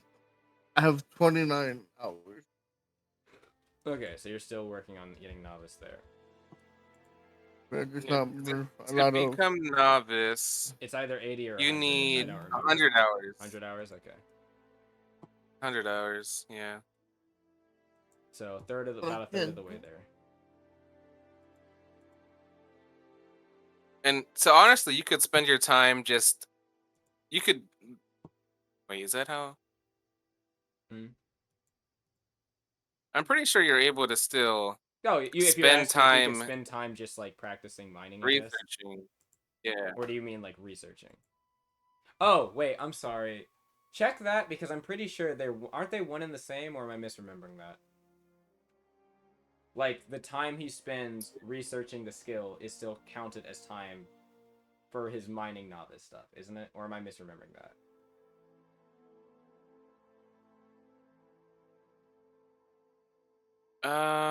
What it says is a creature must spend a minimum of 2-hour intervals up to a minimum of 8 hours to normally roll for the DC profession check. Okay, so that's for the profession. I've always assumed that that time also counted towards the activity you're doing and the research, I but it's always not figured it explicitly. did because I remember there's a caveat that says books do not count as this.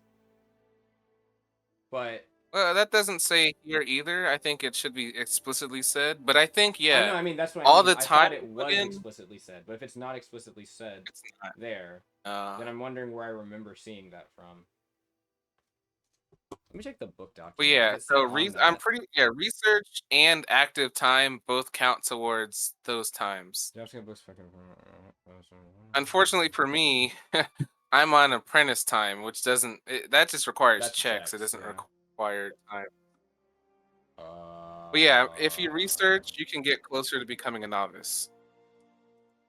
I'm like 98% sure of that. I'm pretty sure that the research time counts. Like I remember that.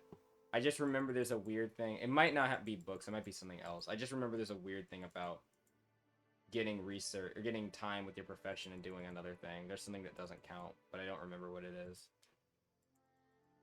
Well, there's only like 3 ways, right? It's actively Research, doing it, jobs, or researching actively. it, and then books, right? Like those are the only 3 ways to get time, or I to affect your job or affect your job. I believe you're right. That's what I'm So then, trying if there's to. anything that doesn't count, it probably is books. I'm just trying to remember where it specific because I remember it specifically. Wait, no, a certain number of books we say. Which one? They recommended you have. Wait, no, those are feats. Okay, some books abilities, research, passive research, research centers. I think it's before research centers. Okay, research works. A creature can take a time. Of course. Okay, that's their light activity.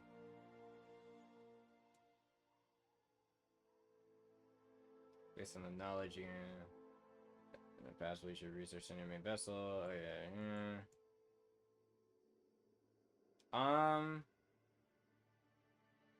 Maybe it was removed. As in, maybe it's no longer applicable in this build. Like, I could just be remembering something from, like, 2 alphas ago, and, like, I'm wrong. I don't know. I feel like the profession information was always lacking. I don't think anything was necessarily removed unless it was explicitly going Now, against a new rule. this has been changed a few times in the alphas. don't. I didn't actually mention the updates of it because we weren't always fucking with it necessarily. Hey group. I'm not. I don't want to halt the session more than like the 10 minutes we've already halted it, so I'm gonna just say it's fine. I don't think Lily would have a problem with it anyway, counting, and it makes sense that it would. If she does, obviously you can just remove the time, but like I don't think it would matter. So I just add 8 hours to my profession. Yeah, to your profession, and also if you're wanting to research a skill, you can. I assume. Are you doing skill? The job skill, the minor? You wanted miner's expertise or miner's knowledge? Which one? Miner's knowledge. That was the one that gives you extra ore on uncommon and common, and then expertise gives you more stuff you can. It lets you get look for more stuff at once. No, I'll take the one. What? I'm sorry, I don't. The one that gives me the expertise. Okay. The one that gives me more uncommon and That's knowledge. knowledge. Okay. Knowledge. Okay, that's an easier one, and also, to make it nicer, I did decrease it to 20 for the other one. So where do I put since it was a complaint, it seems. Profession. I just put that under the profession, right? Yeah. There should be a section for job skills. You can put it there, and you can just put in parentheses you're learning it. Do you want to try to make your first check now, or do you want to just wait until? Because you don't have to do it until you've gotten the DC low enough that you feel comfortable with it. You need 2 mining checks of 15, and then 3 DC 18 nature geographies. I'll probably wait until it's low. But you can do those in whatever order you want. Like, you could do a mining and then the rest nature geography and then back to mining. You could do 2 mining and then 3 nature geography. It's up to you. It's however you want to do it. Alright, well. In that case, you're good. Toki, or Magellan. Howdy. That entire conversation, I apologize. I was gonna get to you in terms of what you might want to do. I don't actually know what professions you are interested in doing, or if you are interested in doing any of them. But what would you be doing during the travel? I'll be honest. I forgot to look at professions. That's all right. You can start whenever you want. But if you're not, I guess if you're not doing something profession related, you know, okay, I know it's not technically a long rest, but if we're gonna be on there for 8 hours, would you just want to be, like, switching your blast armament to the Alta short spear? Sure, might as well. I'm willing to, like, finagle things a bit to say you could do it for that time, if we're not, like, fighting or doing anything. You can still talk and whatever, it's just... Makes sense. If you wanted to say anything or like talk, you could still do that. I think you could do that during that time. Yeah, that's fine. All right. What's Magellan thinking about as I would say probably about 2 hours into the travel, it would start to rain. Not heavy, kind of like a mix between light and medium. Hits the top Okay, so see Marliana's gills open up to the rain. Okay, so it's you're not drowning if you step in it, but you'll feel it. Gotcha. Yep. As the rain's falling, as like basically Magellan, he's just making some like tweaks his weapons and all that stuff, doing maintenance. The part of like him switching shit over, and he's just looking out, like just to the rain, and then I don't know, he's like in deep thought, just pondering. Man does. Mm-hmm. And I guess like what would he do? I guess I don't know. After some like thought, like look around and see if anybody's gonna listen. And like, You guys ever wonder if there's like skyfish?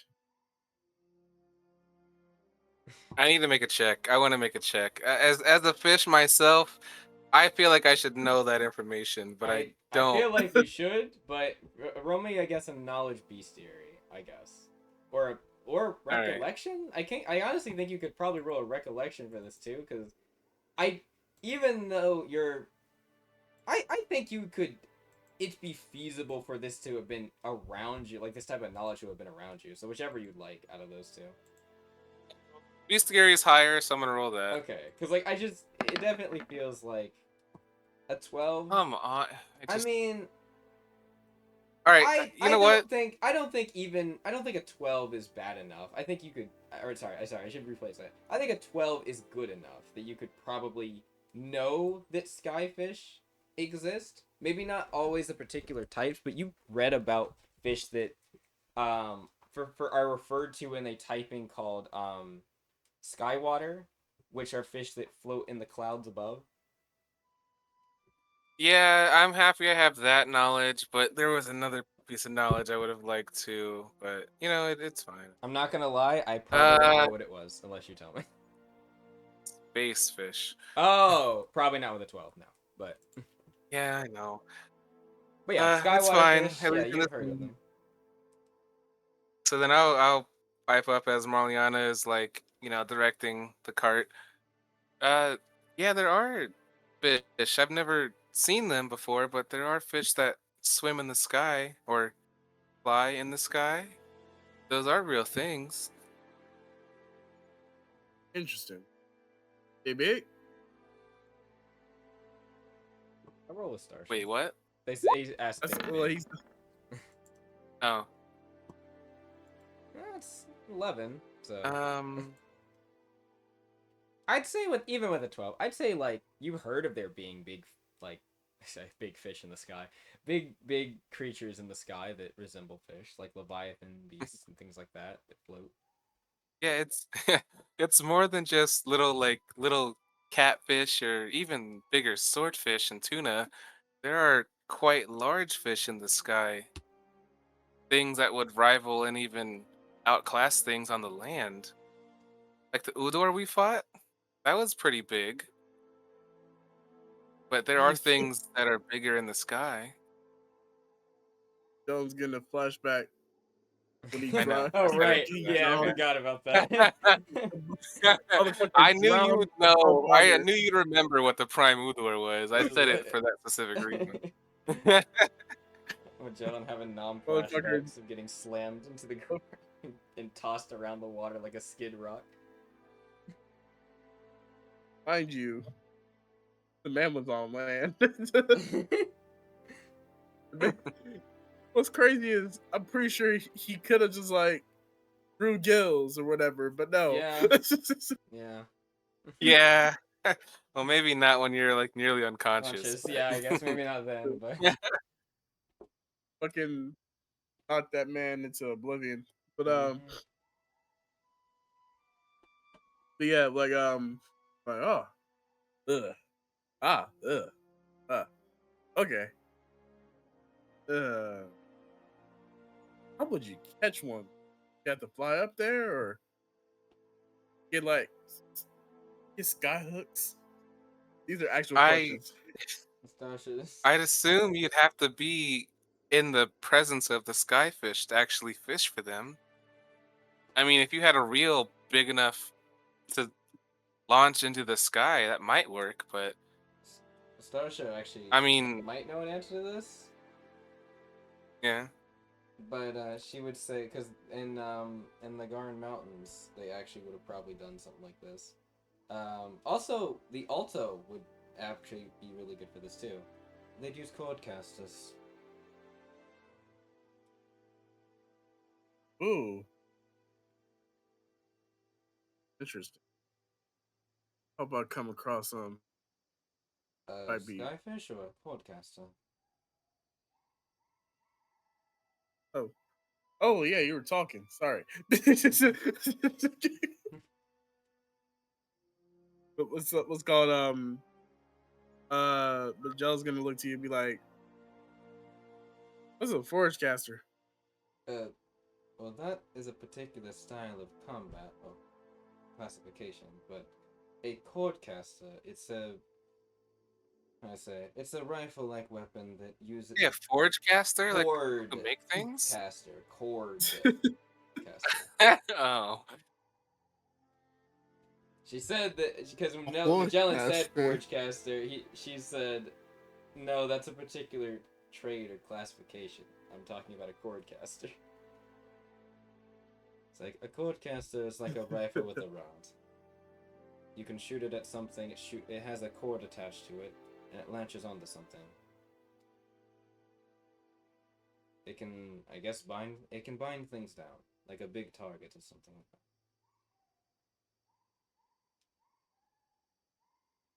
Like, okay, so Magellan's been like, the gears are turning. He's like, you can tell me that if I get myself one of these horde casters, I can catch me skyfish. That's something to invest in ever in the presence of skyfish territory, wherever that may be. They also apparently make them, from what I understand. They're actually one of their main things. They use it to get bigger creatures down and restrained. Though, there is a caveat, which, I guess that's how they could do it, chicken thinks. I mean, you have to be able to stamp the cordcaster cord into like an object, something heavy, like the ground, so that it, gets tension and doesn't just sail with the creature. I imagine if you were on a ship of some kind in the sky, you could probably stamp it down into the ship, and that might be a good or bad thing, depending on what you're trying to wait, haul. wasn't Corina? Didn't she say she liked fishing? I think so, yeah, she did, yeah. Karina would nod. Actually, let me check I'm something gonna look quick. towards her. I'm pretty sure she's versed in like that's one of her No, yeah, it is. professions. I'm just checking something because there was a note about this, and I am not being a stalwart DM and reading the notes that I was given. One moment. There we go. Here we go. This one was looking for.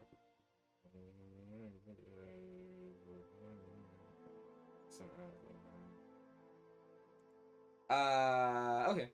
When you ask Karina that, she's looking off into the distance and is not really responsive at first.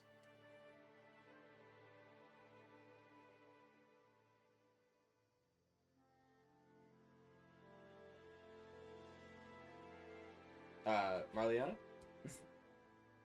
Wait, you said she wasn't responsive? Is that? Yeah, I said she's looking off to the distance and not really responsive, it seems, at the moment. I mean, I can't really go over and poke her because I'm driving the cart, but like, You're looking for I'm someone like, else to put on Karina, it. Karina. It's like, Yeah, I what? can What? poke her. Is what's wrong? What is something amiss? What's happened?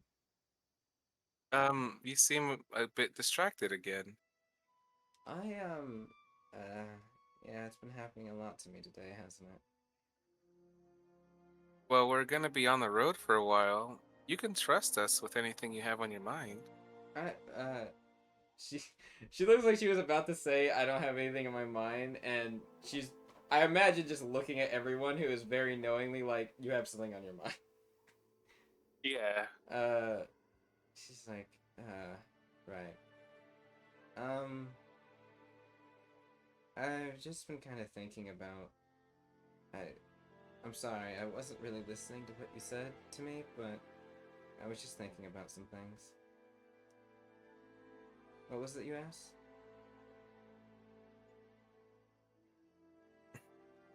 Well, the current topic was about sky fishing, but I also want to know what was on your mind. You're willing to answer in any order you want. Oh, I heard there's also hunters that have braved the skies before and hunted creatures in the air. I mean, there's also ones that hunt from the ground and hunt creatures in the air. We'll shoot things like cord casters into them and bind them down. Makes it easier for them to be grounded, you know?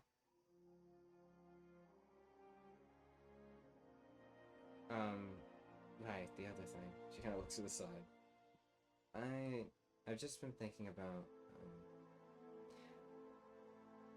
I've just been thinking about what I might want to do, I guess.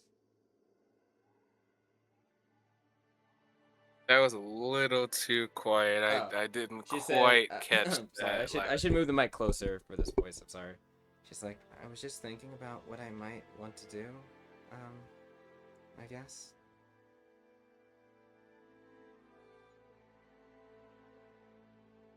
Mongan is not gonna press her further because that goes in territory I also don't want to talk about. So good luck, y'all. So Marliana just completely silent, turns back, looks at the road. Starsha was already giving you both a look at at the restaurant. She's just gonna look over at you, Magellan, and say,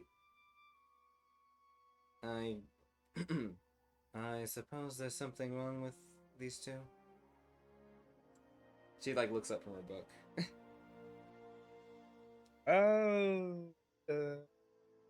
I'm not a great judge. Maybe. She kind of looks over. You said you're thinking about what to do. What do you mean, in general, or? I mean, we're going to Mogah. She's like, oh, no, not like that. I guess just with life in general. I don't really know. I mean, I know we talked about the whole how thing and stuff. I really like creating clothing and stuff. I know I said that, and it's not a lie. I just don't know if it's enough for expectations of that status. I know what you said, Starsha, Marliana.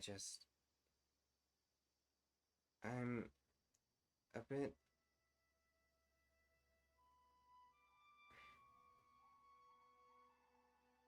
She doesn't. It seems like she's holding back saying something. I'm gonna need some checks from people if they want her to say more. I got. I You're have gonna a need to check say because also. I You're did gonna need plan to on. make a check, and you're also gonna need to say something. I should say. I have words. I know. I have words. I was gonna say something as much as I don't want What's to. the check? Is it a mo check? It's going to be either. It depends on what you say. So don't roll it yet. Say what you're gonna say, then I'll tell you what you're gonna roll. I can say what I was gonna say, but homie, you're more than welcome to go first. I was like, if you don't know what to do with life, then why not just enjoy it? There's no use in trying to wrap your head around what you're trying to do in the future if you're not at least there's the time you have now and then it'll come to you. Roll me a. Ooh, with that. Roll me either a logic or a sympathy. One of the other. And Karina will kind of, as you're doing that, say, but it's not good to be driveless. I mean, that's, I guess, what we're taught. Which doesn't it being driverless. Your drive is happy. Who's gonna deny you happy? Hey, good rolls, Hey, good that rolls. is a good roll. She kind of thinks, as you're saying, go ahead and continue what you're saying. She's just thinking. Oh. Gonna be happy doing whatever you wanna do. Be happy experiencing it. No. But I don't really have a passion, I guess. Outside of clothing, really. Fashion. I guess I'm just kind of. I guess I'm just kind of scared of failing them. Letting people down. Failing them. Yeah. I know I've been putting on a brave face and it's kind of been faltering lately. I don't know how long I can keep feigning it, I guess. Funny. I've been through a certain situation. If you keep chasing someone else's happiness, fail to find your own. But, I mean, the tribe's done so much for me. I think, don't I have to... Those words hit me a lot, too. Don't I have to do something for them? I mean, I actually, mean, wouldn't they want the best for you? And if you're happy, isn't that best? Starsha is gonna echo that. Actually, I was about to say that, but I think those words Starsha would definitely perk up at, and she says, "If they don't want you to be happy, they're not really worth the opinions of caring about. And besides, if anything, the altar is about encouraging that drive for people and helping them find something. If they're not even willing to do that, then they're not really helping you for the altruistic reasons they might push, we'll say, or say they're pushing." She's like, I don't think they're mean or spirited or anything. I think they just, it's just a lot of responsibility. And maybe some think that it would be better if it wasn't placed on me. And I don't know, I guess.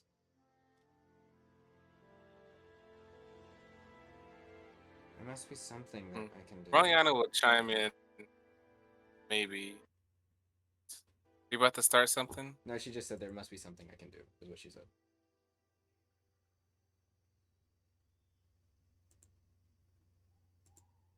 Is it really okay to go against the path you were forced upon? Starship Starship got something to say to that immediately, but if anyone wants to jump in before, feel free. If you're, I'll finish it off with another sentence. Okay, go ahead. If your entire purpose was to go down some path, then shouldn't you try to do your best to achieve that? Starsha kind of like looking up a bit more from her book. I thought we went I thought we went over this before already with Felt. In this party we make our own fates. Not some ordained thing, something someone tells us we have to do. If it's conveniently something we want to do, that's one thing. No, she kind of looks over. In my opinion, you shouldn't be forced into something that you don't want to do, no matter what.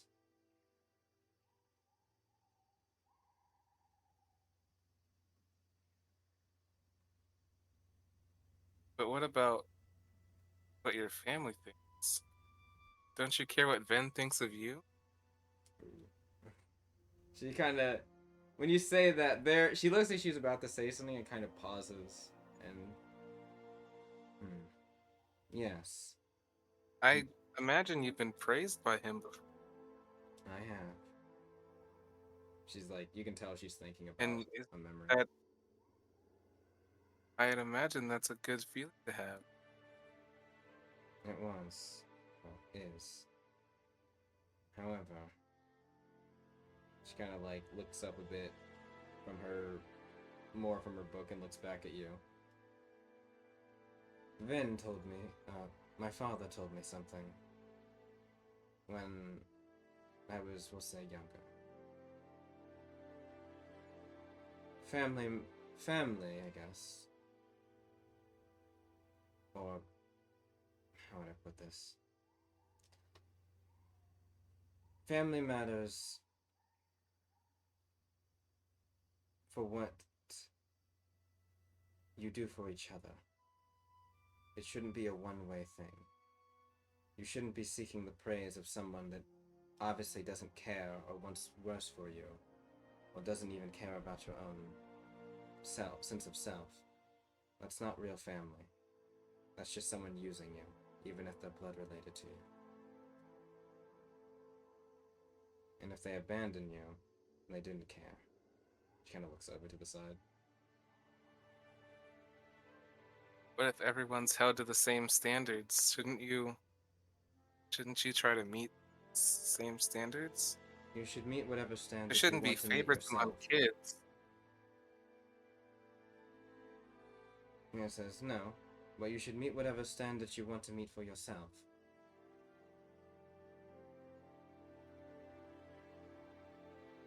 One, Gina says, for instance, you train a lot, don't you, Marliana? I train, yes. Why do you want to train?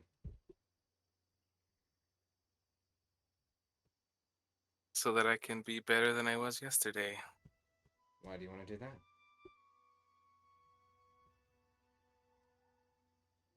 Because everyone should try to be better than yesterday. Well then, there you go. That didn't require you to have to think about someone else's intent, did it?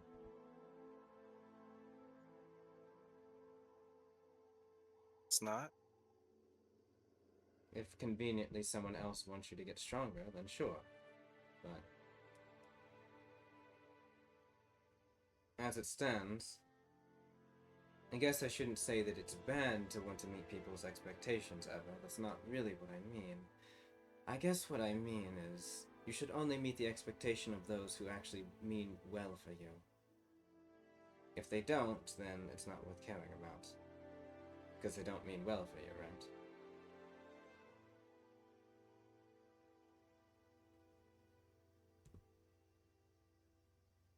It's hard to say whether or not people who have expectations do care or not.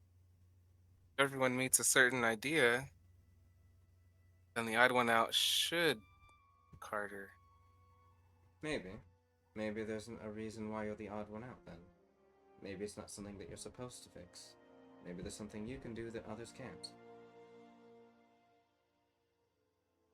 Well, I can't say about that. Everything I've done so far, anyone else could have. In my family. But they haven't. You're doing it. And that alone is enough initiative to make it different.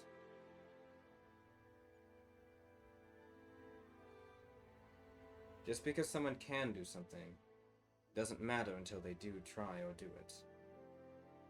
The fact that you're doing something is a sign that you're doing something unique. So what someone has the ability to do the same thing, they haven't taken the initiative to strive and do it. Otherwise, they'd be in that car, manning what you're doing right now. Or helming what you're doing right now. I'm not the first person in my family who left the Tide Pact. No, I imagine. But you're the first one in your family that left the Tide Pact and came to work with us.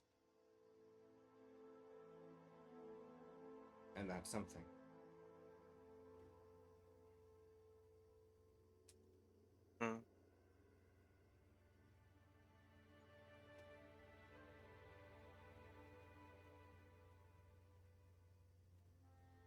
Look at me channeling my inner Vin. Marliana would just leave it at that. I mean, at least she won't respond verbally. Yeah.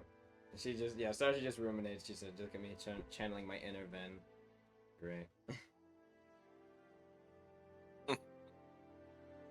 A true mom of the party. Big sister. She's mummers looking back at her book. I don't like that word. Yeah, we don't want to utter the M word. Homie, you say that, there's like the tail slowly inching towards you. I have to stop talking. Corina kind of thinks, expectations for the people that matter.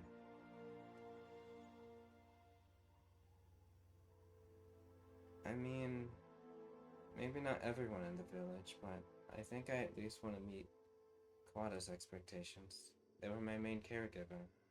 I mean, technically, it's communal caregiving in the Alto for the most part. I don't actually know my parents. Like, as in, like, I don't know my, we would call them birth parents, or,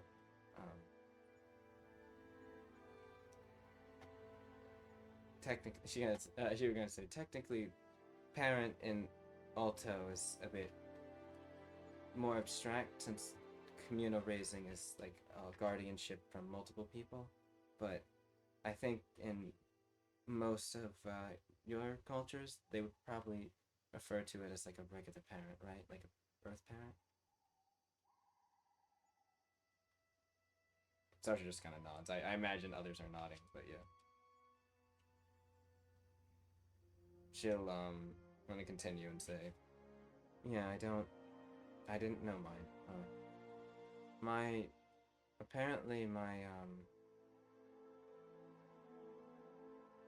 I guess my mother was alive for some part of my life, but I don't remember much about them. I think maybe some people in the town do. I don't know. For early part of my life, the town really didn't, the other Alto didn't really like me. And, well, Quada set them all straight, I guess. He,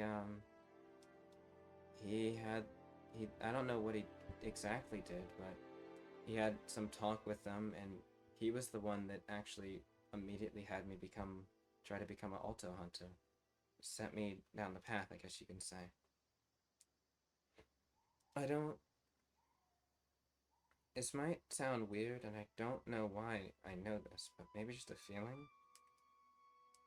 I don't know if he wanted me to be an Alto hunter. Or, no, I guess that's the wrong thing.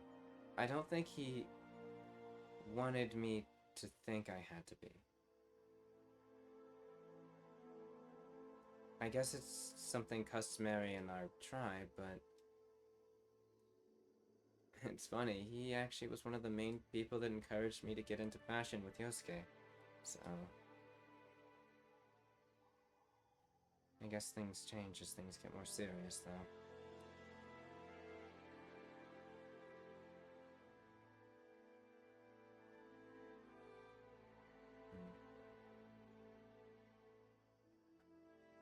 You should ask him about it. I mean, it sounded like at least at one point he accepted your passions and pushed you to them. Should know why he did.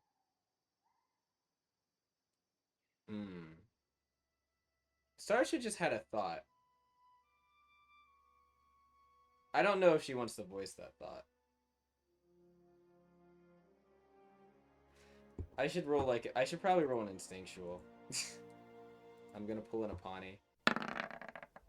Yeah, she's blurting it. She's blurting it out. That was the if I rolled high, I wouldn't blurt it out, but she would just say as she's still Okay. eyes in the book. Yeah, I was rolling to see if I would keep my mouth shut. I did not. She kind of says, well, well, as it pertains to Quada, as I said, if they were someone that really cares about you, they would push your passions. They would push you to embrace your passions, not try to force you into something. That being said,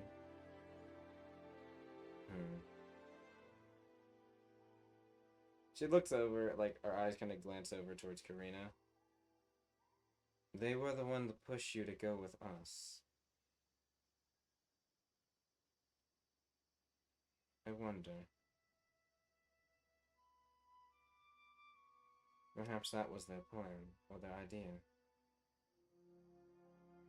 Karina kind of looks a bit confused, and Starch kind of says, Karina, didn't you say you wanted to leave the Alto area? She's like, oh, I mean, not because I dislike everything or anything's bad, worse than it could be, but it's just, I want to explore and stuff. I wanted to see more around. She's just like, You're just like me. She nods a bit. Yeah. We were both kept in a secluded environment, and I finally got my chance to be free of that. And now you're with us. A chance to escape the day-to-day life that you've always lived. Starsha kind of flips another page of the book, and she's like, perhaps Quada figured that this would be the best way to push you forward.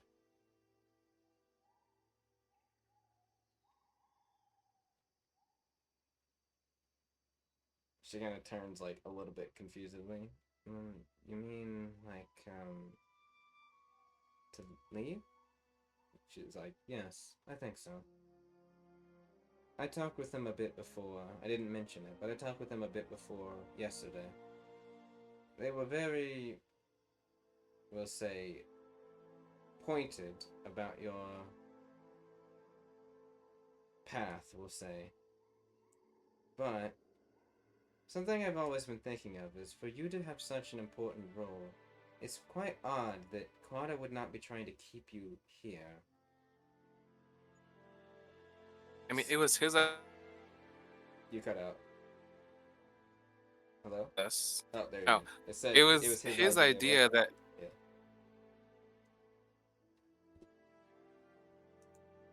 Uh-oh. It was Journey. Hello? Can you hear me? Did I Question cut mark. out? Did I can hear both. I don't. I think it was me. Eli, Okay. is Did anyone fine. else hear me? Eli, I think I like my signal went down, but it cut out when you continued after idea. I'll say it again. It was his idea that we should take you along with us on our journey. He recommended that you should be the one to help us and to go to Mogah.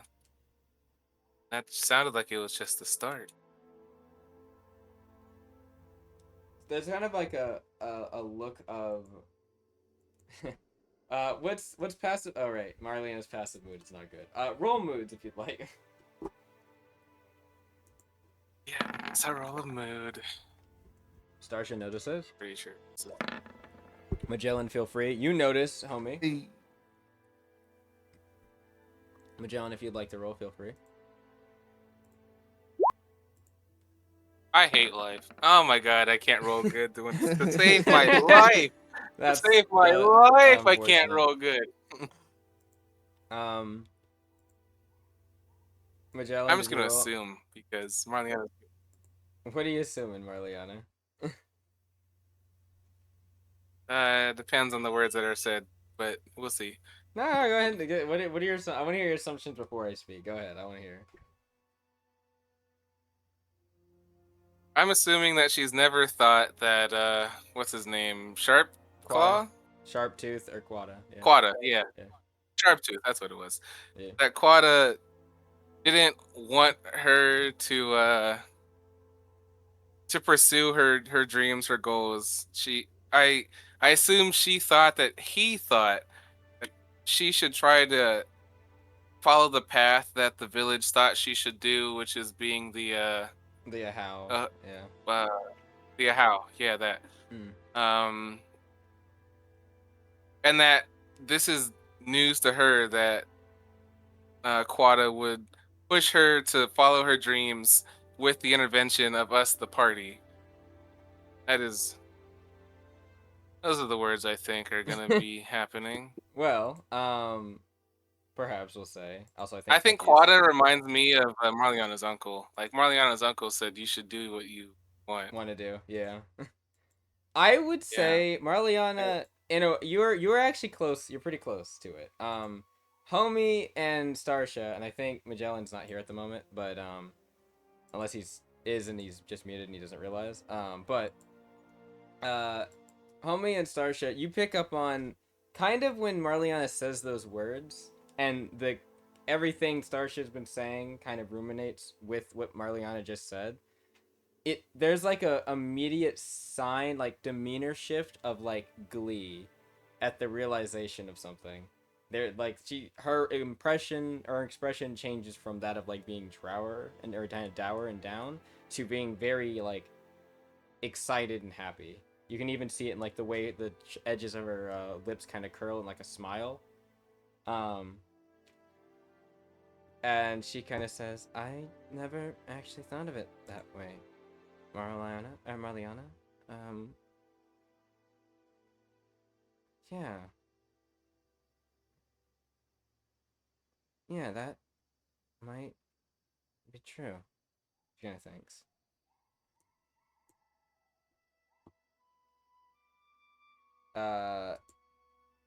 Yeah. I'd say with Homie and Starsha, perhaps the realization off of the idea that Quada push them out deliberately seems like it's kind of connected in her head.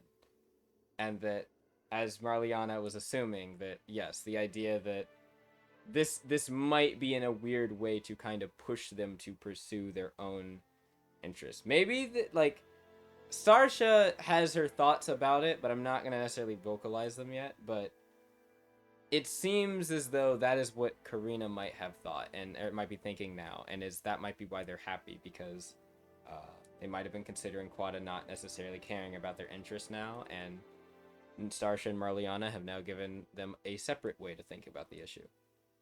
And she's like, then I'll yeah. And I wanted to say, I don't want you guys to be upset at any of the Alto. I swear, even though they can be a little bit, you know, how should I put this? I know they can be a bit, accusatory of outsiders sometimes, and also, they haven't exactly been perceiving me always the nicest ways. Some of them, I swear, they're all good people. If anything were to happen to me or any of the Alto, they would still try to do everything they could to help. I mean, even just the other day, even though this issues came up, I might have got a couple of weird looks, but when I asked for assistance with like trying to tie a thing or something like that, they came over and helped happily. Or if I was looking for something, they would help me find it. I think maybe they just, I don't think it's I think it's just a tense time. You know, I hear a lot of stuff happening. I hear a lot of stuff, even if people don't think I do, about like Mogah and other parts of the consortium. I've heard some not so nice things said about Alto people and Alto hunters and stuff. Maybe they're just thinking about all of that when they see me, and I shouldn't, how would I put this? When I was younger, you know how I said that I wasn't exactly liked too much in the Alto? I'm, I'm a mixed breed. Um, if it wasn't obvious with the silver and, uh, you know, expressions I can make, try to make. I'm still kind of figuring that out. But I think I'm mixed with something else. I just don't know exactly. Maybe a human or something? I feel like maybe that might have been why. A lot of Alto are a bit apprehensive around people that are a bit more consortium traditional Lapsian, like a human, a graceful, or an elf, or a dwarf. Maybe that might be why. So I was just kind of like, Empathize with that. All my family are, most of my family are presented as full Marliss. I'm the only one who looks remotely human. And differences are treated similar ways across different cultures, it seems. Sasha kind of thinks, she's like, I guess if that, considering the baggage between the two cultures, the Alto, the Alto and the Consortium. Well, it does raise an interesting point. It might be some of the reason, but I don't think it's the entire.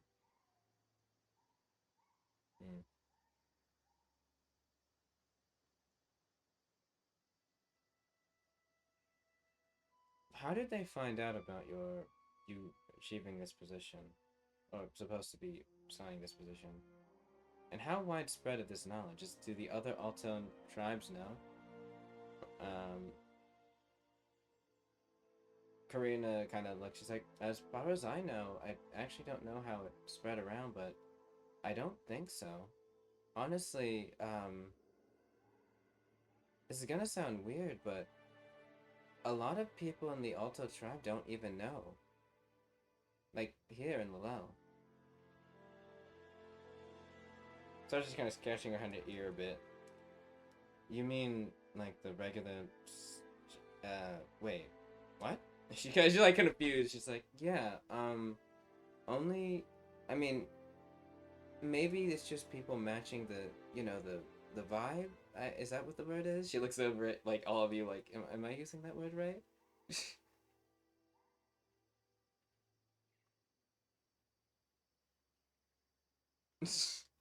Marliana, homie. She's just like, so she's just gonna say, I believe you're using the word right. Yes. Continue. She's like, well, yeah, I think they're just matching the vibe. I don't think they all know. Gareth knows. Some of the shopkeepers know, which also kind of weird. Most of the shopkeepers have been kind of nice to me lately. Sounds like the people who actually know are more sympathetic. There's a few like stragglers around that know, but honestly, I don't think it's a widespread thing. In fact, actually, uh, weirdly, Sharptooth has been kind of how would I put it, aggressive lately as pertains to it. I, I mean, I don't really know much about it, but I figured that everyone knew when I was younger or something, and maybe that was the reason why they didn't like me. Then I thought about the mixed breed thing. Maybe that was it.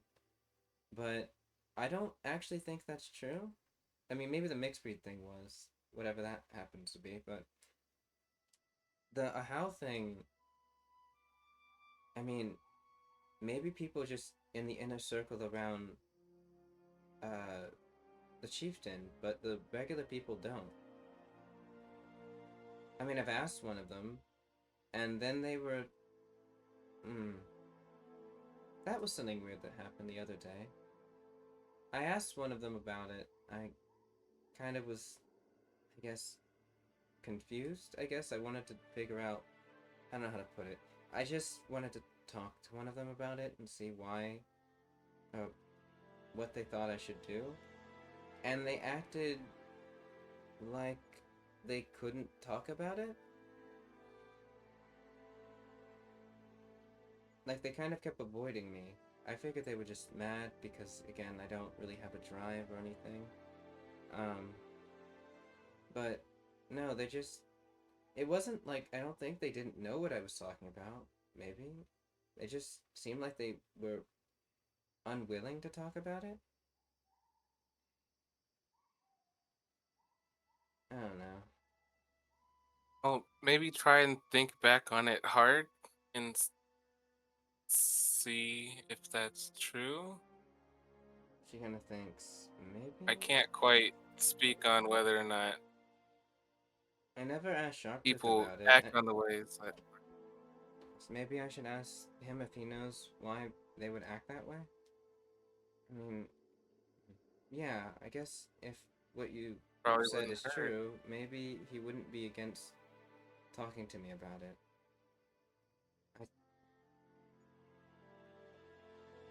I mean, if I'm gonna be traveling Yeah, if with you all don't of know you, why people are treating you the way they are, then you should ask someone.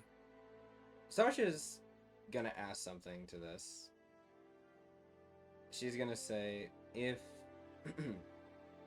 Wait, you said that they didn't recognize. Or they did. You said you mentioned that you talked to them about this, or they knew that you were supposed to be this Ahau, right? And Corina nods, yeah, but they wouldn't talk to me about it. Sarsha gonna says, they wouldn't talk to you about it. As in they didn't know? She's like, no, no, they knew from what I understand. They just kept avoiding it. Sarsha kind of raises an eyebrow to that. So they couldn't talk about it?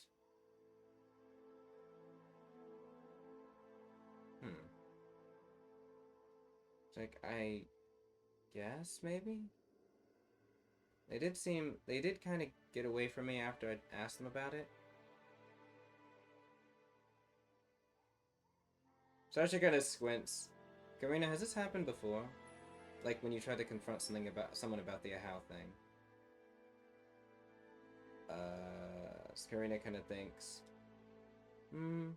At least 3 times, yeah. About as many times. The only time it didn't happen was when I talked with Yosuke or Gareth or who else? The oh my god, I'm forgetting the name. It's the person. Honqua? No, not Hongbon. It's another person. There's another person that mans the that helms the stables. I don't remember her name though. There's a I'll show it. Oh, We haven't met them yet, those. but it's another person. Oh, I think well, then I don't have those. They might have offhandedly mentioned their name, but they weren't there. I think Corina actually did. What was it? I'm going to check real quick for us. Wonderland Stables. Bop, bop, bop. Nope, that's not there. I'm gonna find it. And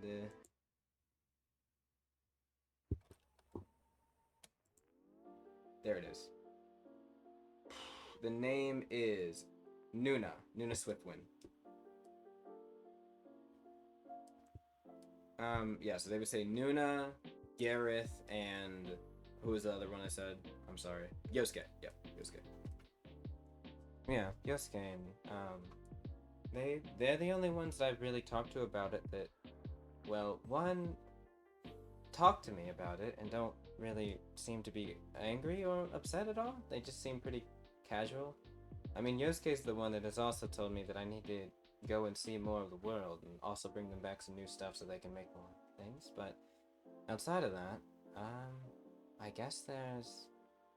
No, yeah, the other times I asked outside of them to just, like, either random Alto people or something, or, like, people that I knew, they said they...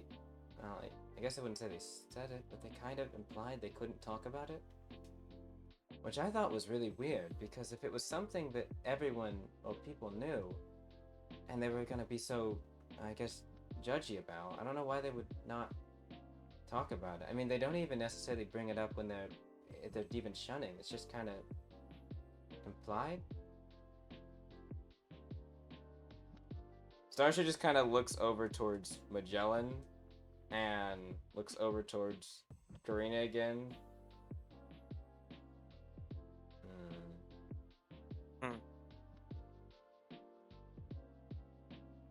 Starting to say, I wouldn't worry about it, Corina. We'll figure it out.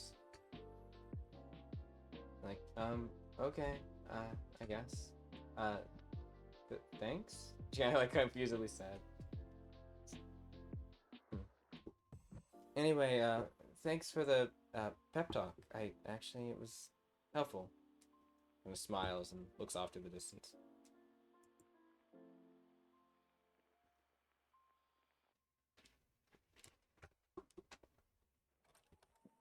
Starsha is ruminating on some things. And we will say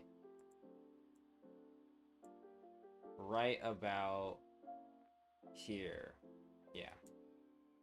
We will end our session as we get to the town of I Mogah. assume we're approaching Mogah as we're ending Mogah. that conversation. Yes, we are at Mogah. Yeah.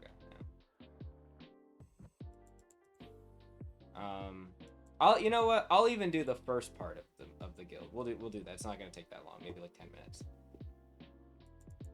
So, party arrives, or as they're getting in. Maybe we'll say not necessarily at Mogah, but initially, but like maybe like about 30 minutes away. There are some soldiers actually out.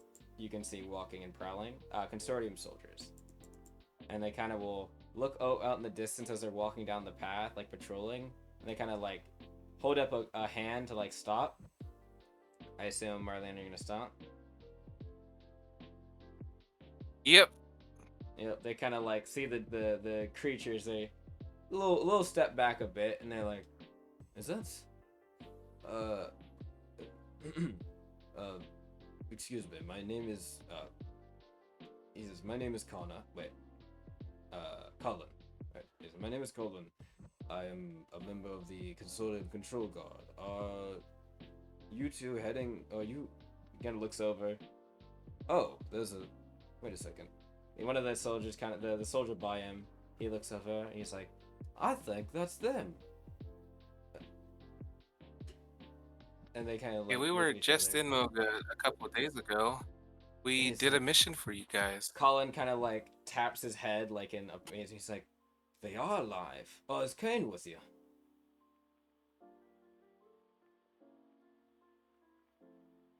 Starsha, I guess would say, no, they're still healing back at Lilel. He's like, Lilel? Oh, is that where you guys came from? Sorry, is that where you guys came from? Oh, I guess that explains why he didn't come back. They've been looking. Breeze had some people sent out to look for you all. Make sure that everyone kind of came back. Not gonna lie, we might have thought all of y'all were dead. I mean, 2 days. Well, we're quite 3 days. alive and ready to turn in. We had a lot to do. Well, that makes our job easier. All right, he's like, all right, Jeffries, let's go back. They turn around and they start walking down the path.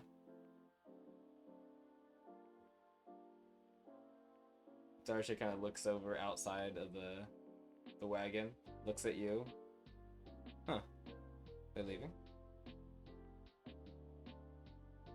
Well, it's interesting that they sent people after us. I mean, we are just a simple guild team.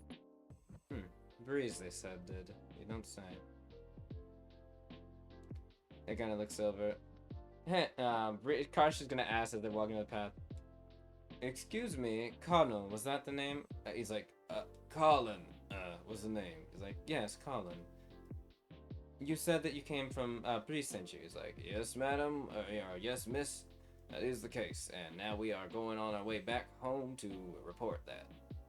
You're kind of like, have you heard anything about... Has anything odd been happening there? He's like, he looks over, referees, anything, kind of things. He's like, we're still down a lot of men, sir, and also, yeah, there was that incident on the docks. It's like, oh, alright, it's more work. I should probably get back then. Yeah, something about...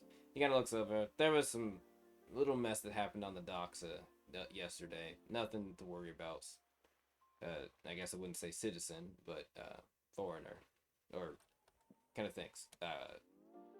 Jeffries kind of looks over. He's like, "That's quite rude, sir." He's like, "I didn't mean it like that. I meant, traveler. Yeah, that's the word, traveler." He like looks back over at you, and starts showing you, Marliana. Anyway,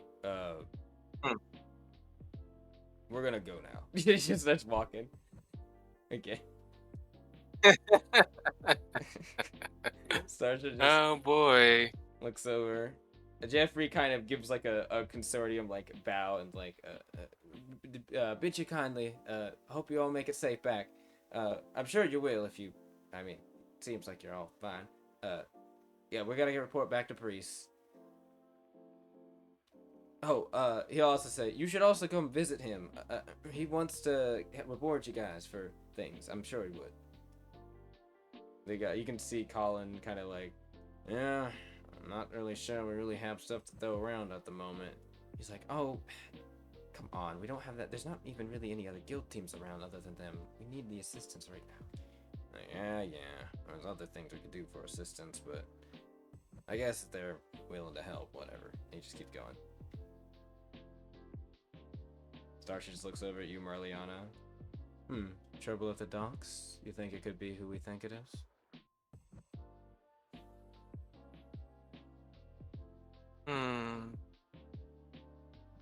It could be. I Well, think we should check it out either way. We'll find out. We probably should check it tomorrow, once we're into town. We should get a reward from the guild hall though first. And she yawns. Also some sleep. We shouldn't be that far out. Maybe 20 or so minutes walk. Well, 10 for us. It's odd that they didn't want to escort us back or anything though.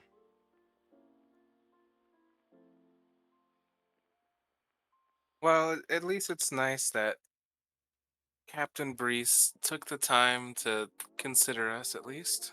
It's more than I would expect for our normal Lapsus guard. Yes, it is. Maybe this breeze is more like an Eobon, she kind of thinks. I guess my priors are getting tested each time I go around Lapsus places. Well, keep an open mind. You never know what we're gonna find. I guess that's true. But I should always be prepared for other things to happen. She kind of like, as she says that, she kind of closes the book, and you could see she reaches down to her side and just like rolls the slide back on the sidearm and makes sure that it is loaded and everything is fine. Just doing a quick once over. Fair. Right, shouldn't be that long. Let's go. And she'll kind of look out the thing. How are the animals doing? Oh, they look as healthy as ever. And like, I would assume I couldn't actually pat either one of them because of the distance You between would have to get them off and the or cart. like lean really far up to do it, but you would kind of just pet them on the tail. They would probably like touch their tail a bit, like their fluffy, their feathery. Yeah, tail. I'm gonna do that towards It makes like a sound. Brutus. Yes. Yeah, Brutus is my boy. It makes Or my like girl. I don't makes like remember what either Brutus one is are. the boy, Sobek is the girl. Okay, okay. Yep, That's you hilarious. pet Brutus's tail. But okay. Yeah, I know, it is hilarious. You pet the tail. It kind of floofs up a bit in response, and kind of looks back a bit. Not really like an I aggressive give them way. both a treat because I gave us a bag of treats, right? Yep. I'm gonna give them so both a treat. They both bite the treats like the jerky and swallow it and keep walking happily, kind of like making honking sounds. Honking? I said honking, like sounds. And they keep going. They do seem a little bit tired, but they've been traveling most of the day. But so. Yeah. Tasha will kind of say, we'll have to make sure we get them checked into some nice stables while we're waiting. Maybe the guild hall might not mind keeping them at least for now. That's one day. She kind of marks off like, you know, one day of their access to them. What other thing? She kind of flips. 1 of 5, right? Yes. Indeed. Though if we go over a little bit, I'll just make sure we pay them a little extra. Yeah, it sounds good. I don't think we'll have that too much of a problem. Though the Quell trip, we'll see how that goes. We'll just have to make sure, she stretches, that we finish everything in Mogah quickly, within the day or so. Mm-hmm. Yep. When you guys get to the gate, there is a few guards. You don't see Collins and Jeffries, but you see a few other. You can see like there's 2 other guards at the gate, the wooden gate, as it kind of opens for you all as they see you come in. There's a few looks. One kind of a look of like astonishment, and the other one kind of a look of like disregard. They don't seem to care, as they can keep kind of helming the or manning the wash area. The door closes behind you, and you are let in to go where you want. I imagine to the guild hall. Yep. So you get to the guild hall, and I cannot do Shia's voice as well as Lily can.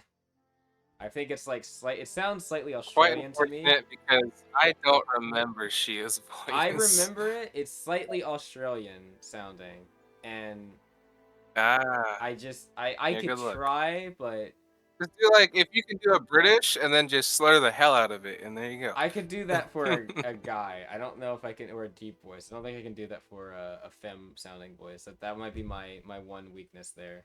Fair. Without practice, like you would hear. I couldn't do either one. So you would hear me doing like the you know, do re mi type stuff to actually hit the actual octave I want to, and Oh, maybe I do remember Shia's voice now that you say more about it. Yeah, I'm gonna need a little bit But more. yeah, I would no, need more time to prepare for that. Like that's a before session. I start mouthing it to make sure I can hit it well and get the pitch I want. Yeah. But yeah, Shia will provide everyone a payout, or not everyone, but the guild team payout. Remember how much you said? What was your bet? 120 to 1. It was less than 200, I said. All right. 300 gold. Crazy. And 3 anti-flu pills and 1 minor restoring medication. Anti-flu? Yes, anti-flu pills. I actually don't know what that is. I mean, I can assume. I think but they help with I've never. toxins and or sicknesses, if I remember correctly. And then minor restoring medication. Yeah. Hmm.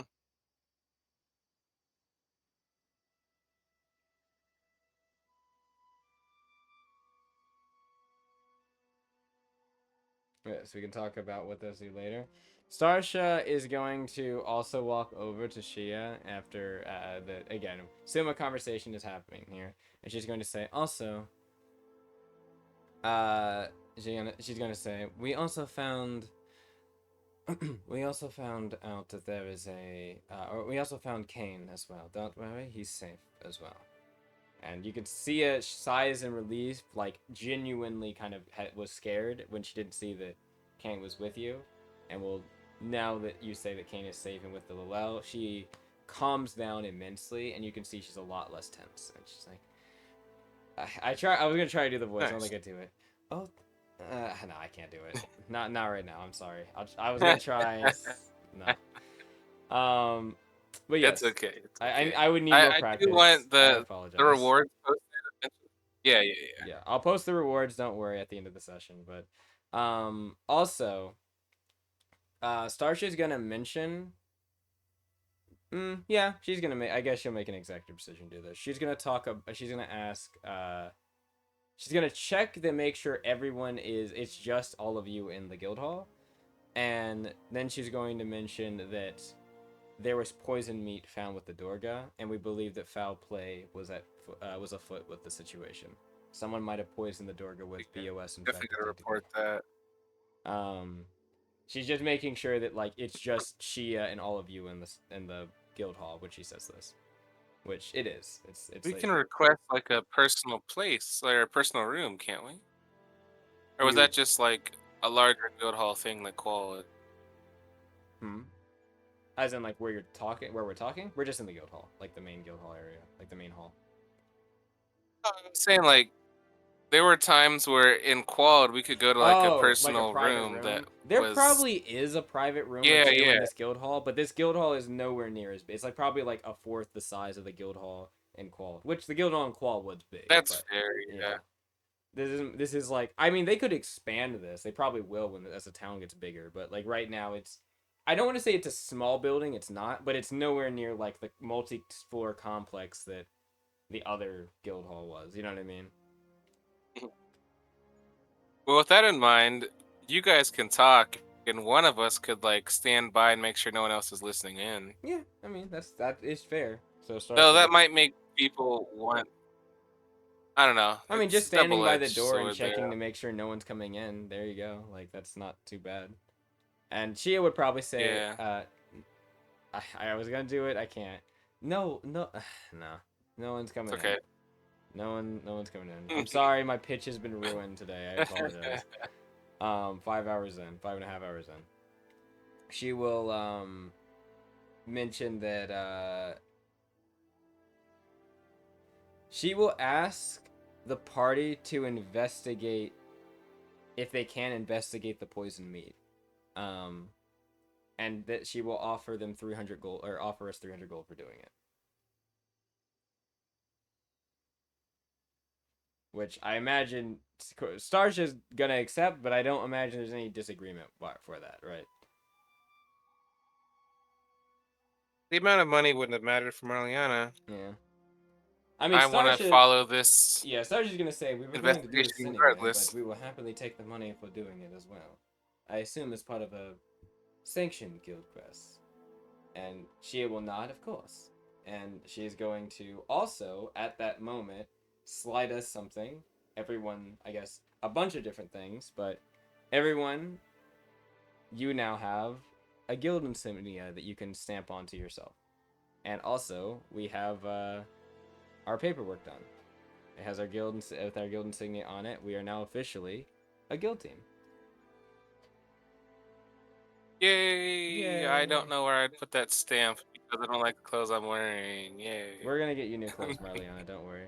Actually, Corina, at the mention of that, she actually realized Karina's with you, and would probably note that like she's surprised to see Corina like out of the encampment area, because like they've met many times before, and they seem, you can see they talk a little bit. They seem to get along well,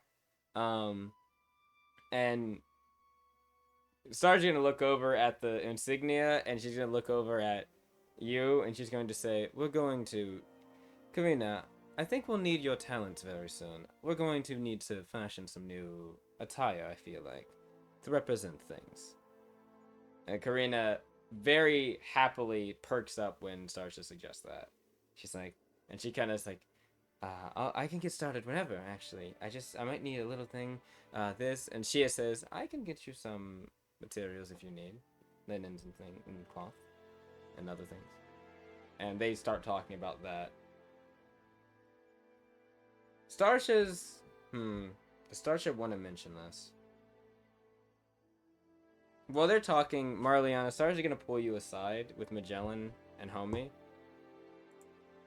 And ask, is Magellan back? I'm here. Oh, he is. So She's gonna pull cool. you aside and say, she's gonna say, should we mention about Dale yet, or do you think we should wait until we investigate more?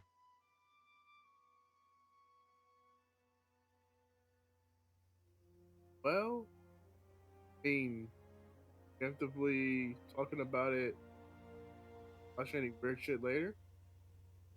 Yeah, is there any reason we wouldn't want to talk about it right now? I guess there's not a real reason. At least, I mean, if we're already technically on a guild-sanctioned quest, I would imagine that would allow us, similar to Qual, some jurisdiction of action on the authority of the guild. So I guess it doesn't Bingo. hurt asking Shia. Maybe maybe it might relate to the docks, considering he is the harbor master, shipmaster. All right. Something like that. Starsha will turn around and ask. She'll say, "Excuse me, Shia. We had some bit more information as well. Have you heard anything about a man named Dale?"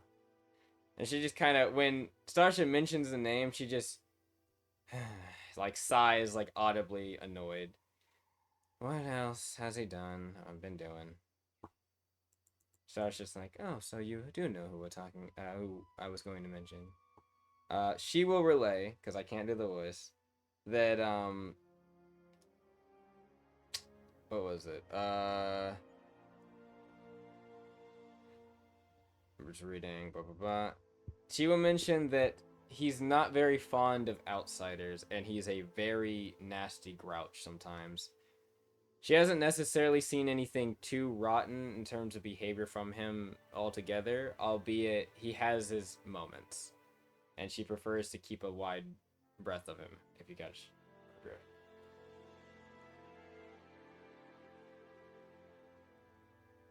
Starsha will just note that and say, anything about any docks thing. She says there was some commotion on the docks, but she actually hasn't really checked to see what it was about, because admittedly she's been a bit distracted being really worried about Kane. But she can look into it at some point over the night while everyone's resting and see what she can find out. Maybe ask.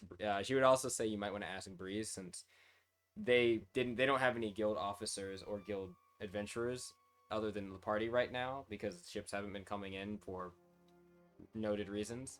So and they haven't had any assistance from Quald, so basically we're the only people here like in the guild hall at the moment. Like we don't have they don't have any assistance outside of us and Breeze's men. And Breeze's men took care of that situation since we weren't here. But she says if it's part of our investigation, then we should pursue it. And that's how she will leave it before she gets back to work. And says that the room, don't worry about the room. They've kept it in order. And also Zara's been, she'll say that Zara rented out. Forgot about her almost. Yeah, Starsha, when at the mention of Zara, Starsha just like kind of rolls her eyes, and she without noticing will kind of continue and say that Zara has been staying in the guild hall in our absence. However, she rented a smaller room and has been paying for it herself. She had told her she didn't have to, but Zara pressed and said that it is the thing that she should do, so she is paying for it. So she's I mean, yeah, that's all she says.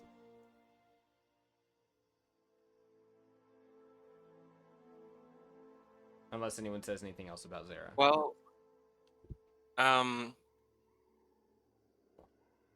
guess we should maybe check in with Zara, but as long as our room is still available, we should probably head to sleep. Zara probably already knows we're here.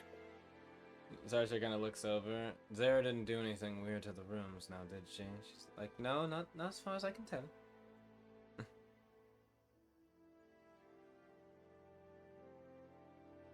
Zarsha just kind of looks over at you, Marliana, and she's fine. like, I'm sure that she can spend another night without knowing we're back. We'll be fine. We can talk to her in the morning. And so she just heads off to the room.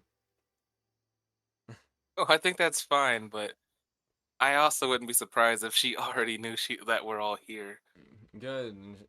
She's gonna wave back as she says, "Good. That means that we don't have to BS around with things." Yeah, if she needs to talk to us, she can come and find us. Mm-hmm. Starsha heading down the hallway now. I imagine Fel and Corina are. Karina's probably still talking with Shia for a minute, but yeah. Nope. What was that for? It was a mistake. Oh, okay. We will end there with everyone. I almost said crashing out. Crashing in the room and going to sleep.